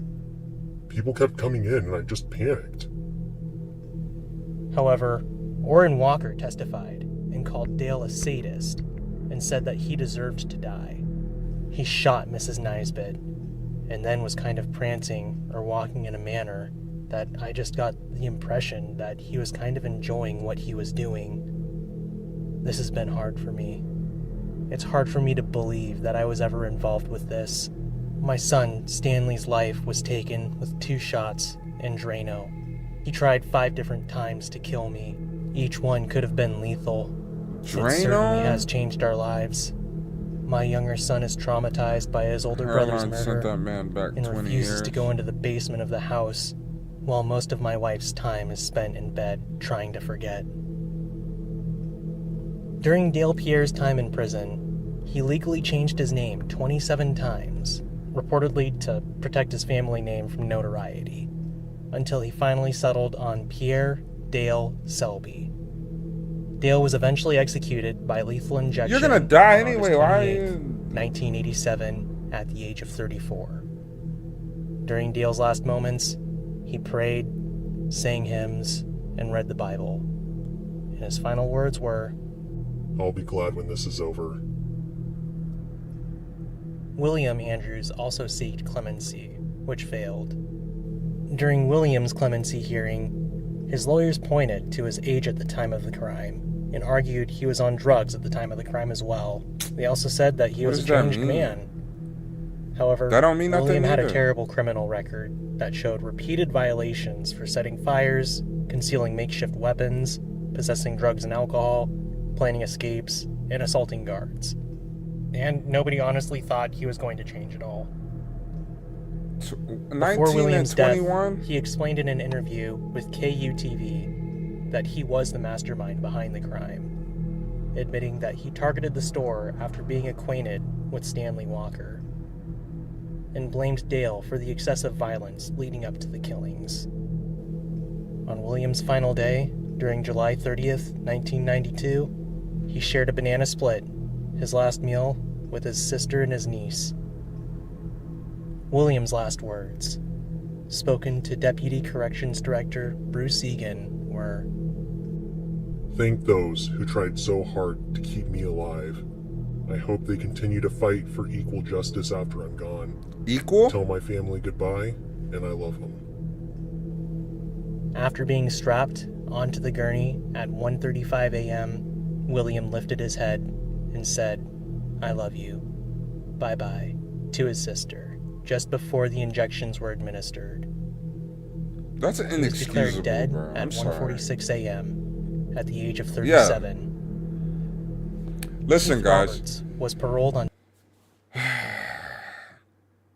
This is one of those rare instances where I feel like justice was actually fucking served.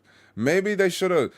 In these scenarios, though, like, again, the whole death sentence and all that, bruh, the people that died 15 plus years ago, they'll die like 30 years ago, and then they're like, oh, okay, let's give them the death penalty. Like, no, like, it should be within the same week, bro. Like, I'm gonna keep it a buck.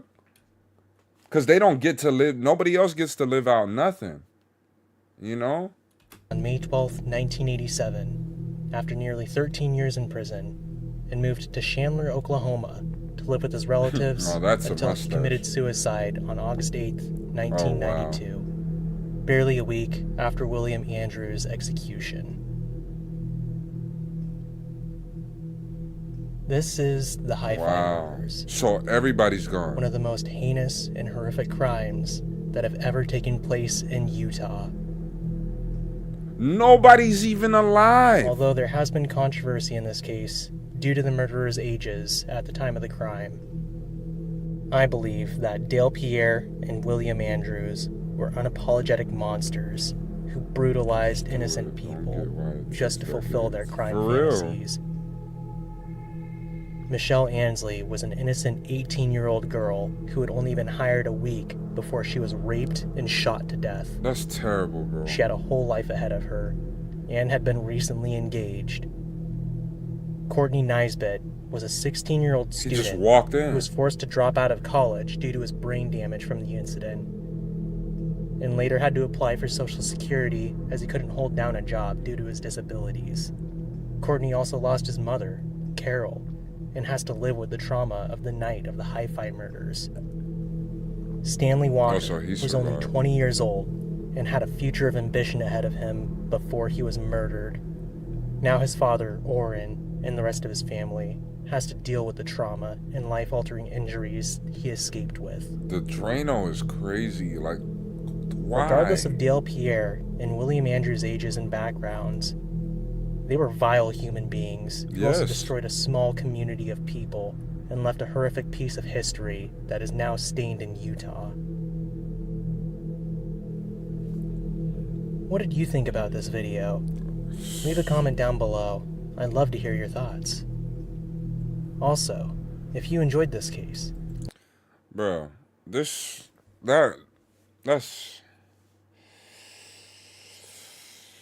Woo!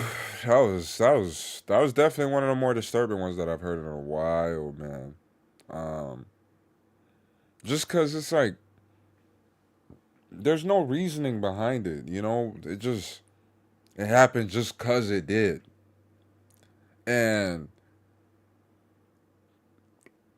stuff like this, I'm not even gonna say this, but like when crime takes place, people try to find reason as to why. You know what I mean? Like, why? Oh, they look into people's past and this, that, and the third. Yeah, it's going to give you clues, but, bro, this just seems like something they just wanted to do just because they wanted to do it. Like, that's crazy, man. Off of a movie they watched back then? Talking about Drano. Like, man, that's crazy, bro. Ogden, Utah is a very sheltered Mormon area. So that's so random then that would even take place, that would even happen. That's random as heck. You know what I'm saying? Let's see what's cracking on here. For the principal host out of control. Times this 940. Let's see if we could probably throw something in there. Probably.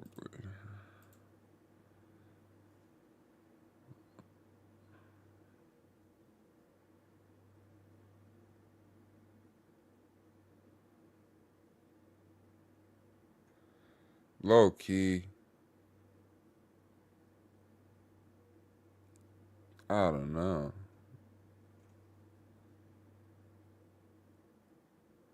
What the fuck is this? Why do I keep seeing this? Why are teachers doing this? Y'all been seeing that a lot more, bro. Teachers just popping up left and right, like these female teachers, like sleeping with these kids, man. Like that's terrible.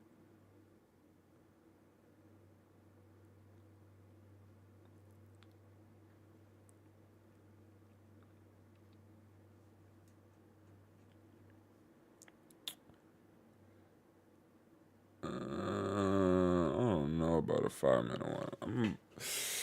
I think we're gonna wrap up. I'm gonna try to do another stream. Well, tomorrow's 420. I can't guarantee that. I ain't gonna lie. It's gonna be a nice little vibe tomorrow. But I'm gonna try to do another stream. Make sure y'all keep the suggestions though. Cause I do try to save this stuff. Like this one right here. Somebody left this one. I was really contemplating on doing this one, the Florida principal one. I think Jesse had dropped that one. I don't know if Jesse's just in the chat right now. But that's the one I wanted to do.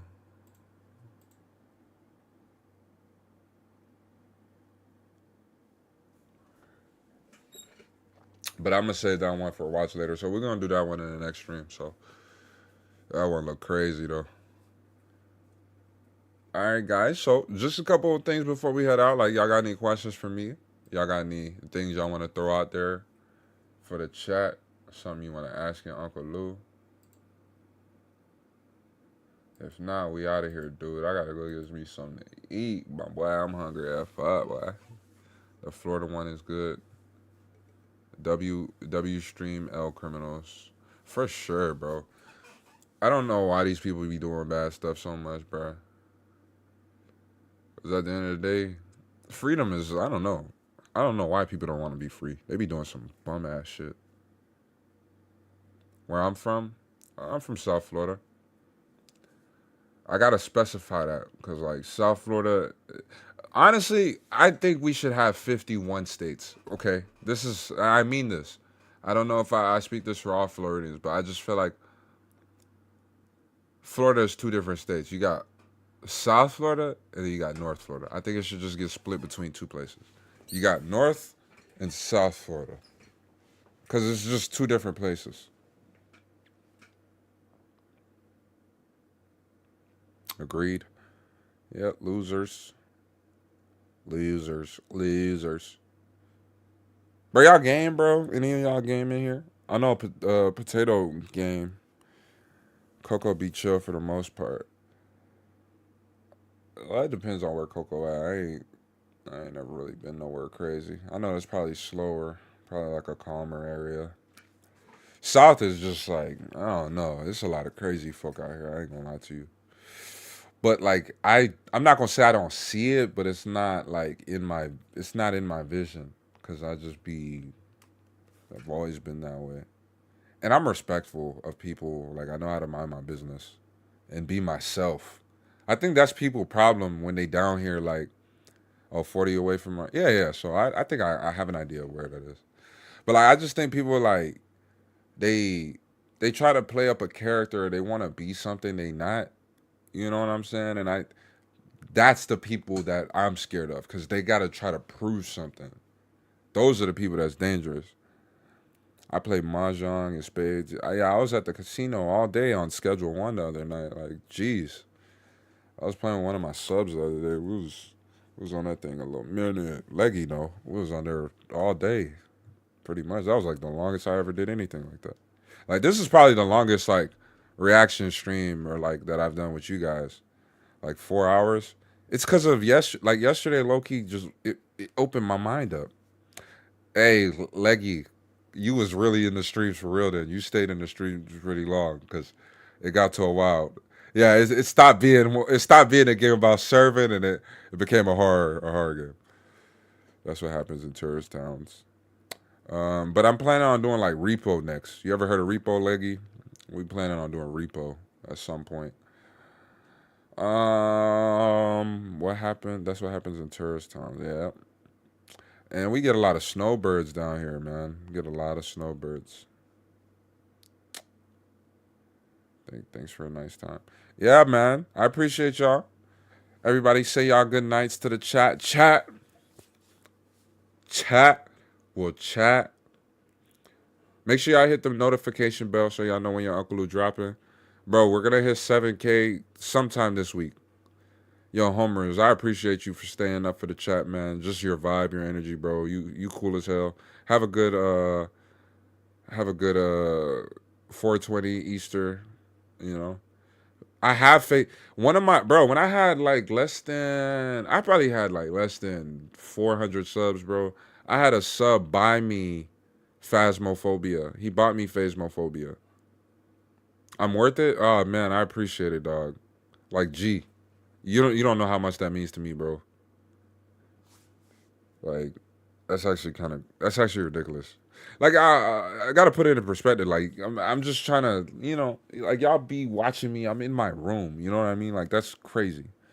It's fun with a team, bro. I need to play then. Like I'm looking for Leggy. You play, Leggy. You got to get on with me and what's his name? Why you ain't get on with us? The heck? You didn't get on Sketch. Could have got on Sketch with us. But yeah, we could get on Phasmophobia if you want to do it. You don't play it? That's tough. I could put something together. It's kind of hard though, cause I don't really have like time to game as much as I want to. So like to try to get other people to game at the same time you're gonna game, and I'm kind of spontaneous when I want to game. Like I just do it on a whim. Like it's not something I plan. But I guess I'll probably have to plan that. Man, you guys are cool as fuck, though. I appreciate y'all stopping by. Chilling with your aunt. Chilling with Lou. You know what I'm saying? I hope y'all stay out of trouble, man. Stay away from these crazy folk. There's a lot of craziness going on out here. But it's a good vibe. Leggy, before you take off, Leggy, I need your playoff picks. Who you picking in the East? Who you picking in the West? Who you picking in the East? Who you picking in the West? I'm picking Detroit to beat the Knicks, though. I didn't even see the outcome of that game.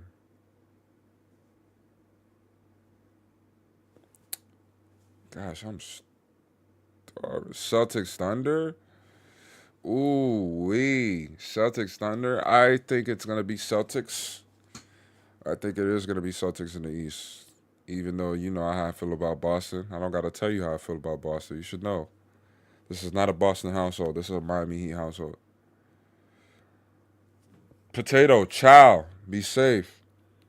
And Thunder out west, it all depends, bro. Like if Denver, I think Denver is gonna be my dark horse. If Denver could get to the West, I think it's gonna be Denver Celtics. And then the Celtics are gonna win that. But all right, chat. We'll chat. I appreciate y'all for tapping in. I'll catch y'all in the next one. Y'all take care of yourself. Happy 420. Happy Easter. Be safe. Stay prayed up. Stay out the way. Stay locked in. And make sure y'all hit that like button for the algorithm. Share the video with somebody next to you. You know what I'm saying? Ooh. I miss you guys, man. I'm going to miss y'all. I'm going to be thinking about y'all while I'm doing this right here. All right. Peace. Peace, gang. Peace, gang.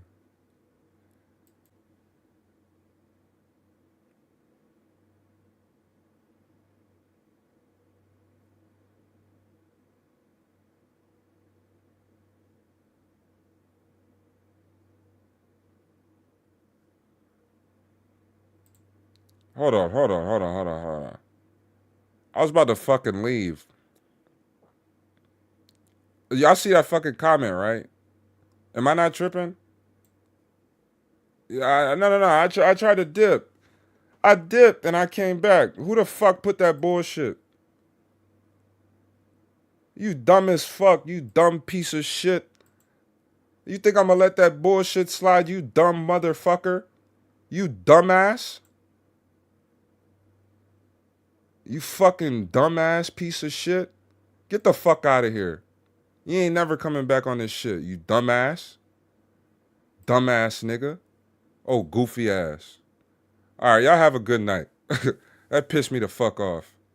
Oh, goofy ass nigga. Goofy ass.